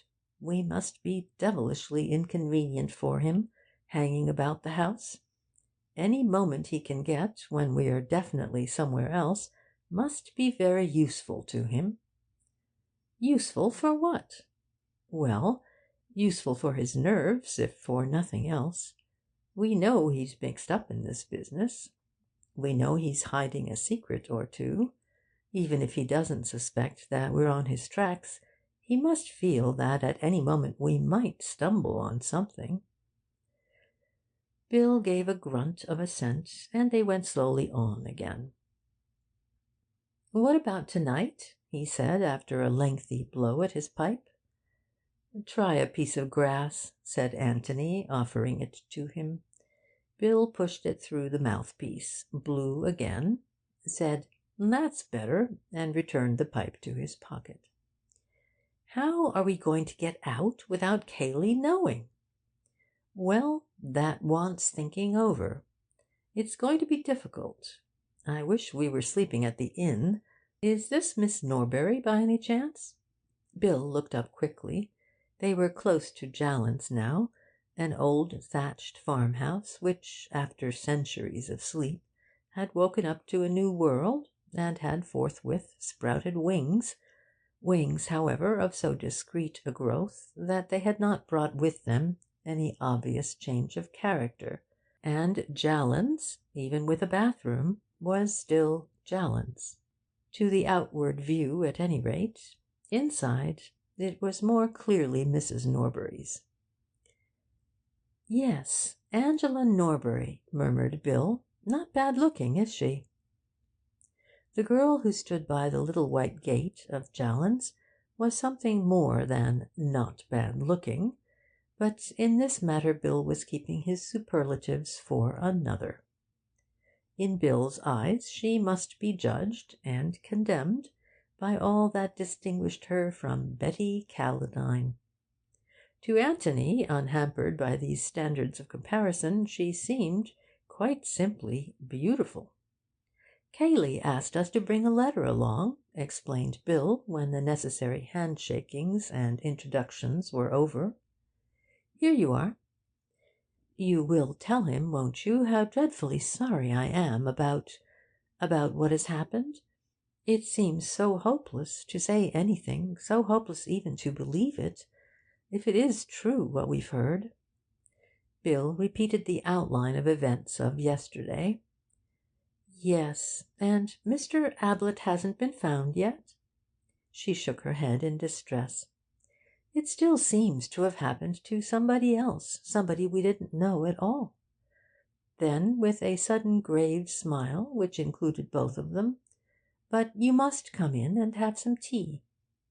"It's awfully decent of you," said Bill awkwardly, "but "You will, won't you?" she said to Anthony. "Thank you very much."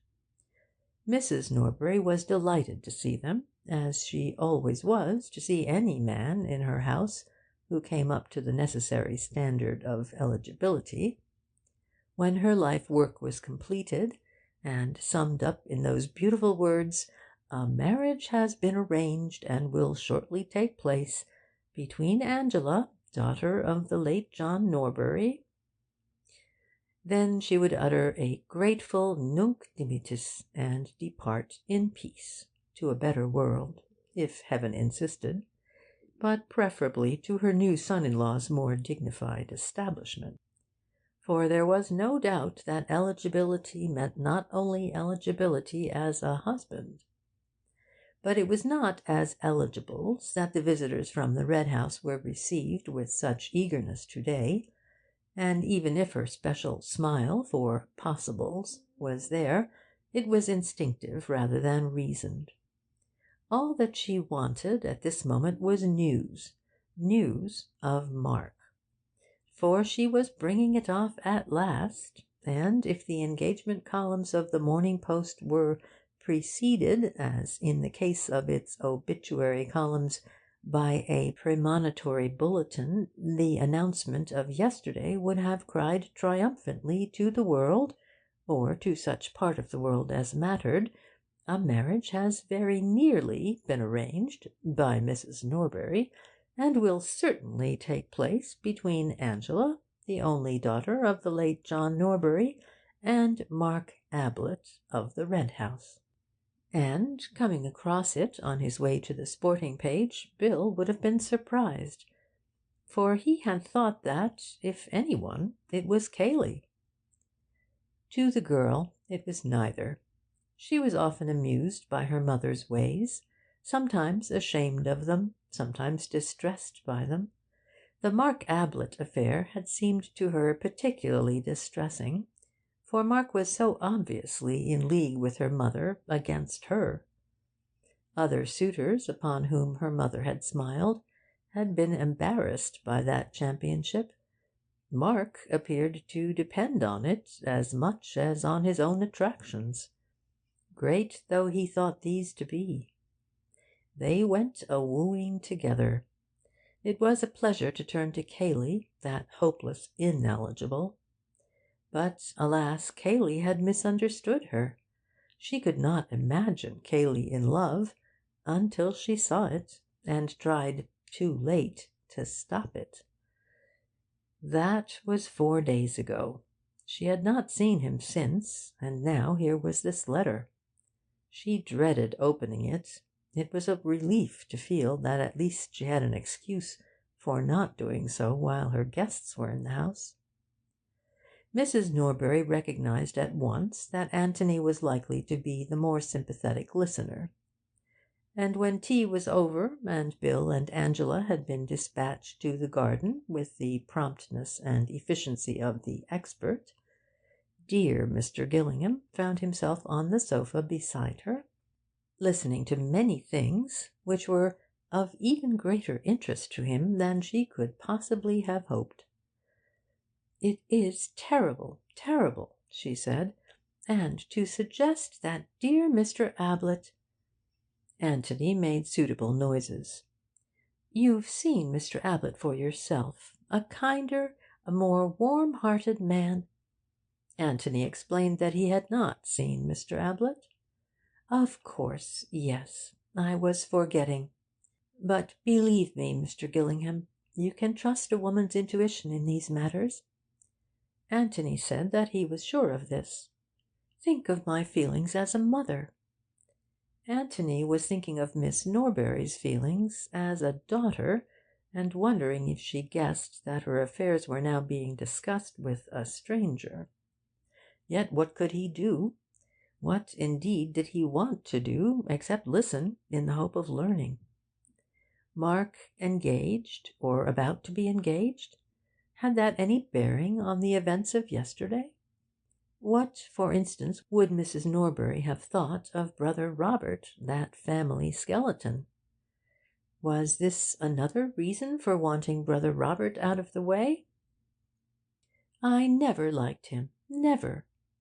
Never liked, said Anthony, bewildered, that cousin of his, Mr. Cayley.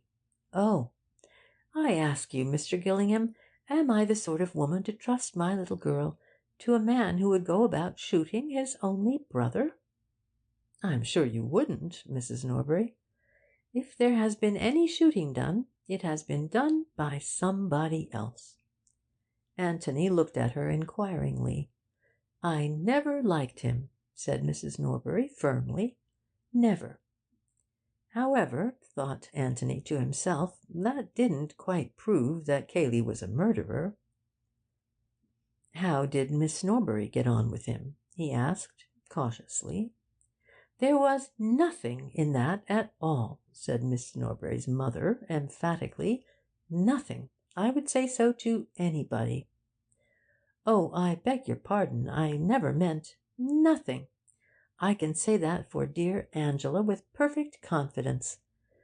Whether he made advances, she broke off with a shrug of her plump shoulders. Anthony waited eagerly. Naturally they met. Possibly he might have. I don't know. But my duty as a mother was clear, Mr. Gillingham. Mr. Gillingham made an encouraging noise. I told him quite frankly that, how shall I put it, that he was trespassing. Tactfully, of course, but frankly. You mean, said Anthony, trying to speak calmly, that you told him that, Mr. Ablett and your daughter. Mrs. Norbury nodded several times. Exactly, Mr. Gillingham. I had my duty as a mother. I am sure, Mrs. Norbury, that nothing would keep you from doing your duty. But it must have been quite disagreeable, particularly if you weren't quite sure. He was attracted, Mr. Gillingham, obviously attracted. Who would not be? Said Anthony, with a charming smile. It must have been something of a shock to him to... It was just that which made me so glad that I had spoken. I saw at once that I had not spoken a moment too soon.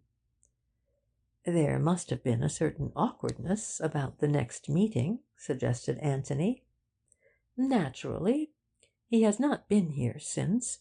No doubt they would have been bound to meet up at the Red House sooner or later. Oh, this was only quite lately? Last week, Mr. Gillingham. I spoke just in time. Ah, said Anthony under his breath. He had been waiting for it.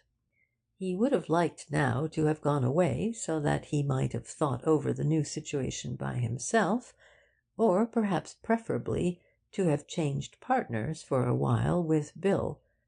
But Miss Norbury would hardly be ready to confide in a stranger with the readiness of a mother. Still, he might have learnt something by listening to her. For which of them had she the greater feeling, Cayley or Mark? Was she really prepared to marry Mark? Did she love him? Or the other? Or neither? Mrs. Norbury was only a trustworthy witness in regard to her own actions and thoughts. He had learnt all that was necessary of those, and only the daughter now had anything left to tell him. But Mrs. Norbury was still talking. Girls are so foolish, Mr. Gillingham, she was saying. It is fortunate that they have mothers to guide them. It was so obvious to me from the beginning that dear Mr. Ablett was just the husband for my little girl. You never knew him? Anthony said again that he had not seen Mr. Ablett. Such a gentleman, so nice-looking, in his artistic way. A regular Velasquez. I should say a Van Dyck. Angela would have it that she could never marry a man with a beard, as if that mattered when... She broke off, and Anthony finished her sentence for her. The Red House is certainly charming, he said. Charming, quite charming. And it is not as if Mr. Ablett's appearance were in any way undistinguished. Quite the contrary. I'm sure you agree with me. Antony said that he had never had the pleasure of seeing Mr. Ablett. Yes, and quite the centre of the literary and artistic world, so desirable in every way. She gave a deep sigh, and communed with herself for a little. Antony was about to snatch the opportunity of leaving, when Mrs. Norbury began again. And then there's this scapegrace brother of his. He was perfectly frank with me, Mr. Gillingham. He would be. He told me of this brother, and I told him that I was quite certain it would make no difference to my daughter's feelings for him. After all, the brother was in Australia. When was this? Yesterday? Antony felt that if Mark had only mentioned it after his brother's announcement of a personal call at the Red House, this perfect frankness had a good deal of wisdom behind it. It couldn't have been yesterday, Mr. Gillingham. Yesterday? She shuddered and shook her head. I thought perhaps he had been down here in the morning. Oh, no. There is such a thing, Mr. Gillingham, as being too devoted a lover. Not in the morning, no. We both agreed that dear Angela— oh, no. No, the day before yesterday, when he happened to drop in about tea-time.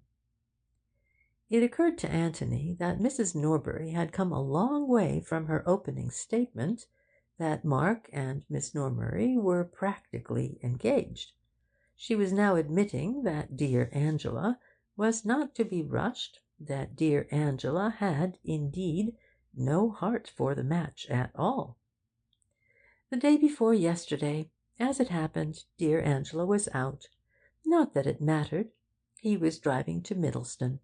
He hardly had time for a cup of tea, so that even if she had been in— Antony nodded absently. This was something new. Why did Mark go to Middleston the day before yesterday? But after all, why shouldn't he? 100 reasons unconnected with the death of Robert might have taken him there. He got up to go. He wanted to be alone at least with Bill. Mrs. Norbury had given him many things to think over, but the great outstanding fact which had emerged was this, that Cayley had reason to hate Mark. Mrs. Norbury had given him that reason. To hate? Well, to be jealous, anyhow. But that was enough. You see, he said to Bill as they walked back, we know that Cayley is perjuring himself and risking himself over this business, and that must be for one of two reasons, either to save Mark or to endanger him. That is to say, he is either wholeheartedly for him or wholeheartedly against him. Well, now we know that he is against him, definitely against him. But I say, you know, protested Bill, one doesn't necessarily try to ruin one's rival in love.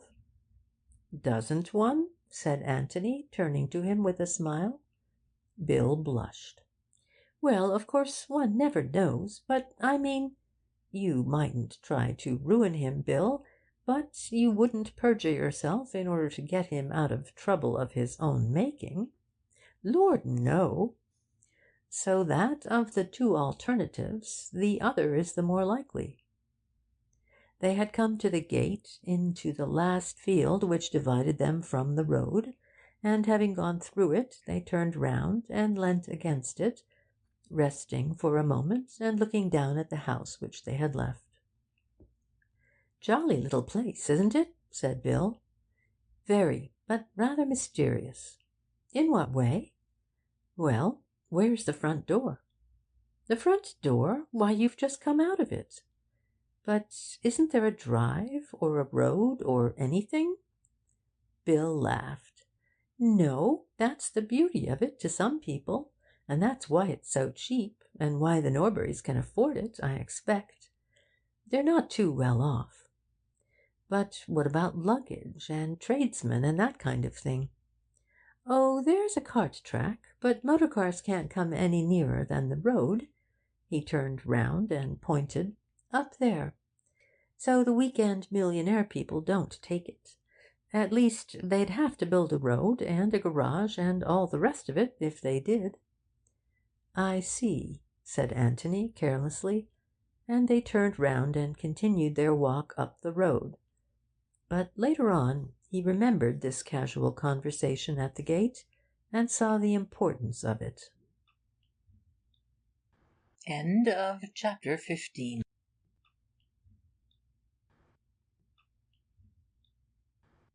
Chapter 16. Getting Ready for the Night. What was it which Cayley was going to hide in that pond that night? Anthony thought that he knew now. It was Mark's body. From the beginning he had seen this answer coming, and had drawn back from it. For if Mark had been killed, it seemed such a cold-blooded killing. Was Cayley equal to it? Bill would have said no, but that was because he had breakfast with Cayley, and lunch with him, and dinner with him, had ragged him and played games with him. Bill would have said no because Bill wouldn't have killed anybody in cold blood himself, and because he took it for granted that other people behaved pretty much as he did. But Anthony had no such illusions. Murders were done. Murder had actually been done here, for there was Robert's dead body. Why not another murder? Had Mark been in the office at all that afternoon?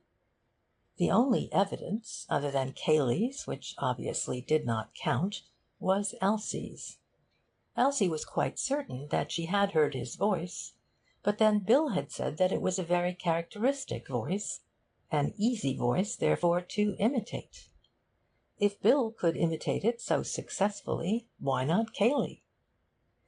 But perhaps it had not been such a cold-blooded killing after all. Suppose Cayley had had a quarrel with his cousin that afternoon over the girl whom they were both wooing. Suppose Cayley had killed Mark, either purposely or in sudden passion, accidentally, meaning only to knock him down.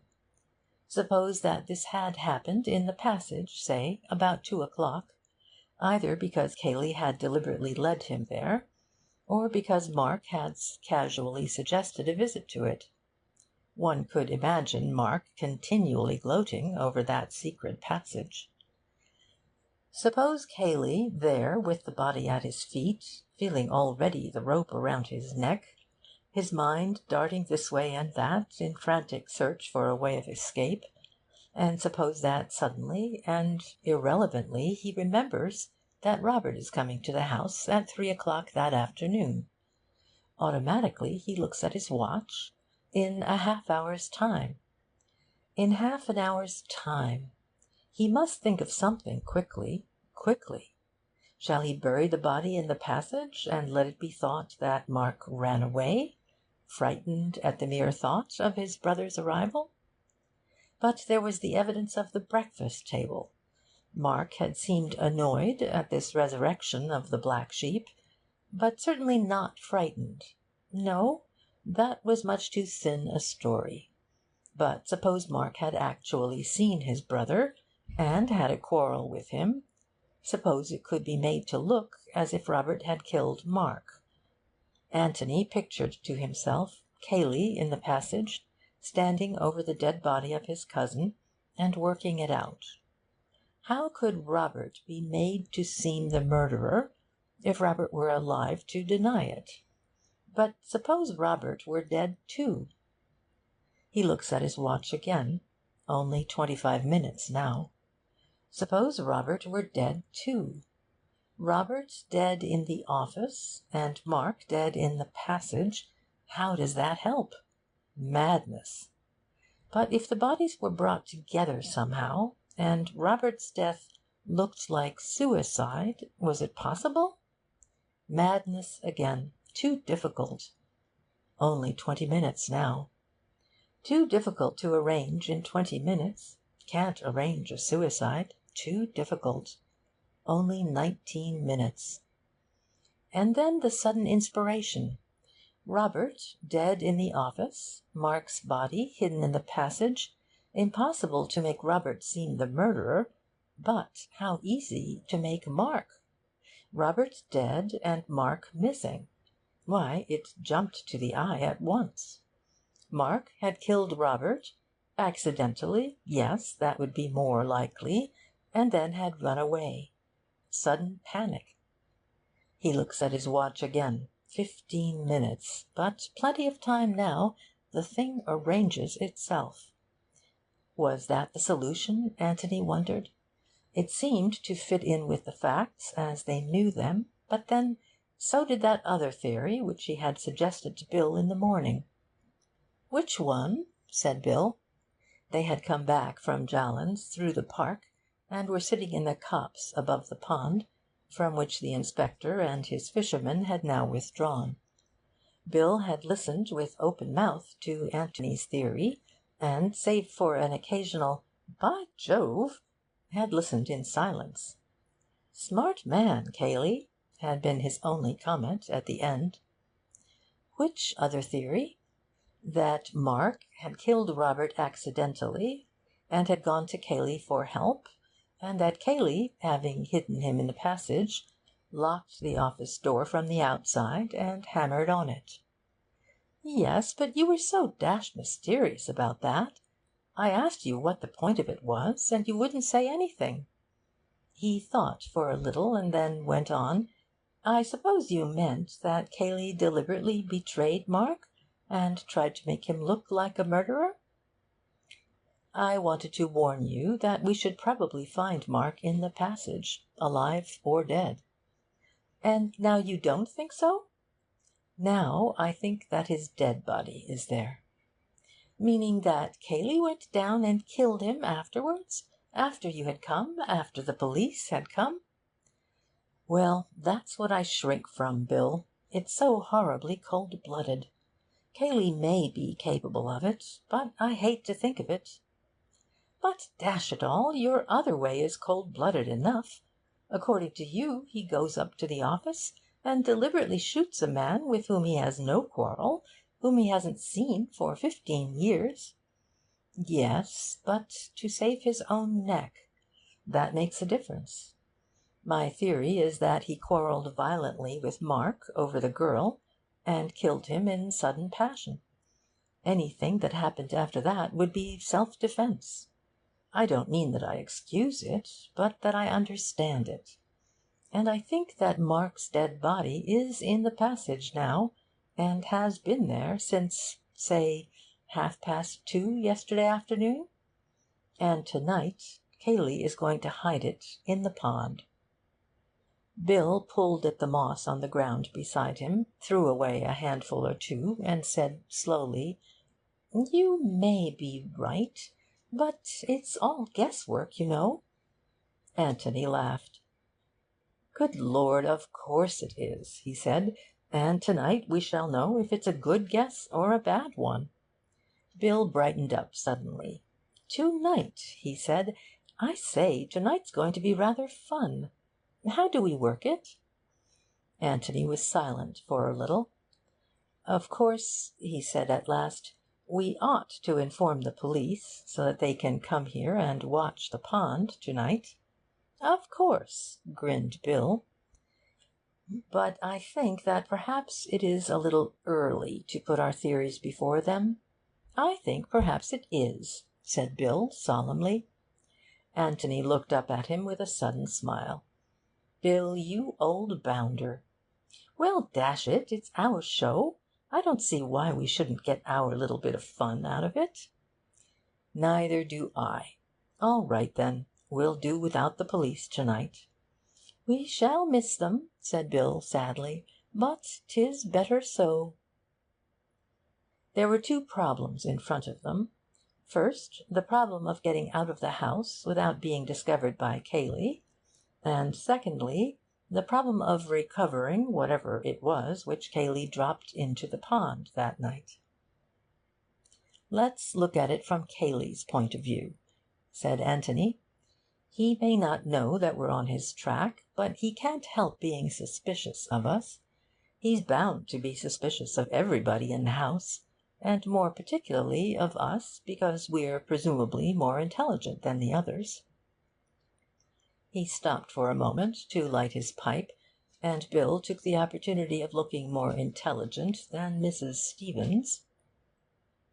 "Now, he has got something to hide to-night, and he's going to take good care that we aren't watching him. Well, what will he do? See that we are asleep first, before he starts out. Yes, come and tuck us up and see that we're nice and comfortable.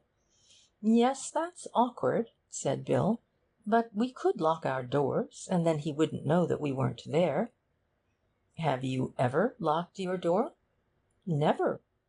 "No. And you could bet that Cayley knows that. Anyway, he'd bang on it, and you wouldn't answer. And then what would he think?" Bill was silent, crushed. "Then I don't see how we're going to do it," he said, after deep thought. "He'll obviously come to us just before he starts out, and that doesn't give us time to get to the pond in front of him." "Let's put ourselves in his place," said Anthony, puffing slowly at his pipe. "He's got the body, or whatever it is, in the passage.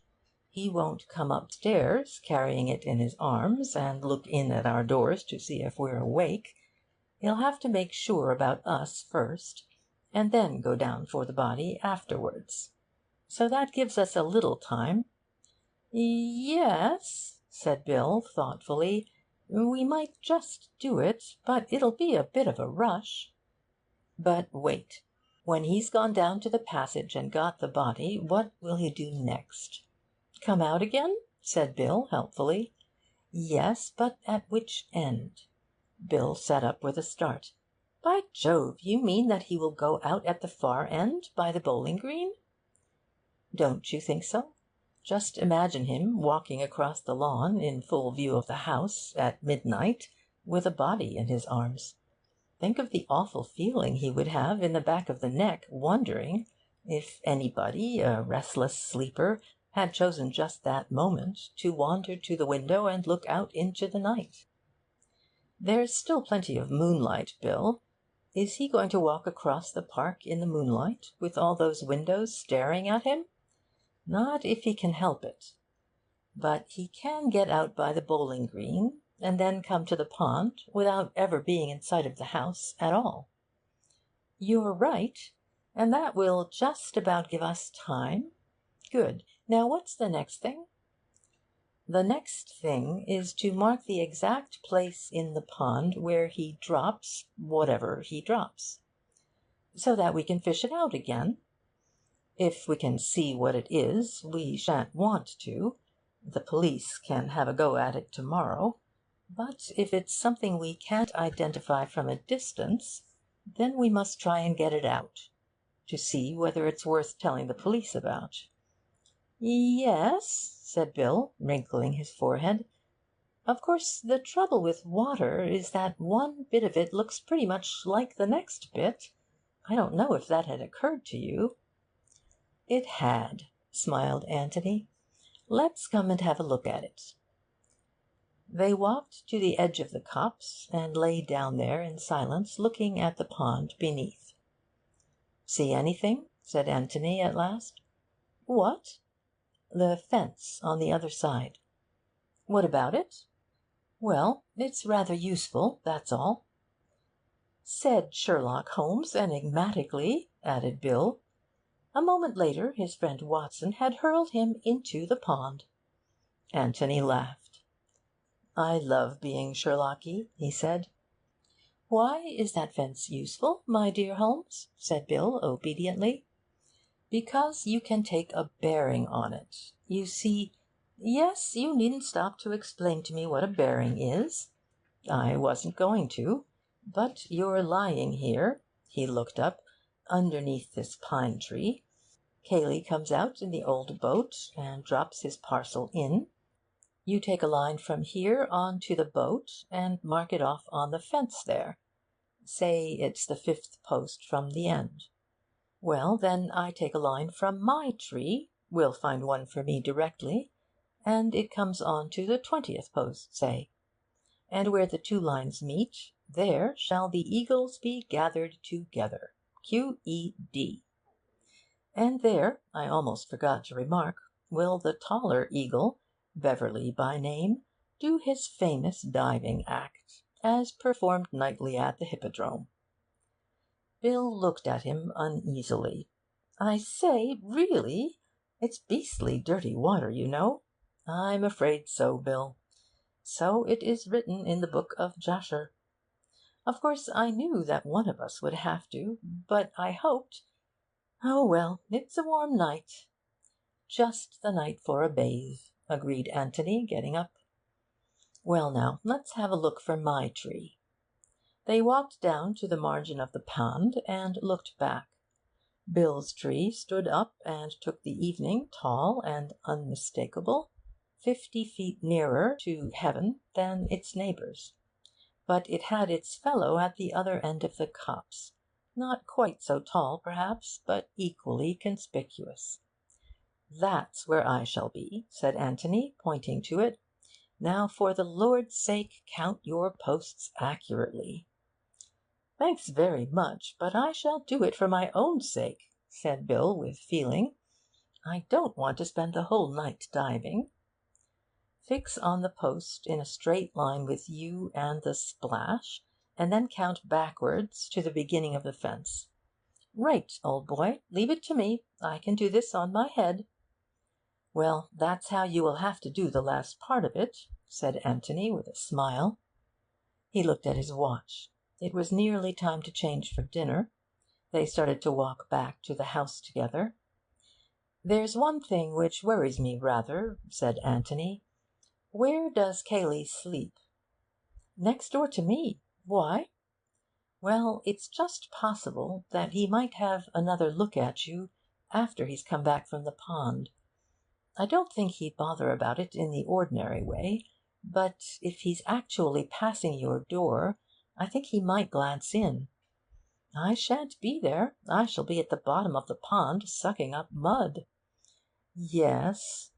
Do you think you could leave something in your bed that looked vaguely like you in the dark? A bolster with a pyjama coat round it, and one arm outside the blanket, and a pair of socks or something for the head? You know the kind of thing. I think it would please him to feel that you were still sleeping peacefully." Bill chuckled to himself. "Rather! I'm awfully good at that. I'll make him up something really good. But what about you?" "I'm at the other end of the house. He's hardly likely to bother about me a second time. I shall be so very fast asleep at his first visit. Still, I may as well, to be on the safe side." They went into the house. Cayley was in the hall as they came in. He nodded and took out his watch. "Time to change?" he said. "Just about," said Bill. "You didn't forget my letter?" "I did not. In fact, we had tea there." "Ah." He looked away and said carelessly, "How were they all?" "They sent all sorts of sympathetic messages to you, and all that sort of thing." "Oh, yes." Bill waited for him to say something more, and then, as nothing was coming, he turned round and said, "Come on, Tony," and led the way upstairs. "Got all you want?" he said at the top of the stairs. "I think so. Come and see me before you go down." "Right-o." Anthony shut his bedroom door behind him and walked over to the window. He pushed open a casement and looked out. His bedroom was just over the door at the back of the house. The side wall of the office, which projected out into the lawn beyond the rest of the house, was on his left. He could step out on to the top of the door, and from there drop easily to the ground. Getting back would be a little more difficult. There was a convenient water pipe which would help. He had just finished his dressing when Bill came in. "Final instructions?" he asked, sitting down on the bed. "By the way, how are we amusing ourselves after dinner? I mean, immediately after dinner?" "Billiards." "Right-o. Anything you like." "Don't talk too loud," said Anthony in a lower voice. "We're more or less over the hall, and Cayley may be there." He led the way to the window. "We'll go out this way to-night. Going downstairs is too risky. It's easy enough. Better put on tennis shoes. Right. I say, in case I don't get another chance alone with you, what do I do when Cayley comes to tuck me up? It's difficult to say. Be as natural as you can. I mean, if he just knocks lightly and looks in, be asleep. Don't overdo the snoring. But if he makes a hell of a noise, you'll have to wake up and rub your eyes and wonder what on earth he's doing in your room at all. You know the sort of thing. Right. And about the dummy figure. I'll make it up directly we come upstairs and hide it under the bed. Yes, I think we'd better go completely to bed ourselves. We shan't take a moment dressing again, and it will give him time to get safely to the passage. Then come into my room. Right. Are you ready? Yes. They went downstairs together. End of chapter 16. Cayley seemed very fond of them that night. After dinner was over, he suggested a stroll outside. They walked up and down the gravel in front of the house, saying very little to each other, until Bill could stand it no longer. For the last 20 turns he had been slowing down, hopefully, each time they came to the door, but the hint had always been lost on his companions, and each time another turn had been taken. But in the end he had been firm. "What about a little billiards?" he said, shaking himself free from the others. "Will you play?" said Anthony to Cayley. "I'll watch you," he said, and he had watched them resolutely until the game, and then another game after that, had been played. They went into the hall and attacked the drinks. "Well, thank heaven for bed," said Bill, putting down his glass. "Are you coming?" "Yes," said Anthony, and finished his drink. He looked at Cayley. "I've just got one or two little things to do," said Cayley. "I shan't be long following you." "Well, good night, then." "Good night." "Good night," called Bill from halfway up the stairs. "Good night, Tony." "Good night." Bill looked at his watch. 11:30. Not much chance of anything happening for another hour. He pulled open a drawer and wondered what to wear on their expedition. Grey flannel trousers, flannel shirt, and a dark coat. Perhaps a sweater, as they might be lying out in the copse for some time. And, good idea, a towel. He would want it later on, and meanwhile he could wear it round his waist. Tennis shoes. There. Everything was ready. Now then for the dummy figure. He looked at his watch again before getting into bed. 12:15. How long to wait before Cayley came up? He waited for his eyes to become accustomed to the new darkness. He could only just make out the bed in the corner of the room. Cayley would want more light than that, if he were to satisfy himself from the door that the bed was occupied. He pulled the curtains a little way back. That was about right. He could have another look later on, when he had the dummy figure in the bed. How long would it be before Cayley came up? It wasn't that he wanted his friends, Beverley and Gillingham, to be asleep before he started on his business at the pond. All that he wanted was to be sure that they were safely in their bedrooms. Cayley's business would make no noise, give no sign, to attract the most wakeful member of the household, so long as the household was really inside the house. But if he wished to reassure himself about his guests, he would have to wait until they were far enough on their way to sleep not to be disturbed by him as he came up to reassure himself. So it amounted to the same thing, really. He would wait until they were asleep. Until they were asleep. Asleep. With a great effort, Bill regained the mastery over his wandering thoughts and came awake again. This would never do. It would be fatal if he went to sleep. If he went to sleep. To sleep. And then in an instant he was intensely awake. Suppose Cayley never came at all? Suppose Cayley was so unsuspicious that, as soon as they had gone upstairs, He had dived down into the passage and set about his business. Suppose even now he was at the pond, dropping into it that secret of his. Good heavens, what fools they had been! How could Anthony have taken such a risk? Put yourself in Cayley's place, he had said. But how was it possible? They weren't Cayley. Cayley was at the pond now. They would never know what he had dropped into it. Listen! Somebody at the door.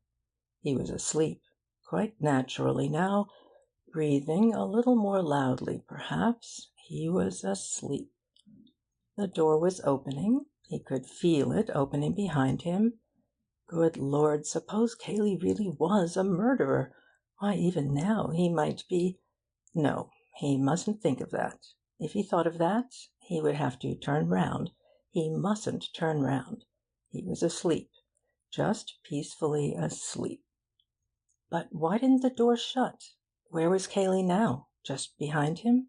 And in his hand... No, he mustn't think of that. He was asleep. But why didn't the door shut?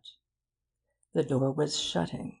There was a sigh from the sleeper in the bed, a sigh of relief which escaped him involuntarily. But it had been a very natural sound, a deep breath from a heavy sleeper. He added another one to make it seem more natural. The door was shut. Bill counted 100 slowly, and then got up. As quickly and as noiselessly as possible, he dressed himself in the dark. He put the dummy figure in the bed, arranged the clothes so that just enough, but not too much of it, was showing, and stood by the door looking at it. For a casual glance, the room was just about light enough. Then, very quietly, very slowly, he opened the door. All was still. There was no light from beneath the door of Cayley's room. Very quietly, very carefully, he crept along the passage to Anthony's room. He opened the door and went in. Anthony was still in bed. Bill walked across to wake him up, and then stopped rigid, and his heart thumped against his ribs. There was somebody else in the room. "All right, Bill," said a whispering voice, and Anthony stepped out from the curtains. Bill gazed at him without saying anything. "Rather good, isn't it?" said Anthony, coming closer and pointing to the bed. "Come on. The sooner we get out now, the better." He led the way out of the window, the silent Bill following him. They reached the ground safely and noiselessly, went quickly across the lawn, and so over the fence into the park. It was not until they were out of sight of the house that Bill felt it safe to speak. "I quite thought it was you in bed," he said. "I hoped you would. I should be rather disappointed now if Cayley doesn't call again. It's a pity to waste it." "He came all right just now?" "Oh, rather. What about you?" Bill explained his feelings picturesquely. "There wouldn't have been much point in his killing you," said Auntie, prosaically, "besides being too risky."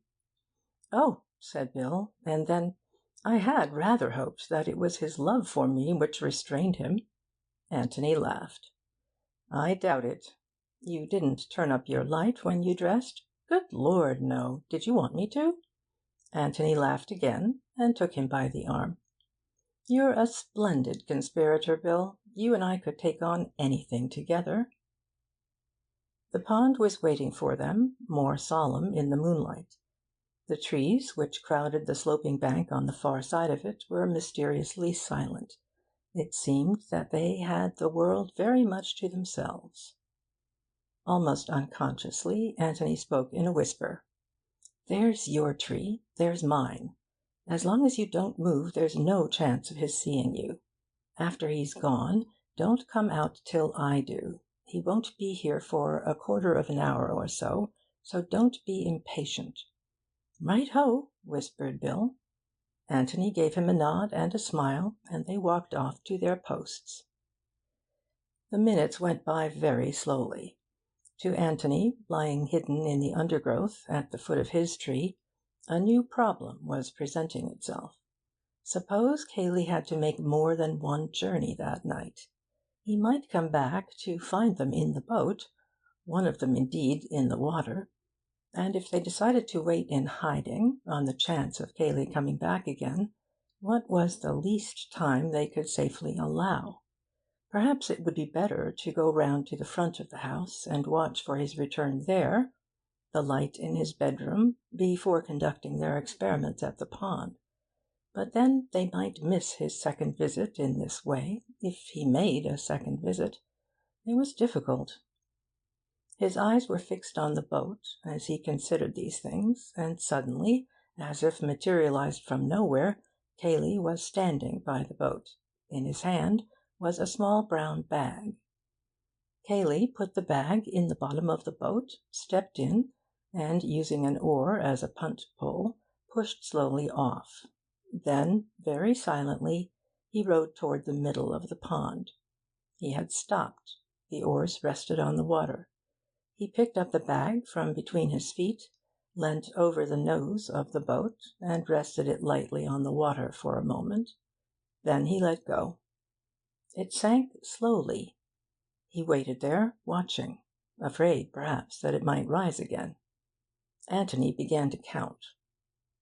And now Cayley was back at his starting place. He tied up the boat, looked carefully round to see that he had left no traces behind him, and then turned to the water again. For a long time, as it seemed to the watchers, he stood there, very big, very silent, in the moonlight. At last he seemed satisfied.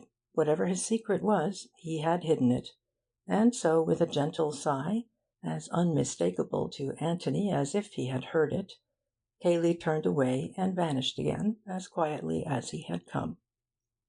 Anthony gave him 3 minutes, and stepped out from the trees. He waited there for Bill to join him. 6, whispered Bill. Anthony nodded. I'm going round to the front of the house. You get back to your tree and watch, in case Cayley comes again. Your bedroom is the left-hand end one, and Cayley's the end but one, is that right? Bill nodded. Right. Wait in hiding till I come back. I don't know how long I shall be, but don't be impatient. It will seem longer than it is.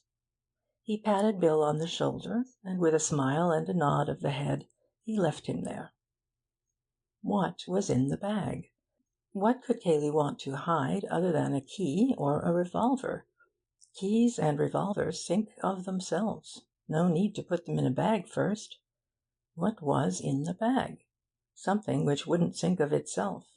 Something which needed to be helped with stones before it would hide itself safely in the mud. Well, they would find that out.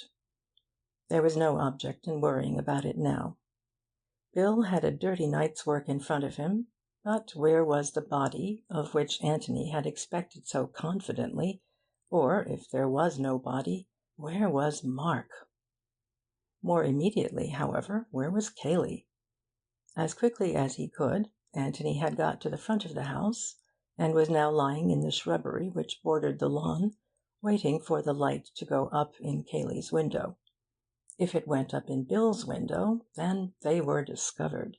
It would mean that Cayley had glanced into Bill's room, had been suspicious of the dummy figure in the bed, and had turned up the light to make sure. After that, it was war between them. But if it went up in Cayley's room... There was a light. Anthony felt a sudden thrill of excitement. It was Bill's room. War. The light stayed there, shining vividly, for a wind had come up, blowing the moon behind a cloud and casting a shadow over the rest of the house.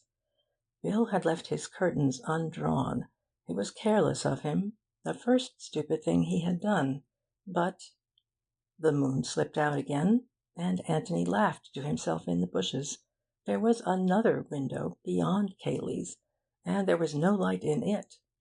The declaration of war was postponed. Anthony lay there, watching Cayley into bed. After all, it was only polite to return Cayley's own solicitude earlier in the night. Politeness demanded that one should not disport oneself on the pond until one's friends were comfortably tucked up. Meanwhile, Bill was getting tired of waiting. His chief fear was that he might spoil everything by forgetting the number. 6. It was the 6th post. 6. He broke off a twig and divided it into 6 pieces. These he arranged on the ground in front of him. 6. He looked at the pond, counted up to the 6th post, and murmured 6 to himself again. Then he looked down at his twigs. 1, 2, 3, 4, 5, 6, 7. 7? Was it 7? Or was that 7th bit of a twig an accidental bit, which had been on the ground anyhow? Surely it was 6. Had he said 6 to Anthony? If so, Anthony would remember, and it was all right. 6. He threw away the 7th twig, and collected the other 6 together. Perhaps they would be safer in his pocket. 6. The height of a tall man.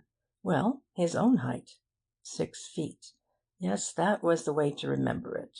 Feeling a little safer on the point, he began to wonder about the bag, and what Anthony would say to it, and the possible depth of the water, and of the mud at the bottom, and was still so wondering, and saying, "Good Lord, what a life!" to himself, when Anthony reappeared. Bill got up and came down the slope to meet him. 6, he said firmly. 6th post from the end. Good, smiled Anthony. Mine was the 18th, a little way past it. What did you go off for? To see Cayley into bed. Is it all right? Yes. Better hang your coat over the 6th post, and then we shall see it more easily. I'll put mine on the 18th. Are you going to undress here or in the boat? Some here and some in the boat. You're quite sure that you wouldn't like to do the diving yourself? Quite. Thanks. They had walked round to the other side of the pond. Coming to the 6th post of the fence, Bill took off his coat and put it in position, and then finished his undressing, while Anthony went off to mark the 18th post. When they were ready, they got into the boat, Anthony taking the oars. Now, Bill, tell me as soon as I'm in line with your 2 marks. He rowed slowly towards the middle of the pond. You're about there now, said Bill at last. Anthony stopped rowing and looked about him. Yes, that's pretty well right. He turned the boat's nose round until it was pointing to the pine tree under which Bill had lain. You see my tree and the other coat? Yes, said Bill. Right. Now then, I'm going to row gently along this line until we're dead in between the 2. Get it as exactly as you can, for your own sake. Steady, said Bill warningly. Back a little more forward. Right. Anthony left the oars on the water and looked around. As far as he could tell, they were in an exact line with each pair of landmarks. Now then, Bill, in you go. Bill pulled off his shirt and trousers and stood up. You mustn't dive from the boat, old boy, said Anthony hastily. You'll shift its position. Slide in gently. Bill slid in from the stern and swam slowly round to Anthony. What's it like? Said Anthony. Cold. Well, here's luck to it. He gave a sudden kick, flashed for a moment in the water, and was gone. Anthony steadied the boat and took another look at his landmarks. Bill came up behind him with a loud explosion. It's pretty muddy, he protested. Weeds? No, thank the Lord. Well, try again. Bill gave another kick and disappeared. Again Anthony coaxed the boat back into position, and again Bill popped up, this time in front of him. I feel that if I threw you a sardine, said Anthony with a smile, you'd catch it in your mouth quite prettily. It's awfully easy to be funny from where you are. How much longer have I got to go on doing this? Anthony looked at his watch. About 3 hours. We must get back before daylight. But be quicker if you can, because it's rather cold for me sitting here. Bill flicked a handful of water at him and disappeared again. He was under for almost a minute this time, and there was a grin on his face when it was visible again. I've got it, but it's devilish hard to get up. I'm not sure that it isn't too heavy for me. That's all right, said Anthony. He brought out a ball of thick string from his pocket. Get this through the handle if you can, and then we can both pull. Good man!' He paddled to the side, took one end of the string, and paddled back again. 'Now then.' 2 minutes later the bag was safely in the boat. Bill clambered in after it, and Anthony rowed back. 'Well done, Watson,' he said quietly as they landed. He fetched their 2 coats, and then waited, the bag in his hand, while Bill dried and dressed himself. As soon as the latter was ready, he took his arm and led him into the copse. He put the bag down and felt in his pockets. 'I shall light a pipe before I open it,' he said. 'What about you?' 'Yes.' With great care they filled and lit their pipes. Bill's hand was a little unsteady. Anthony noticed it, and gave him a reassuring smile. 'Ready?' 'Yes.' They sat down, and, taking the bag between his knees, Anthony pressed the catch and opened it. 'Clothes!' said Bill. Anthony pulled out the top garment and shook it out. It was a wet brown flannel coat. 'Do you recognise it?' 'Mark's brown flannel suit.'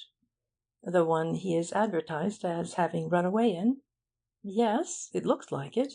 Of course he has had a dashed lot of clothes.' Anthony put his hand in the breast pocket and took out some letters.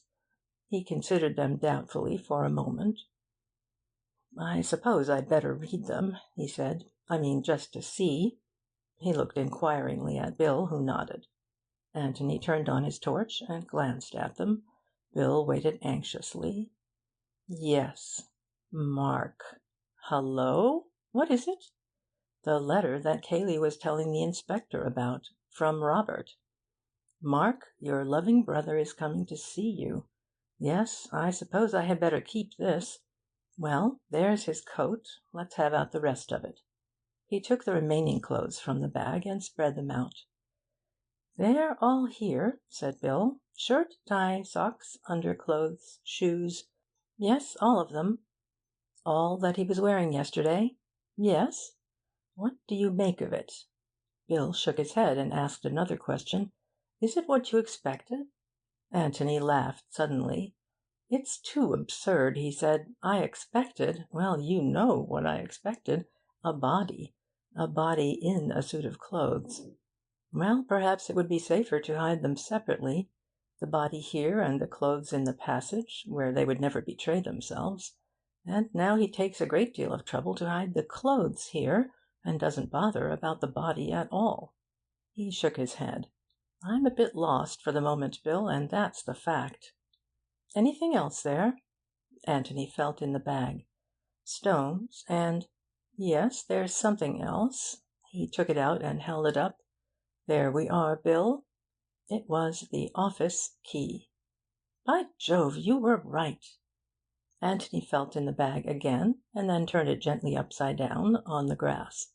A dozen large stones fell out, and something else. He flashed down his torch. 'Another key,' he said. He put the 2 keys in his pocket, and sat there for a long time in silence, thinking. Bill was silent too, not liking to interrupt his thoughts, but at last he said, 'Shall I put these things back?' Anthony looked up with a start. 'What? Oh, yes. No, I'll put them back. You give me a light, will you?' Very slowly and carefully he put the clothes back in the bag, pausing as he took up each garment, in the certainty, as it seemed to Bill, that it had something to tell him, if only he could read it. When the last of them was inside, he still waited there on his knees, thinking. 'That's the lot,' said Bill. Anthony nodded at him. 'Yes, that's the lot,' he said. 'And that's the funny thing about it. You're sure it is the lot?' 'What do you mean?' 'Give me the torch a moment.' He took it and flashed it over the ground between them. 'Yes, that's the lot. It's funny.' He stood up, the bag in his hands. 'Now let's find a hiding place for these, and then—' He said no more, but stepped off through the trees, Bill following him meekly. As soon as they had got the bag off their hands, and were clear of the copse, Anthony became more communicative. He took the 2 keys out of his pocket. One of them is the office key, I suppose, and the other is the key of the passage cupboard. So I thought that perhaps we might have a look at the cupboard. I say, do you really think it is? Well, I don't see what else it can be. But why should he want to throw it away? Because it has now done its work, whatever it was, and he wants to wash his hands of the passage. He'd throw the passage away if he could. I don't think it matters much one way or another, and I don't suppose there's anything to find in the cupboard. But I feel that we must look. Do you think Mark's body might be there? No, and yet where else can it be? Unless I'm hopelessly wrong, and Cayley never killed him at all. Bill hesitated, wondering if he dare advance his theory. I know you think I'm an ass. My dear Bill, I'm such an obvious ass myself that I should be delighted to think you are too. Well, then, suppose Mark did kill Robert, and Cayley helped him to escape, just as we thought at first. I know you proved afterward that it was impossible, but suppose it happened in a way we don't know about, and for reasons we don't know about. I mean, there are such a lot of funny things about the whole show that, well, almost anything might have happened. You're quite right. Well, then, this clothes business. Doesn't that seem rather to bear out the escaping theory? Mark's brown suit was known to the police. Couldn't Cayley have brought him another one in the passage to escape in, and then have had the brown one on his hands, and thought it safest to hide it in the pond? Yes, said Anthony thoughtfully. Then go on. Bill went on eagerly. It all seems to fit in, you know. I mean, even with your first theory, that Mark killed him accidentally, and then came to Cayley for help. Of course, if Cayley had played fair, he'd have told Mark that he had nothing to be afraid of. But he isn't playing fair. He wants to get Mark out of the way because of the girl.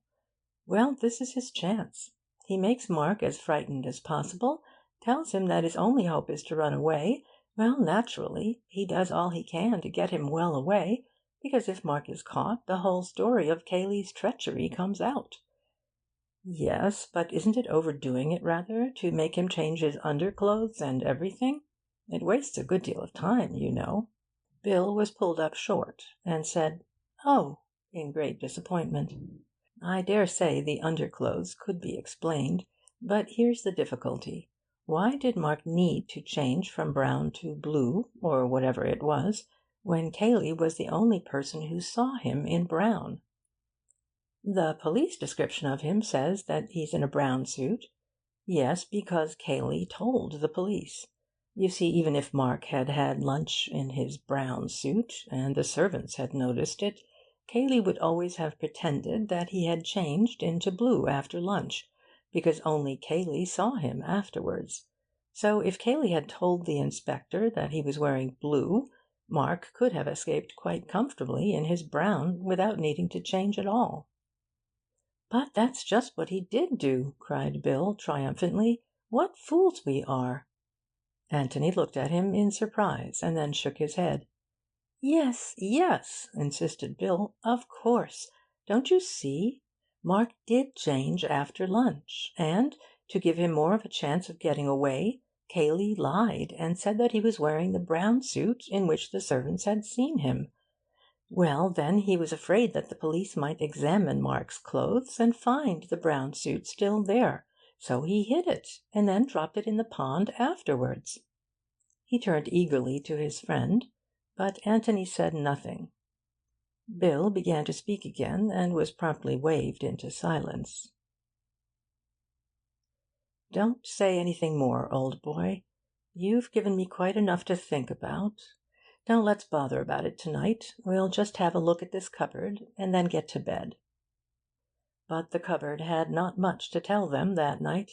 It was empty, save for a few old bottles. "Well, that's that," said Bill. But Anthony, on his knees, with the torch in his hand, continued to search for something. "What are you looking for?" asked Bill at last. "Something that isn't there," said Anthony, getting up and dusting his trousers. and he locked the door again. End of chapter 17. The inquest was at 3 o'clock.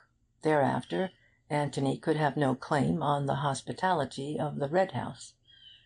By 10 o'clock his bag was packed and waiting to be taken to the George. To Bill, coming upstairs after a more prolonged breakfast, this early morning bustle was a little surprising. "What's the hurry?" he asked. "None, but we don't want to come back here after the inquest. Get your packing over now, and then we can have the morning to ourselves." "Right-ho." He turned to go to his room and then came back again.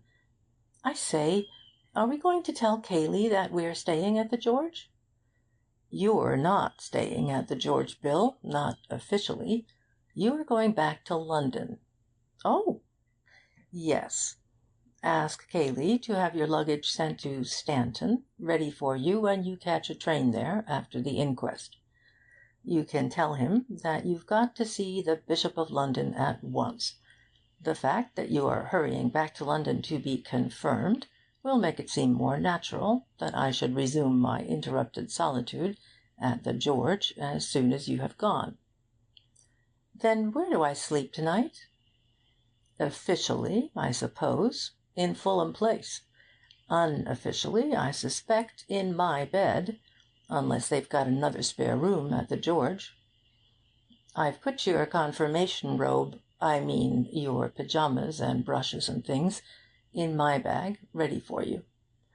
Is there anything else you want to know? No? Then go and pack, and meet me at 10:30 beneath the blasted oak, or in the hall, or somewhere. I want to talk and talk and talk, and I must have my Watson." "Good," said Bill, and he went off to his room. An hour later, having communicated their official plans to Cayley, they wandered out together into the park. "Well," said Bill, as they sat underneath a convenient tree, "talk away." "I had many bright thoughts in my bath this morning," began Anthony. "The brightest one of all was that we were being damn fools and working at this thing from the wrong end altogether." "Well, that's helpful." "Of course it's very hampering, being a detective, when you don't know anything about detecting, and when nobody knows that you're doing detection, and you can't have people up to cross-examine them, and you've neither the energy nor the means to make proper inquiries, and, in short, when you're doing the whole thing in a thoroughly amateur, haphazard way." "For amateurs, I don't think we're doing it all badly," protested Bill. "No, not for amateurs. But if we had been professionals, I believe we should have got at it from the other end, the Robert end. We've been wondering about Mark and Cayley all the time. Now let's wonder about Robert for a bit." "We know so little about him." "Well, let's see what we do know. First of all, then, we know vaguely that he was a bad lot, the sort of brother who is hushed up in front of other people." "Yes?" "We know that he announced his approaching arrival to Mark in a rather unpleasant letter, which I have in my pocket." "Yes?" "And then we know rather a curious thing. We know that Mark told you all that this black sheep was coming. Now, why did he tell you?" Bill was thoughtful for a moment. "I suppose," he said slowly, "that he knew we were bound to see him, and thought that the best way was to be quite frank about him." "But were you bound to see him? You were all away playing golf." "We were bound to see him if he stayed in the house that night." "Very well, then. That's one thing we've discovered. Mark knew that Robert was staying in the house that night. Or, shall we put it this way, he knew that there was no chance of getting Robert out of the house at once." Bill looked at his friend eagerly. "Go on. This is getting interesting." "He also knew something else," went on Anthony. He knew that Robert was bound to betray his real character to you as soon as you met him. He couldn't pass him off on you as just a travelled brother from the Dominions, with perhaps a bit of an accent. He had to tell you at once, because you were bound to find out, that Robert was a wastrel. Yes, that's sound enough. Well, now, doesn't it strike you that Mark made up his mind about all that rather quickly? How do you mean?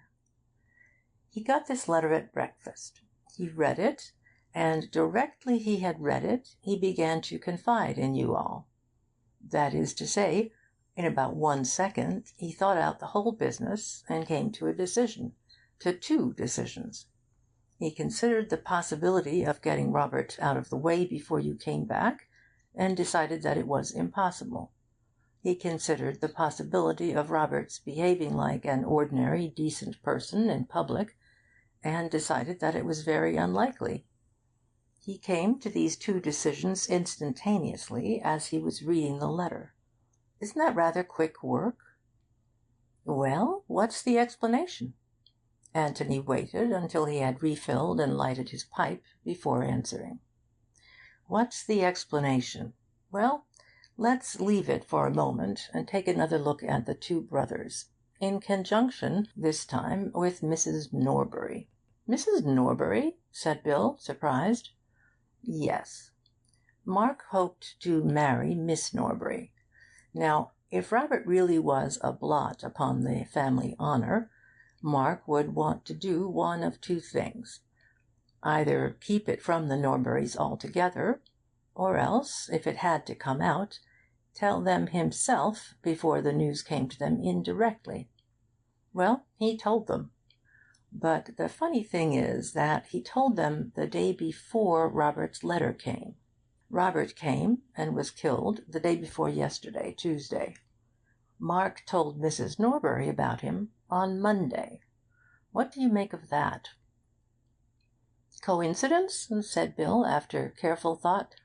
He'd always meant to tell her. His suit was prospering, and just before it was finally settled, he told her. That happened to be Monday. On Tuesday he got Robert's letter, and felt jolly glad that he'd told her in time. Well, it might be that, but it's rather a curious coincidence. And here is something which makes it very curious indeed. It only occurred to me in the bath this morning. Inspiring place, a bathroom. Well, it's this. He told her on Monday morning, on his way to Middleston in the car. Well? Well. Sorry, Tony, I'm dense this morning. In the car, Bill.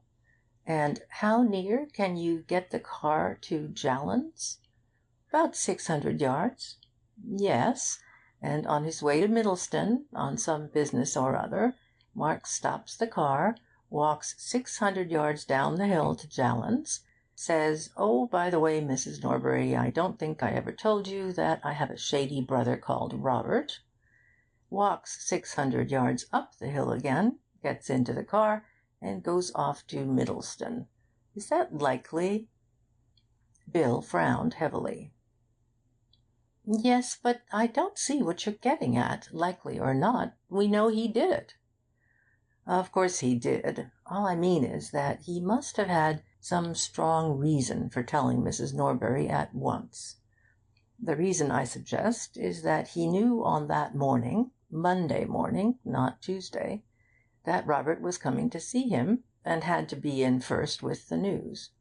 But...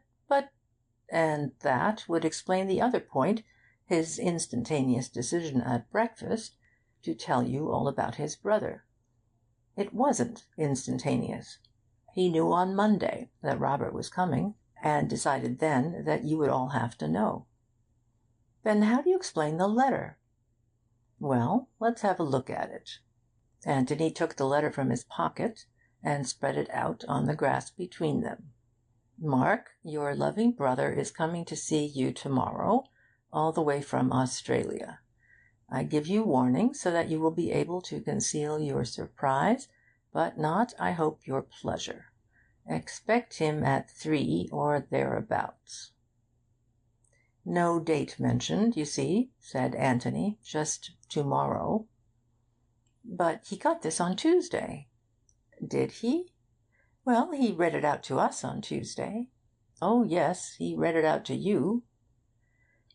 Bill read the letter again, and then turned it over and looked at the back of it. The back of it had nothing to say to him. What about the postmark? He asked. We haven't got the envelope, unfortunately. And you think that he got this letter on Monday? I'm inclined to think so, Bill. Anyhow, I feel almost certain that he knew on Monday that his brother was coming. Is that going to help us much? No, it makes it more difficult. There's something rather uncanny about it all. I don't understand it. He was silent for a little, and then added, I wonder if the inquest is going to help us. What about last night? I'm longing to hear what you make of that. Have you been thinking it out at all? Last night, said Anthony thoughtfully to himself. Yes, last night wants some explaining. Bill waited hopefully for him to explain. What, for instance, had Anthony been looking for in the cupboard? I think, began Anthony slowly, that after last night we must give up the idea that Mark has been killed. Killed, I mean, by Cayley. I don't believe anybody would go to so much trouble to hide a suit of clothes when he had a body on his hands. The body would seem so much more important.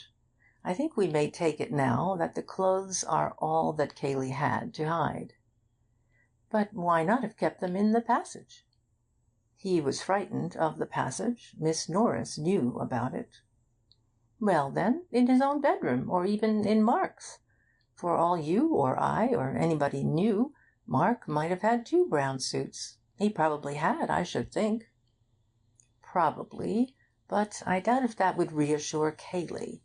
The brown suit hid a secret, and therefore the brown suit had to be hidden. We all know that in theory the safest hiding place is the most obvious, but in practice very few people have the nerve to risk it. Bill looked rather disappointed. Then we just come back to where we were, he complained. Mark killed his brother, and Cayley helped him to escape through the passage, either in order to compromise him, or because there was no other way out of it, and he helped him by telling a lie about his brown suit. Anthony smiled at him in genuine amusement. Bad luck, Bill, he said sympathetically. There's only one murder after all. I'm awfully sorry about it. It was my fault, for... Shut up, you ass! You know I didn't mean that. Well, you seemed awfully disappointed. Bill said nothing for a little, and then, with a sudden laugh, confessed, It was so exciting yesterday, he said apologetically, and we seemed to be just getting there and discovering the most wonderful things, and now... And now? Well, it's so much more ordinary. Anthony gave a shout of laughter. Ordinary? He cried. Ordinary? Well, I'm dashed. Ordinary. If only one thing would happen in an ordinary way, we might do something, but everything is ridiculous. Bill brightened up again. Ridiculous? How? Every way. Take those ridiculous clothes we found last night. You can explain the brown suit, but why the underclothes? You can explain the underclothes in some absurd way if you like. You can say that Mark always changed his underclothes whenever he interviewed anybody from Australia. But why, in that case, my dear Watson, why didn't he change his collar? His collar? Said Bill in amazement. His collar, Watson. I don't understand. And it's all so ordinary, scoffed Anthony. Sorry, Tony, I didn't mean that. Tell me about the collar. Well, that's all. There was no collar in the bag last night. Shirt, socks, tie, everything except a collar. Why? Was that what you were looking for in the cupboard? Said Bill eagerly. Of course. Why no collar? I said. For some reason, Cayley considered it necessary to hide all Mark's clothes. Not just the suit, but everything which he was wearing or supposed to be wearing at the time of the murder. But he hadn't hidden the collar. Why? Had he left it out by mistake? So I looked in the cupboard. It wasn't there. Had he left it out on purpose? If so, why? And where was it? Naturally, I began to say to myself, where have I seen a collar lately? A collar all by itself. And I remembered... What, Bill? Bill frowned heavily to himself and shook his head. Don't ask me, Tony. I can't, by Jove. He threw up his head. In the basket in the office bedroom. Exactly. But is that the one? The one that goes with the rest of the clothes? I don't know. Where else can it be? But if so, why send the collar quite casually to the wash, in the ordinary way, and take immense trouble to hide everything else? Why? Bill bit hard at his pipe, but could think of nothing to say. Anyhow, said Anthony, getting up restlessly, I'm certain of one thing. Mark knew on the Monday that Robert was coming here.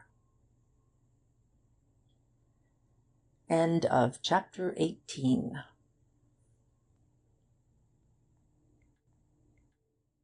The coroner, having made a few commonplace remarks as to the terrible nature of the tragedy which they had come to investigate that afternoon, proceeded to outline the case to the jury. Witnesses would be called to identify the deceased as Robert Ablett, the brother of the owner of the Red House, Mark Ablett. It would be shown that he was something of a ne'er-do-well, who had spent most of his life in Australia, and that he had announced, in what might almost be called a threatening letter, his intention of visiting his brother that afternoon. There would be evidence of his arrival, of his being shown into the scene of the tragedy, a room in the Red House commonly called the office, and of his brother's entrance into that room. The jury would have to form their own opinion as to what happened there. But whatever happened, happened almost instantaneously. Within 2 minutes of Mark Ablett's entrance, as would be shown in the evidence, a shot was heard, and when, perhaps 5 minutes later, the room was forced open, the dead body of Robert Ablett was found stretched upon the floor. As regards Mark Ablett, nobody had seen him from the moment of his going into the room, but evidence would be called to show that he had enough money on him at the time to take him to any other part of the country, and that a man answering to his description had been observed on the platform of Stanton Station, apparently waiting to catch the 3:55 up train to London.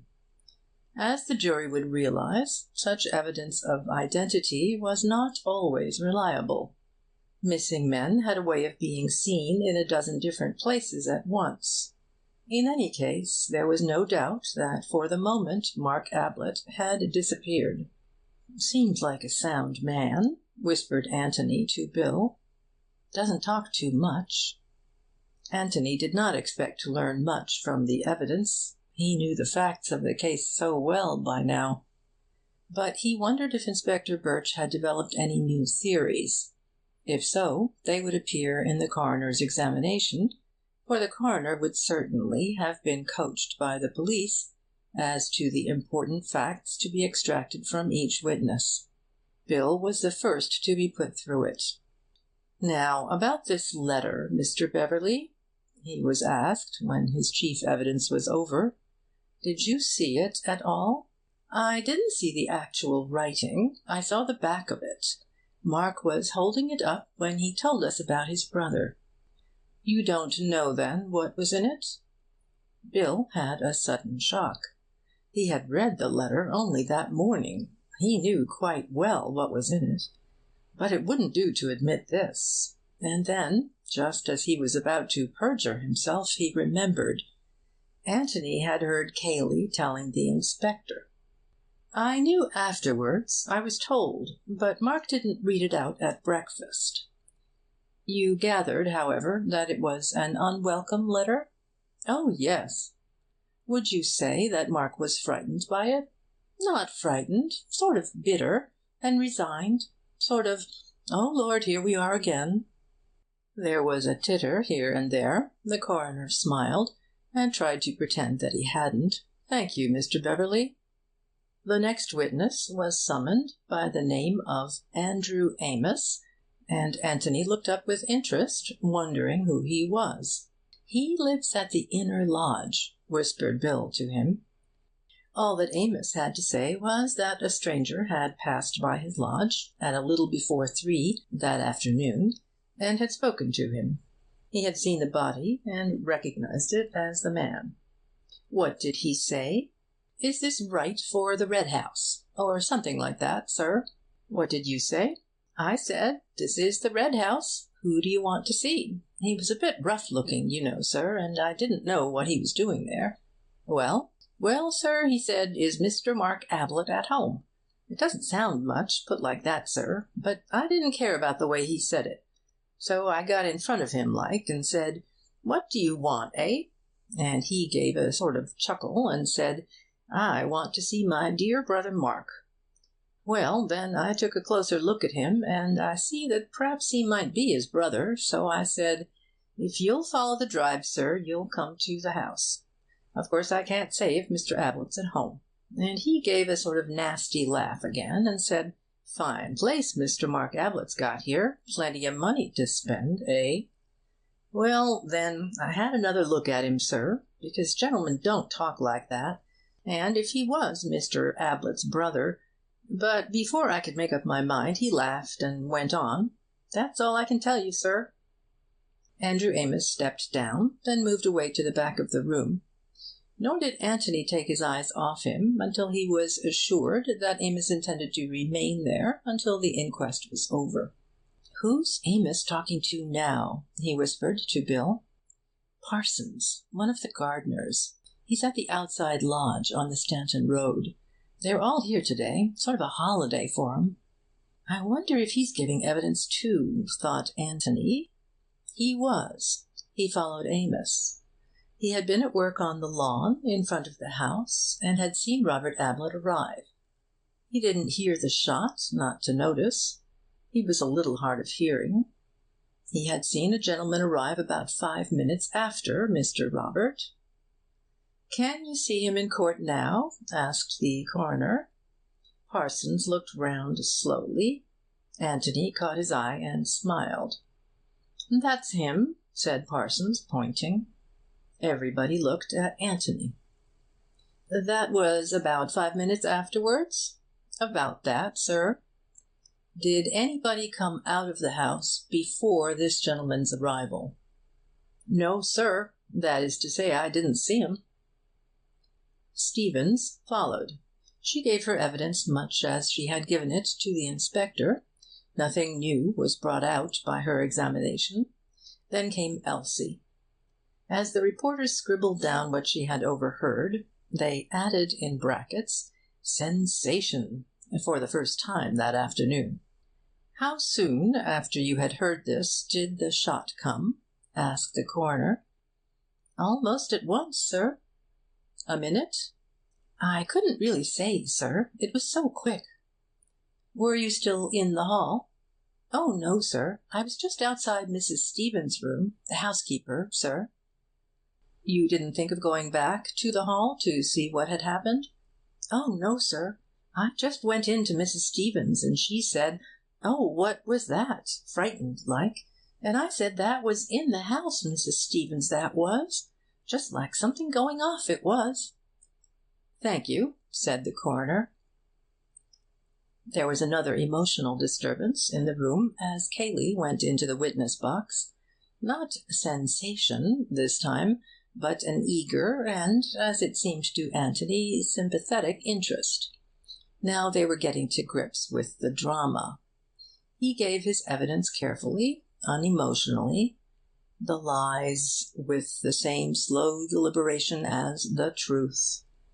Anthony watched him intently, wondering what it was about him which had this odd sort of attractiveness.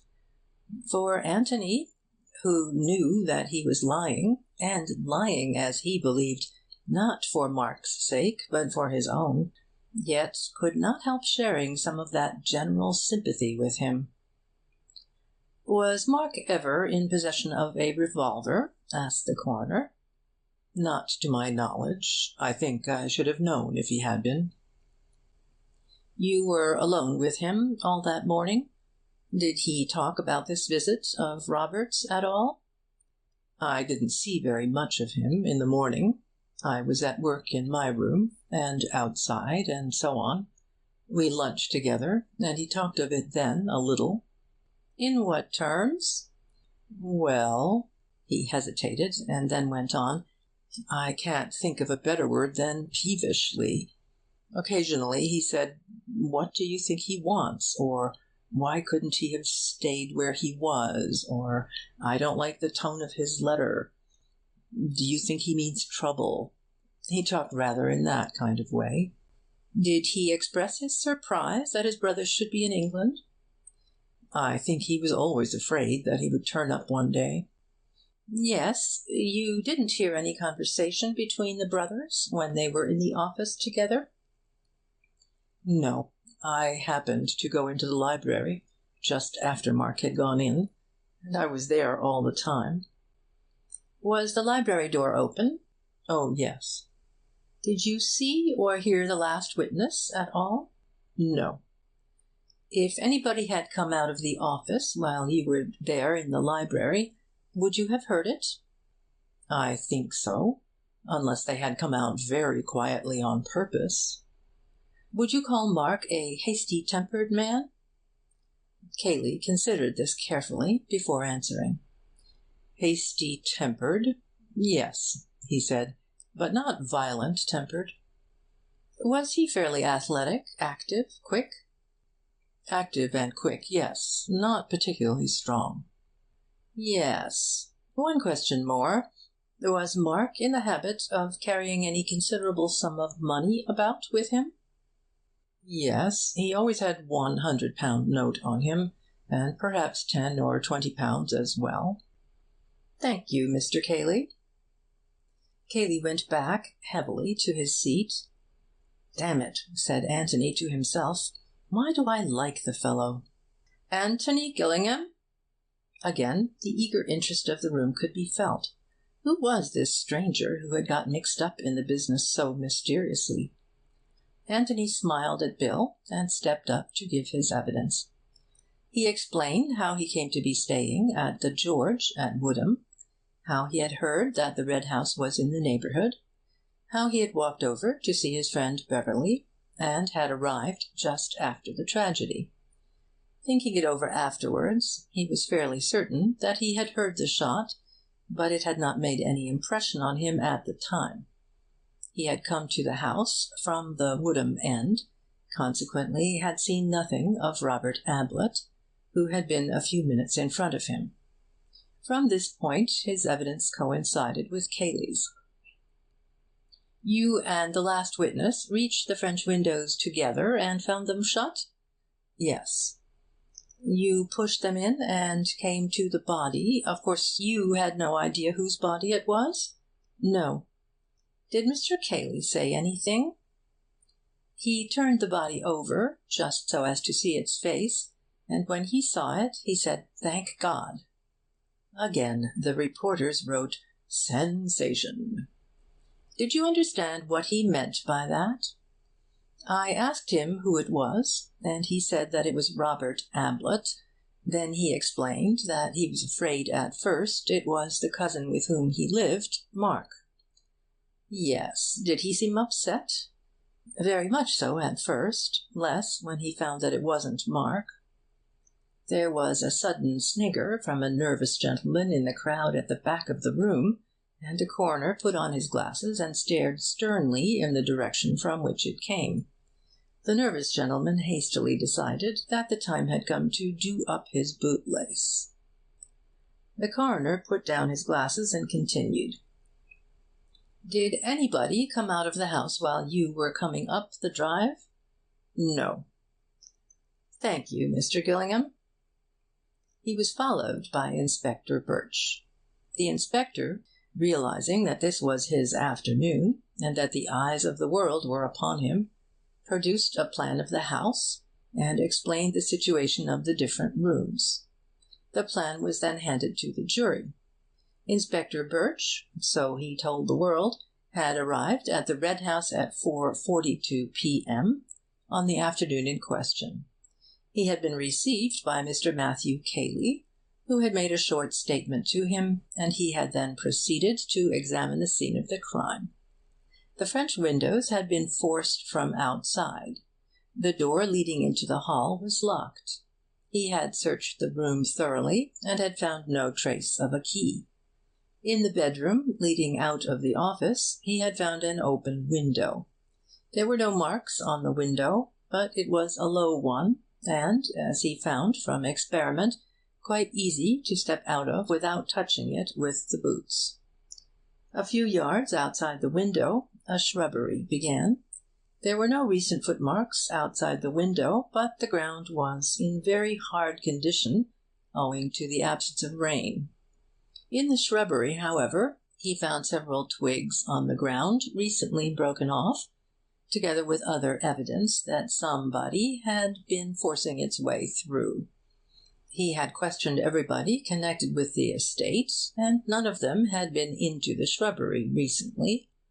By forcing a way through the shrubbery, it was possible for a person to make a detour of the house and get to the Stanton end of the park without ever being in sight of the house itself. He had made inquiries about the deceased. Deceased had left for Australia some 15 years ago, owing to some financial trouble at home. Deceased was not well spoken of in the village from which he and his brother had come.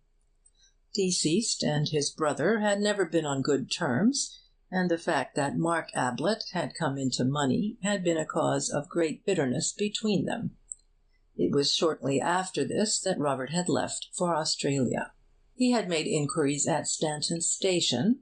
It had been market day at Stanton, and the station had been more full of arrivals than usual.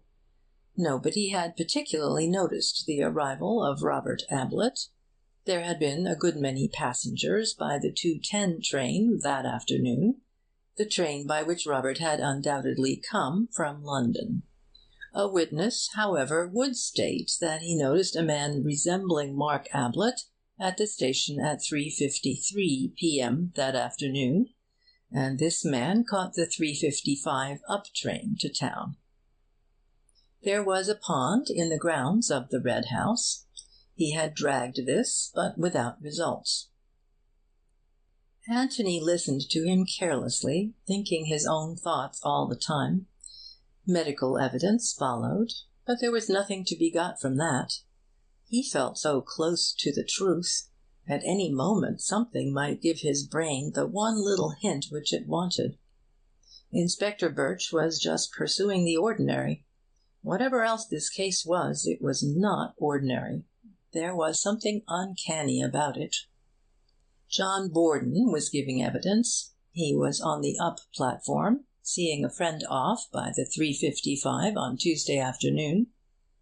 He had noticed a man on the platform, with coat collar turned up and a scarf round his chin.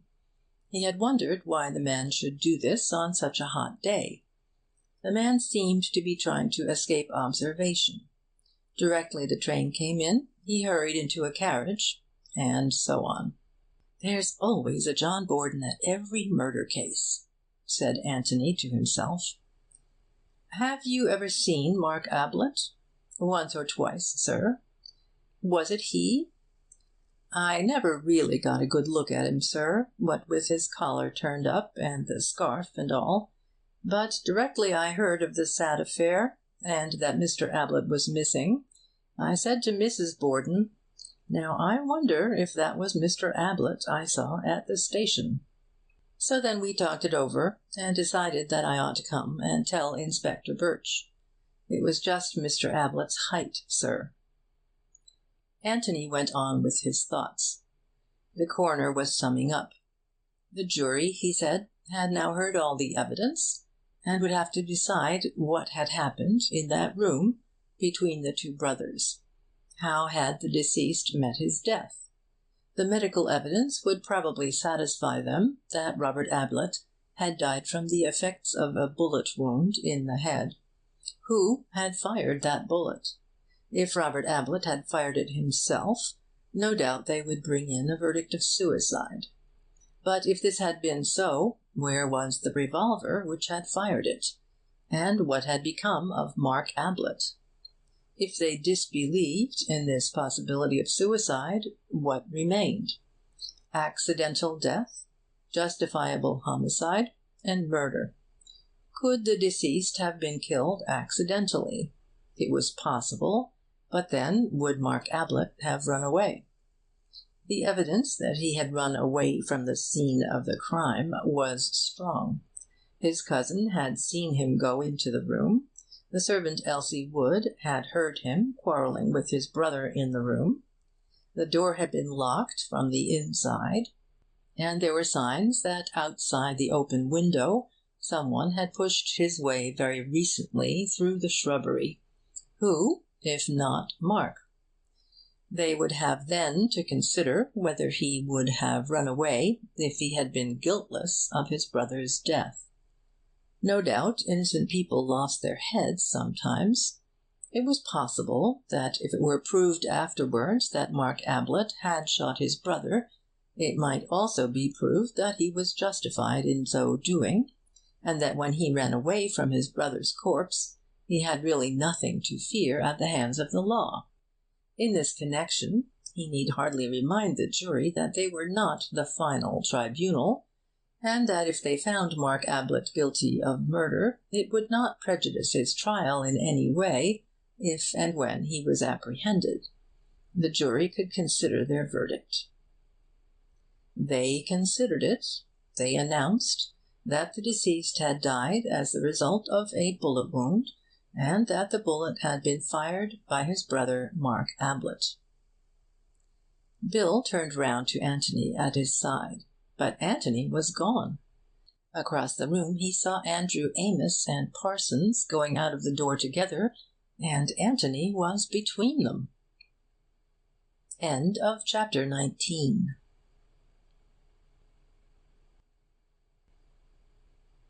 Domain. Chapter 20. Mr. Beverley is tactful.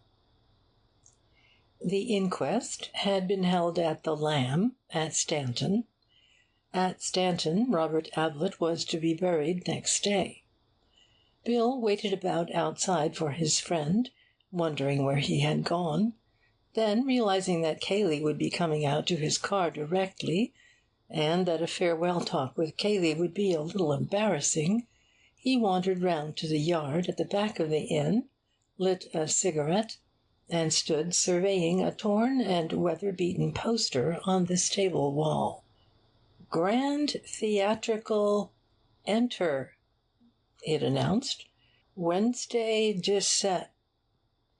Bill smiled to himself as he looked at it, for the part of Joe, a loquacious postman, had been played by William B. Bever, as the remnants of the poster still maintained, and he had been much less loquacious than the author had intended, having forgotten his words completely. But it had all been great fun, and then he stopped smiling, for there would be no more fun now at the Red House. "Sorry to keep you waiting," said the voice of Anthony behind him.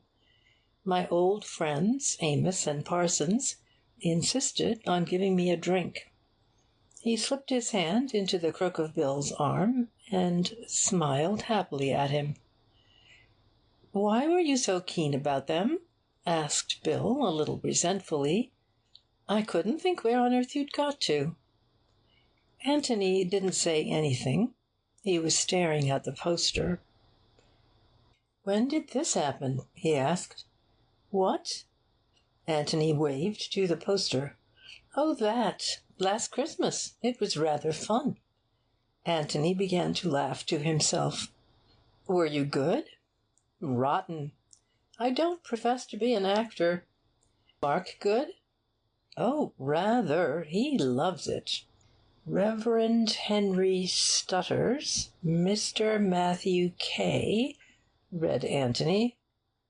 Was that our friend Cayley? Yes. Any good? Well, much better than I expected. He wasn't keen, but Mark made him. Miss Norris wasn't playing, I see. My dear Tony, she's a professional. Of course she wasn't. Anthony laughed again. A great success, was it? Oh, rather. I'm a fool, a damned fool, Anthony announced. And a damned fool, he said again under his breath, as he led Bill out of the yard into the road. And a damned fool. Even now, he broke off, and then asked suddenly, Did Mark ever have much trouble with his teeth? He went to his dentist a good deal, but what on earth? Anthony laughed a third time. What luck, he chuckled. But how do you know? We go to the same man. Mark recommended him to me. Cartwright in Wimpole Street. Cartwright in Wimpole Street, repeated Anthony thoughtfully. Yes, I can remember that. Cartwright in Wimpole Street. Did Cayley go to him too, by any chance? I expect so. Oh, yes, I know he did. But what was Mark's general health like? Did he see a doctor much? Hardly at all, I should think. He did a lot of early morning exercises, which were supposed to make him bright and cheerful at breakfast. They didn't do that, but they seemed to keep him pretty fit. Tony, I wish you'd... Anthony held up a hand and hushed him into silence. One last question, he said. Was Mark fond of swimming? No, he hated it. I don't believe he could swim. Tony, are you mad, or am I, or is this a new game? Anthony squeezed his arm. Dear old Bill, he said, it's a game. What a game! And the answer is Cartwright in Wimpole Street. They walked on in silence for a half-mile or so along the road to Woodham. Bill tried 2 or 3 times to get his friend to talk, but Anthony had only grunted in reply. He was just going to make another attempt when Anthony came to a sudden stop and turned to him anxiously. I wonder if you'd do something for me, he said, looking at him with some doubt. What sort of thing? Well, it's really dashed important. It's just the one thing I want now. Bill was suddenly enthusiastic again. I say, have you really found it all out? Anthony nodded. At least, I'm very nearly there, Bill. There's just this one thing I want to know. It means you're going back to Stanton. Well, we haven't come far. It won't take you much time. Do you mind? My dear Holmes, I am at your service. Anthony gave him a smile, and was silent for a little, thinking. Is there another inn at Stanton, fairly close to the station? The Plough and Horses, just at the corner where the road goes up to the station. Is that the one you mean? That would be the one. I suppose you could do with a drink, couldn't you? Rather, said Bill with a grin. Good. Then have one at the Plough and Horses. Have 2, if you like. And talk to the landlord or landlady or whoever serves you. I want you to find out if anybody stayed there on Monday night. Robert? Said Bill eagerly.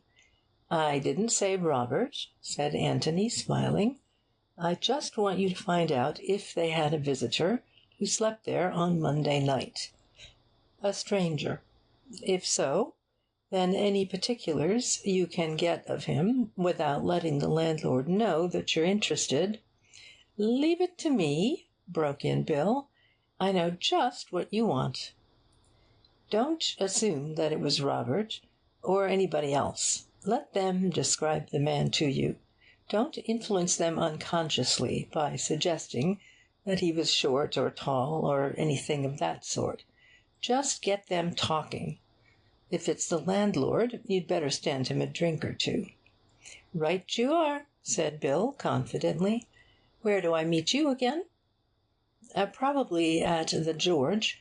If you get there before me, you can order dinner for 8 o'clock. Anyhow, we'll meet at 8, if not before." "Good." He nodded to Anthony and strode off back to Stanton again. Anthony stood watching him with a little smile at his enthusiasm. Then he looked round slowly, as if in search of something. Suddenly he saw what he wanted. 20 yards farther on, a lane wandered off to the left, and there was a gate a little way up on the right-hand side of it. Anthony walked to the little gate, filling his pipe as he went. Then he lit his pipe, sat on the gate, and took his head in his hands. "Now then," he said to himself, "let's begin at the beginning."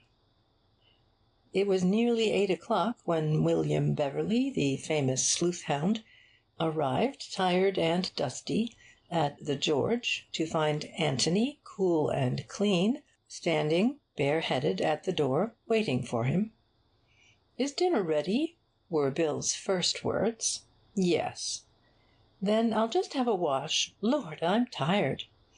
"I never ought to have asked you," said Anthony penitently. "That's all right. I shan't be a moment." Halfway up the stairs he turned round and asked, "Am I in your room?" "Yes. Do you know the way?" "Yes. Start carving, will you, and order lots of beer." He disappeared round the top of the staircase. Anthony went slowly in. When the first edge of his appetite had worn off, and he was able to spare a little time between the mouthfuls, Bill gave an account of his adventures. The landlord of the Plough and Horses had been sticky, decidedly sticky. Bill had been unable at first to get anything out of him, but Bill had been tactful. Lord bless you, how tactful he had been! He kept on about the inquest, and what a queer affair it had been, and so on, and how there'd been an inquest in his wife's family once, which he seemed rather proud about, and I kept saying, "Pretty busy, I suppose, just now, what?" And then he'd say, "Middlin'," and go on again about Susan, that was the one that had the inquest. He talked about it as if it were a disease, and then I'd try again and say, "Slack times, I expect, just now, eh?" And he'd say, "Middlin'," again, and then it was time to offer him another drink, and I didn't seem to be getting much nearer. But I got him at last. I asked him if he knew John Borden. He was the man who said he'd seen Mark at the station. Well, he knew all about Borden, and after he told me all about Borden's wife's family, and how one of them had been burnt to death, after you with the beer, thanks, well, then I said carelessly that it must be very hard to remember anybody whom you had just seen once, so as to identify him afterwards, and he agreed that it would be middlin' hard, and then— "Give me 3 guesses," interrupted Anthony. "You asked him if he remembered everybody who came to his inn." "That's it. Bright, wasn't it?" "Brilliant. And what was the result?" "The result was a woman." "A woman," said Anthony eagerly. "A woman," said Bill impressively. "Of course I thought it was going to be Robert. So did you, didn't you? But it wasn't. It was a woman. Came quite late on Monday night in a car, driving herself. Went off early next morning." "Did he describe her?" "Yes. She was middlin'.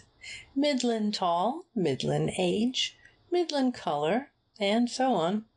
Doesn't help much, does it? But still a woman." "Does that upset your theory?" Anthony shook his head.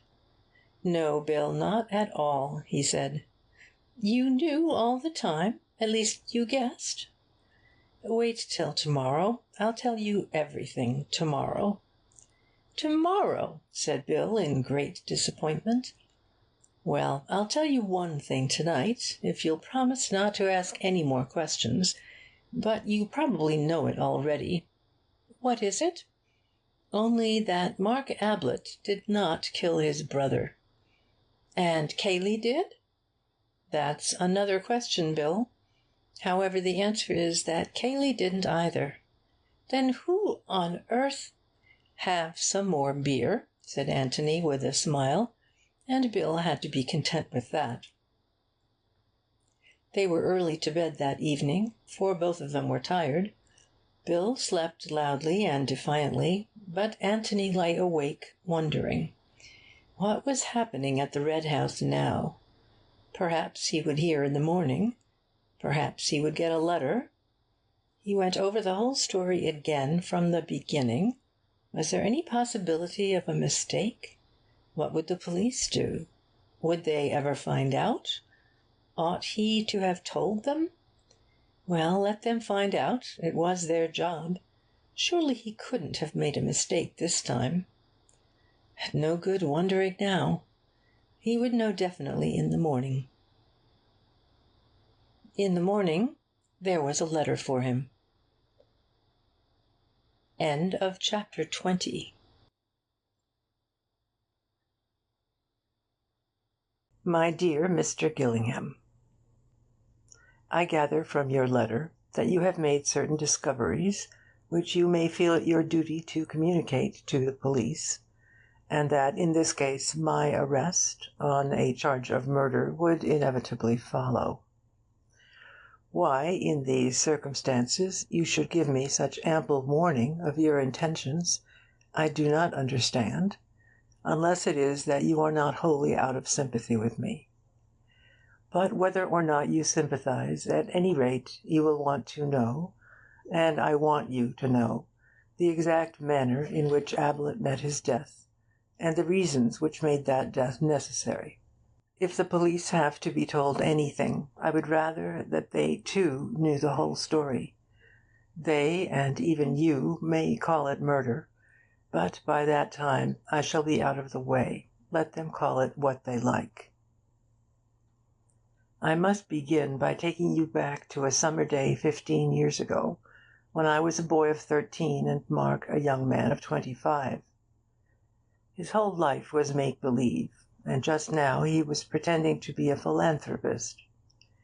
He sat in our little drawing-room, flicking his gloves against the back of his left hand, and my mother, good soul, thought what a noble young gentleman he was, and Philip and I, hastily washed and crammed into collars, stood in front of him nudging each other, and kicking the backs of our heels, and cursing him in our hearts for having interrupted our game. He had decided to adopt one of us, kind cousin Mark. Heaven knows why he chose me. Philip was 11, 2 years longer to wait. Perhaps that was why. Well, Mark educated me. I went to a public school and to Cambridge, and I became his secretary. Well, much more than his secretary, as your friend Beverley perhaps has told you. His land agent, his financial adviser, his courier, but this, most of all, his audience. Mark could never live alone. There must always be somebody to listen to him. I think in his heart he hoped I should be his Boswell. He told me one day that he had made me his literary executor. Poor devil! And he used to write me the absurdest long letters when I was away from him, letters which I read once and then tore up. The futility of the man! It was 3 years ago that Philip got into trouble. He had been hurried through a cheap grammar school and into a London office, and discovered there that there was not much fun to be got in this world on £2 a week. I had a frantic letter from him one day, saying that he must have 100 at once, or he would be ruined, and I went to Mark for the money. Only to borrow it, you understand. He gave me a good salary, and I could have paid it back in 3 months. But no, He saw nothing for himself in it, I suppose. No applause, no admiration. Philip's gratitude would be to me, not to him. I begged, I threatened, we argued, and while we were arguing, Philip was arrested. It killed my mother. He was always her favourite, but Mark, as usual, got his satisfaction out of it. He preened himself on his judgment of character in having chosen me and not Philip 12 years before.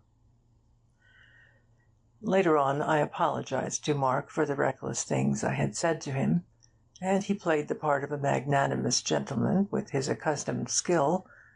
But though outwardly we were as before to each other, from that day forward, though his vanity would never let him see it, I was his bitterest enemy. If that had been all, I wonder if I should have killed him. To live on terms of intimate friendship with a man whom you hate is dangerous work for your friend. Because of his belief in me as his admiring and grateful protégé, and his belief in himself as my benefactor, he was now utterly in my power. I could take my time and choose my opportunity. Perhaps I should not have killed him, but I had sworn to have my revenge, and there he was, poor vain fool, at my mercy. I was in no hurry. 2 years later, I had to reconsider my position, for my revenge was being taken out of my hands. Mark began to drink. Could I have stopped him? I don't think so, but to my immense surprise I found myself trying to. Instinct, perhaps, getting the better of reason, or did I reason it out and tell myself that, if he drank himself to death, I should lose my revenge? Upon my word, I cannot tell you, but for whatever motive, I did genuinely want to stop it. Drinking is such a beastly thing anyhow. I could not stop him, but I kept him within certain bounds, so that nobody but myself knew his secret. Yes, I kept him outwardly decent, and perhaps now I was becoming like the cannibal who keeps his victim in good condition for his own ends. I used to gloat over Mark, thinking how utterly he was mine to ruin as I pleased. Financially, morally, whatever way would give me the most satisfaction. I had but to take my hand away from him, and he sank. But again I was in no hurry. Then he killed himself, that futile little drunkard, eaten up with his own selfishness and vanity, offered his beastliness to the truest and purest woman on earth. You have seen her, Mr. Gillingham, but you never knew Mark Ablett. Even if he had not become a drunkard, there was no chance for her of happiness with him. I had known him for many years, but never once had I seen him moved by any generous emotion. To have lived with that shrivelled little soul would have been hell for her, and 1,000 times worse hell when he began to drink. So he had to be killed. I was the only one left to protect her, for her mother was in league with Mark to bring about her ruin. I would have shot him openly for her sake, and with what gladness, but I had no mind to sacrifice myself needlessly. He was in my power, I could persuade him to almost anything by flattery. Surely it would not be difficult to give his death the appearance of an accident. I need not take up your time by telling you of the many plans that I made and rejected. For some days I inclined toward an unfortunate boating accident in the pond. Mark, a very indifferent swimmer, myself almost exhausted in a gallant attempt to hold him up. And then he gave me the idea, he and Miss Norris between them, and so put himself in my hands. Without risk of discovery, I should have said, had you not discovered me. We were talking about ghosts. Mark had been even more vain, pompous, and absurd than usual, and I could see that Miss Norris was irritated by it. After dinner she suggested dressing up as a ghost and frightening him. I thought it my duty to warn her that Mark took any joke against himself badly, but she was determined to do it. I gave way reluctantly. Reluctantly also, I told her the secret of the passage. There is an underground passage from the library to the bowling green. You should exercise your ingenuity, Mr. Gillingham, in trying to discover it. Mark came upon it by accident a year ago. It was a godsend to him. He could drink there in greater secrecy. But he had to tell me about it. He wanted an audience, even for his vices. I told Miss Norris, and because it was necessary for my plan, that Mark should be thoroughly frightened. Without the passage, she could never have got close enough to the bowling green to alarm him properly. But as I arranged it with her, she made the most effective appearance, and Mark was in just the state of rage and vindictiveness which I required. Miss Norris, you understand, is a professional actress. I need not say that to her I appeared to be animated by no other feeling than a boyish desire to bring off a good joke, a joke directed as much against the others as against Mark. He came to me that night, as I expected, still quivering with indignation. Miss Norris must never be asked to the house again. I was to make a special note of it. Never again. It was outrageous. Had he not a reputation as a host to keep up, he would pack her off next morning. As it was, she could stay. Hospitality demanded it. But never again would she come to the Red House. He was absolutely determined about that. I was to make a special note of it. I comforted him. I smoothed down his ruffled feathers. She had behaved very badly, but he was quite right. He must try not to show how much he disapproved of her. And, of course, she would never come again. That was obvious. And then, suddenly, I began to laugh. He looked up at me indignantly. "Is there a joke?" he said coldly. I laughed gently again. "I was just thinking," I said, "that it would be rather amusing if you, had your revenge." "My revenge? How do you mean?" "Well, paid her back in her own coin." "Do you mean try and frighten her?" No, but dressed up and pulled her leg a bit. Made her look a fool in front of the others." I laughed to myself again. Serve her jolly well right. He jumped up excitedly. "By Jove, Kay," he cried. "If I could! How you must think of a way." I don't know if Beverley has told you about Mark's acting. He was an amateur of all the arts, and vain of his little talent. But as an actor he seemed to himself most wonderful. Certainly he had some ability for the stage, so long as he had the stage to himself and was playing to an admiring audience. As a professional actor in a small part, he would have been hopeless. As an amateur playing the leading part, he deserved all that the local papers had ever said about him. And so the idea of giving us a private performance, directed against a professional actress who had made fun of him, appealed equally to his vanity and his desire for retaliation. If he, Mark Ablett, by his wonderful acting, could make Ruth Norris look a fool in front of the others, could take her in, and then join in the laugh at her afterwards, he would indeed have had a worthy revenge.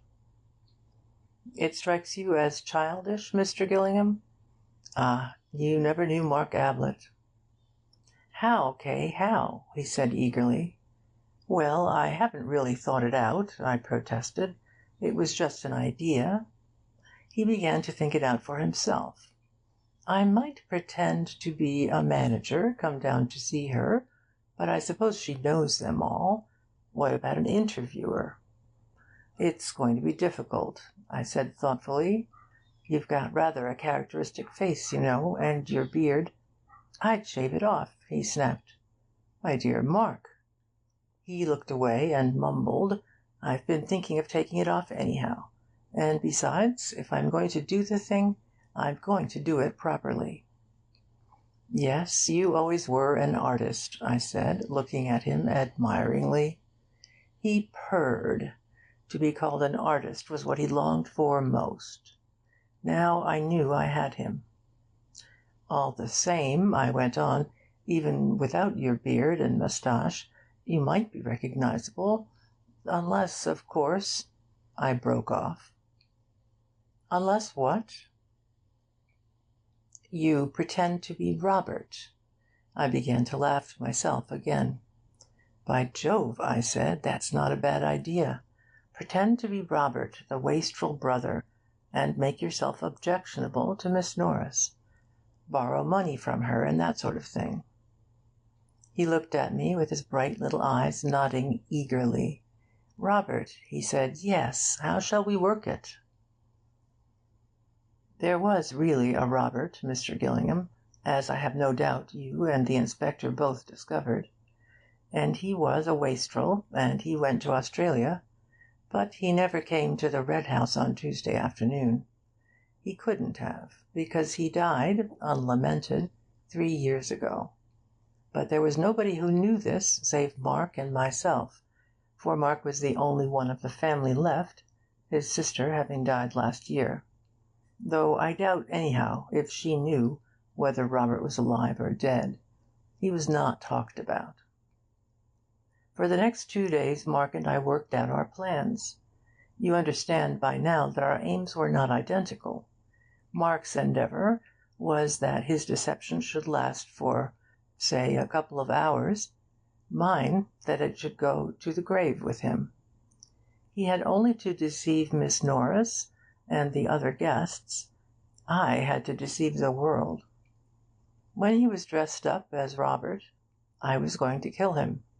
Robert would then be dead, Mark, of course, missing. What could anybody think but that Mark had killed Robert? But you see how important it was for Mark to enter fully into his latest and last impersonation. Half measures would be fatal. You will say that it was impossible to do the thing thoroughly enough. I answer again that you never knew Mark.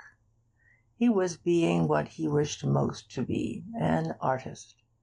No Othello ever blacked himself all over with such enthusiasm as did Mark.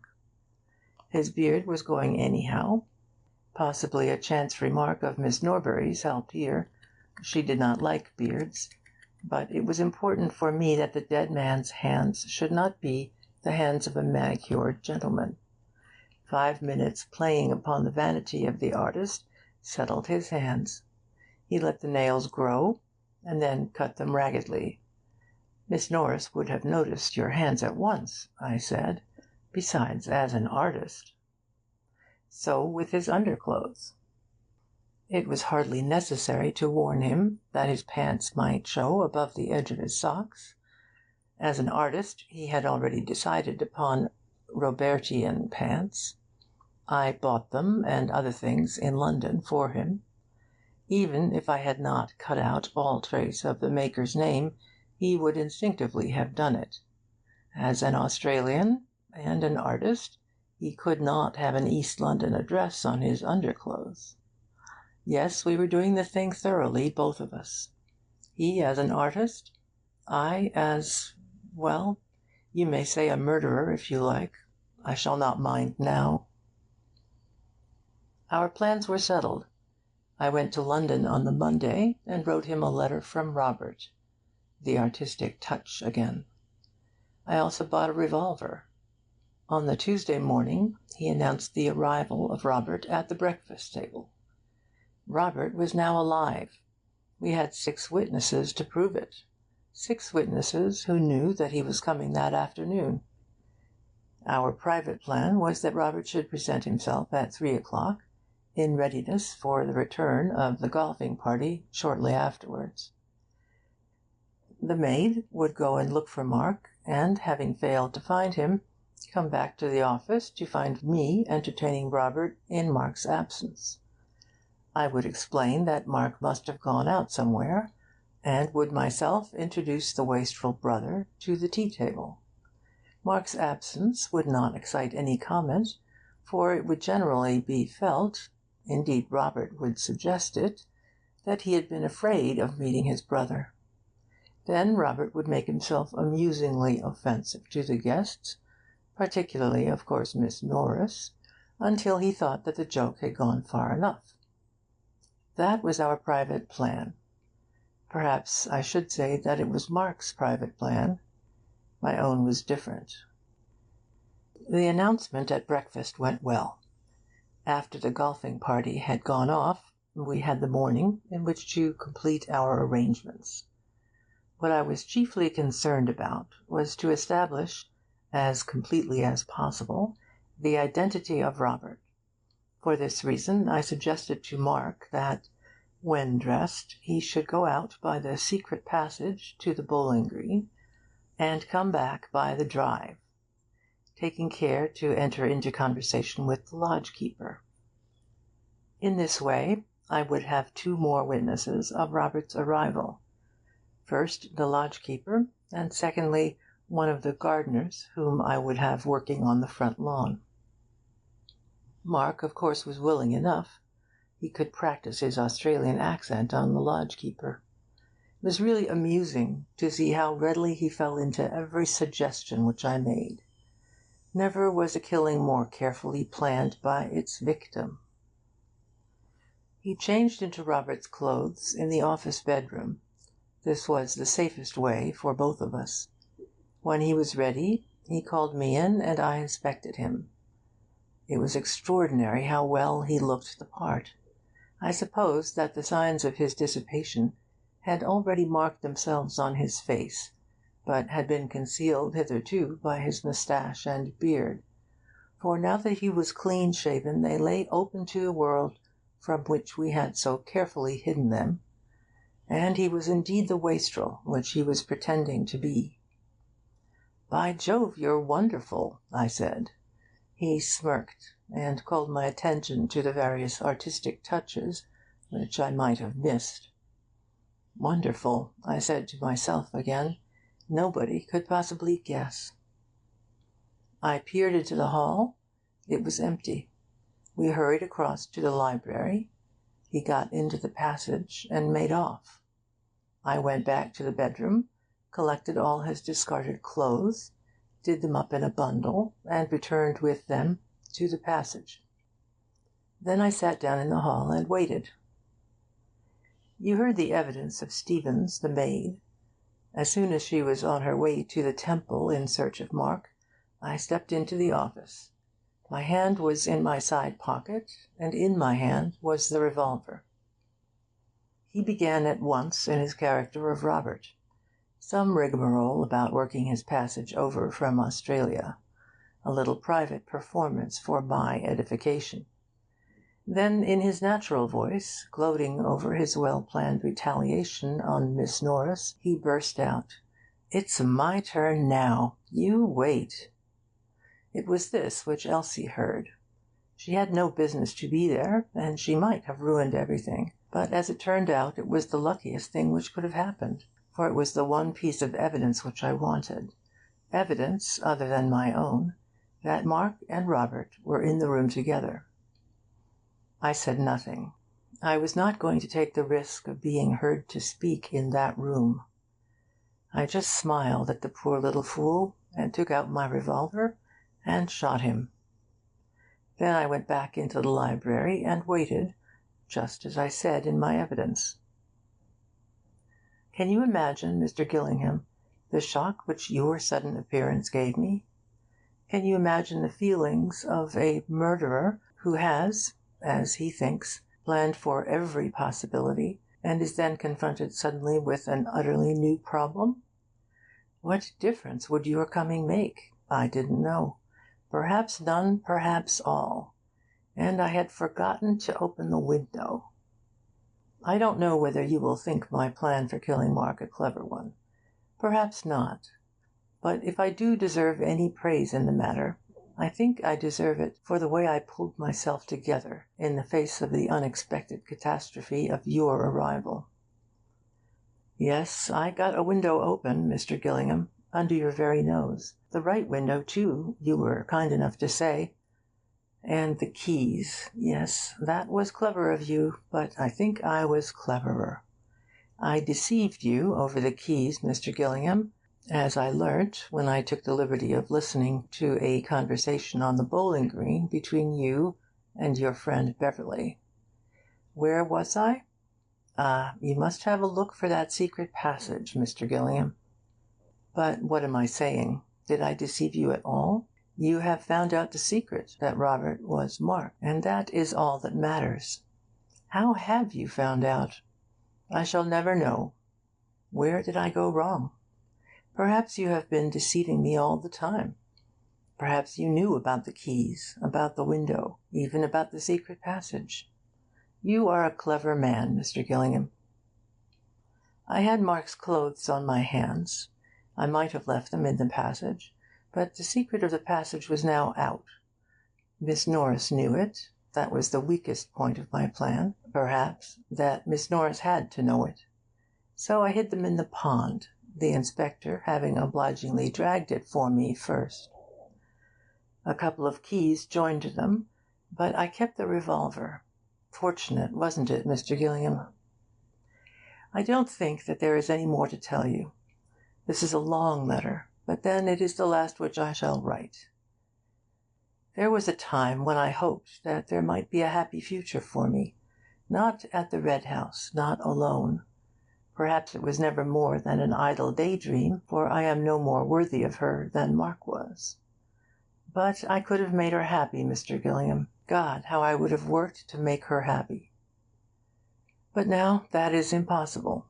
To offer her the hand of a murderer would be as bad as to offer her the hand of a drunkard. And Mark died for that. I saw her this morning. She was very sweet.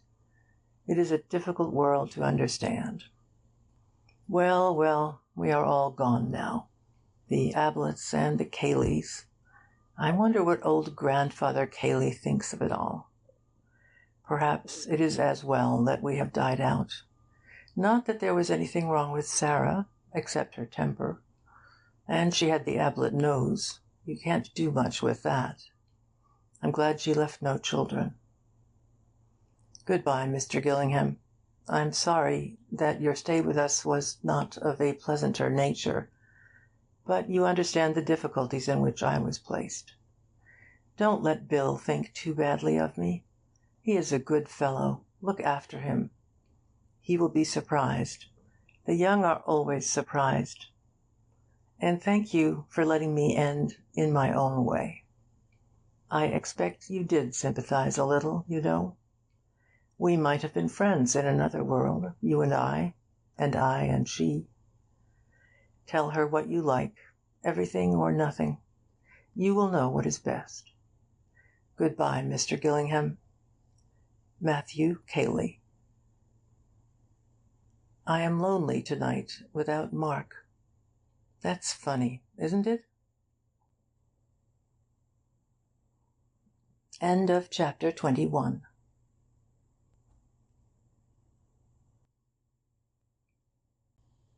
Good Lord, said Bill as he put down the letter.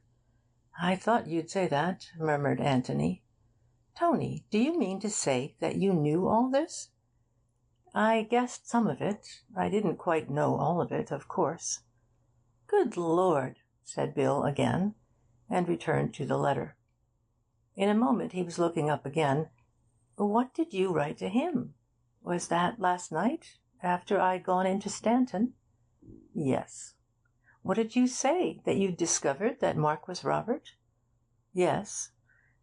At least, I said that this morning I should probably telegraph to Mr. Cartwright of Wimpole Street and ask him to...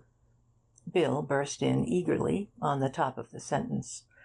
Yes, now, what was that all about? You were so damn Sherlocky yesterday, all of a sudden. We'd been doing the thing together all the time, and you'd been telling me everything, and then suddenly you became very mysterious and private about dentists and swimming and the plough and horses, and, well, what was that all about? You simply vanished out of sight. I didn't know what on earth we were talking about. Anthony laughed and apologized. Sorry, Bill. I felt like that suddenly, just for the last half hour, just to end up with. I'll tell you everything now. Not that there's anything to tell, really. It seems so easy when you know it, so obvious. About Mr. Cartwright of Wimpole Street. Of course, he was just to identify the body. But whatever made you think of a dentist for that? Who could do it better? Could you have done it? How could you? You'd never gone bathing with Mark. You'd never seen him stripped. He didn't swim.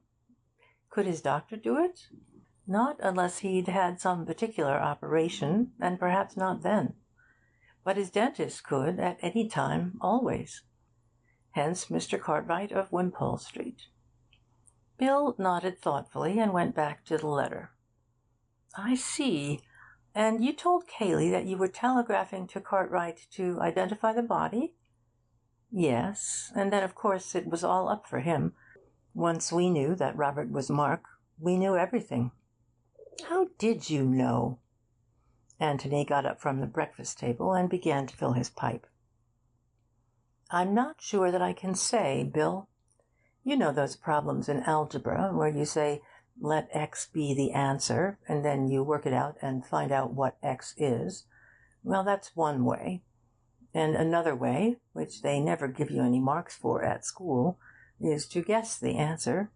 Pretend the answer is 4. Well, will that satisfy the conditions of the problem? No. Then try 6. And if 6 doesn't either, then what about 5? And so on. Well, the inspector and the coroner and all that lot had guessed their answer, and it seemed to fit. But you and I knew it didn't really fit. There were several conditions in the problem which it didn't fit at all. So we knew that their answer was wrong, and we had to think of another, an answer which explained all the things which were puzzling us. Well, I happened to guess the right one.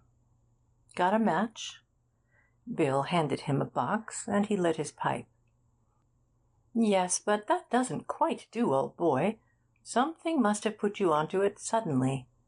By the way, I'll have my matches back, if you don't mind. Anthony laughed and took them out of his pocket. Sorry. Well, then, let's see if I can go through my own mind again and tell you how I guessed it. First of all, the clothes. Yes? To Cayley, the clothes seemed an enormous, important clue. I didn't quite see why, but I did realize that to a man in Cayley's position, the smallest clue would have an entirely disproportionate value. For some reason, then, Cayley attached this exaggerated importance to the clothes which Mark was wearing on that Tuesday morning. All the clothes, the inside ones as well as the outside ones. I didn't know why, but I did feel certain that, in that case, the absence of the collar was unintentional. In collecting the clothes, he had overlooked the collar. Why? It was the one in the linen basket? Yes, it seemed probable. Why had Cayley put it there? The obvious answer was that he hadn't. Mark had put it there. I remembered what you told me about Mark being finicky and having lots of clothes and so on, and I felt that he was just the sort of man who would never wear the same collar twice. He paused and then asked, Is that right, do you think? Absolutely, said Bill with conviction. Well, I guessed it was. So then I began to see an X which would fit just this part of the problem, the clothes part. I saw Mark changing his clothes. I saw him instinctively dropping the collar in the linen basket, just as he had always dropped every collar he had ever taken off, but leaving the rest of the clothes on a chair in the ordinary way. And I saw Cayley collecting all the clothes afterwards, all the visible clothes, and not realizing that the collar wasn't there. Go on, said Bill eagerly. Well, I felt pretty sure about that, and I wanted an explanation of it. Why had Mark changed down there instead of in his bedroom? The only answer was that the fact of his changing had to be kept secret. When did he change? The only possible time was between lunch, when he would be seen by the servants, and the moment of Robert's arrival. And when did Cayley collect the clothes in a bundle? Again, the only answer was before Robert's arrival. So another X was wanted to fit those three conditions. And the answer was that a murder was intended even before Robert arrived? Yes. Well, now, it couldn't be intended on the strength of that letter, unless there was very much more behind the letter than we know. Nor was it possible a murder could be intended without any more preparation than the changing into a different suit in which to escape. The thing was too childish. Also, if Robert was to be murdered, why go out of the way to announce his existence to you all, even at the cost of some trouble to Mrs. Norbury? What did it all mean? I didn't know. But I began to feel now that Robert was an incident only, that the plot was a plot of Cayley's against Mark, either to get him to kill his brother, or to get his brother to kill him, and that for some inexplicable reason Mark seemed to be lending himself to the plot. He was silent for a little, and then said, almost to himself, I had seen the empty brandy bottles in that cupboard. You never said anything about them, complained Bill. I only saw them afterwards. I was looking for the collar, you remember. They came back to me afterwards. I knew how Cayley would feel it. Poor devil. Go on, said Bill. Well, then, we had the inquest, and of course I noticed, and I suppose you did too, the curious fact that Robert had asked his way at the second lodge and not at the first. So I talked to Amos and Parsons. That made it more curious. Amos told me that Robert had gone out of his way to speak to him, had called to him, in fact. Parsons told me that his wife was out in their little garden at the first lodge all afternoon, and was certain that Robert had never come past it. He also told me that Cayley had put him on to a job on the front lawn that afternoon. So I had another guess. Robert had used the secret passage, the passage which comes out into the park between the first and second lodges. Robert, then, had been in the house. It was a put-up job between Robert and Cayley. But how could Robert be there without Mark knowing? Obviously Mark knew too. What did it all mean? When was this? Interrupted Bill. Just after the inquest? After you'd seen Amos and Parsons, of course? Yes, I got up and left them, and I came to look for you. I got back to the clothes then. Why did Mark change his clothes so secretly? Disguise? But then what about his face? That was much more important than clothes. His face, his beard, he'd have to shave off his beard, and then... Oh, idiot! I saw you looking at that poster. Mark acting, Mark made up, Mark disguised. Oh, priceless idiot! Mark was Robert. Matches, please.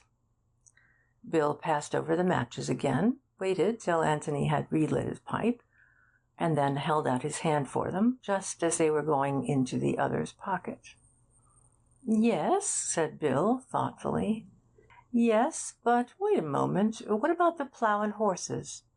Anthony looked at him comically. You'll never forgive me, Bill, he said. You'll never come clue-hunting with me again. What do you mean? Anthony sighed. It was a fake, Watson. I wanted you out of the way. I wanted to be alone. I'd guessed at my ex, and I wanted to test it every way, by everything we'd discovered. I simply had to be alone just then, so... He smiled and added, Well, I knew you wanted a drink. You are a devil, said Bill, staring at him. And your interest when I told you that a woman had been staying there. Well, it was only polite to be interested when you'd taken so much trouble. You brute! You Sherlock! And then you keep trying to steal my matches. Well, go on. That's all. My ex fitted. Did you guess Miss Norris and all that? Well, not quite. I didn't realize that Cayley had worked for it from the beginning, had put Miss Norris up to frightening Mark. I thought he'd just seized the opportunity. Bill was silent for a long time. Then, puffing at his pipe, he said slowly, "Has Cayley shot himself?" Anthony shrugged his shoulders. "Poor devil," said Bill. "It was decent of you to give him a chance. I'm glad you did. I couldn't help liking Cayley in a kind of way, you know. He's a clever devil. If you hadn't turned up just when you did, he would never have been found out." "I wonder. It was ingenious, but it's often the ingenious thing which gets found out. The awkward thing, from Cayley's point of view, was that though Mark was missing, neither he nor his body could ever be found. Well, that doesn't often happen with a missing man. He generally gets discovered in the end. A professional criminal? Perhaps not, but an amateur like Mark? He might have kept the secret of how he killed Mark, but I think it would have been obvious sooner or later that he had killed him." "Yes, there's something in that. Oh, just tell me one thing. Why did Mark tell Miss Norbury about his imaginary brother?" "That's puzzled me rather, too, Bill. It may be that he was just doing the Othello business, painting himself black all over. I mean, he may have been so full of his appearance as Robert that he had almost got to believe in Robert and had to tell everybody. More likely, though, he felt that, having told all of you at the house, he had better tell Miss Norbury, in case she met one of you, in which case, if you mentioned the approaching arrival of Robert, she might say, 'Oh, I'm certain he has no brother. He would have told me if he had,' and so spoil his joke. Possibly, too, Cayley put him on to it. Cayley obviously wanted as many people as possible to know about Robert." "Are you going to tell the police?" "Yes. I suppose they'll have to know. Cayley may have left another confession. I hope he won't give me away. You see, I've been a sort of accessory since yesterday evening, and I must go and see Miss Norbury." "I asked," explained Bill, "because I was wondering what I should say to Betty, Miss Calladine. You see, she's bound to ask." "Perhaps you won't see her again for a long, long time," said Anthony sadly. "As a matter of fact, I happen to know that she will be at the Barringtons, and I go up there tomorrow." "Well, you'd better tell her. You're obviously longing to. Only don't let her say anything for a day or two.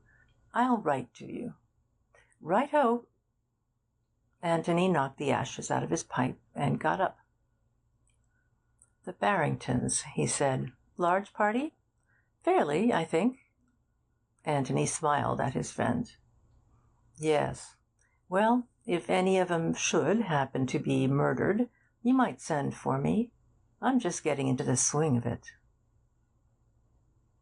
End of chapter 22. Recording by Kirsten Weber. End of The Red House Mystery by A. Milne.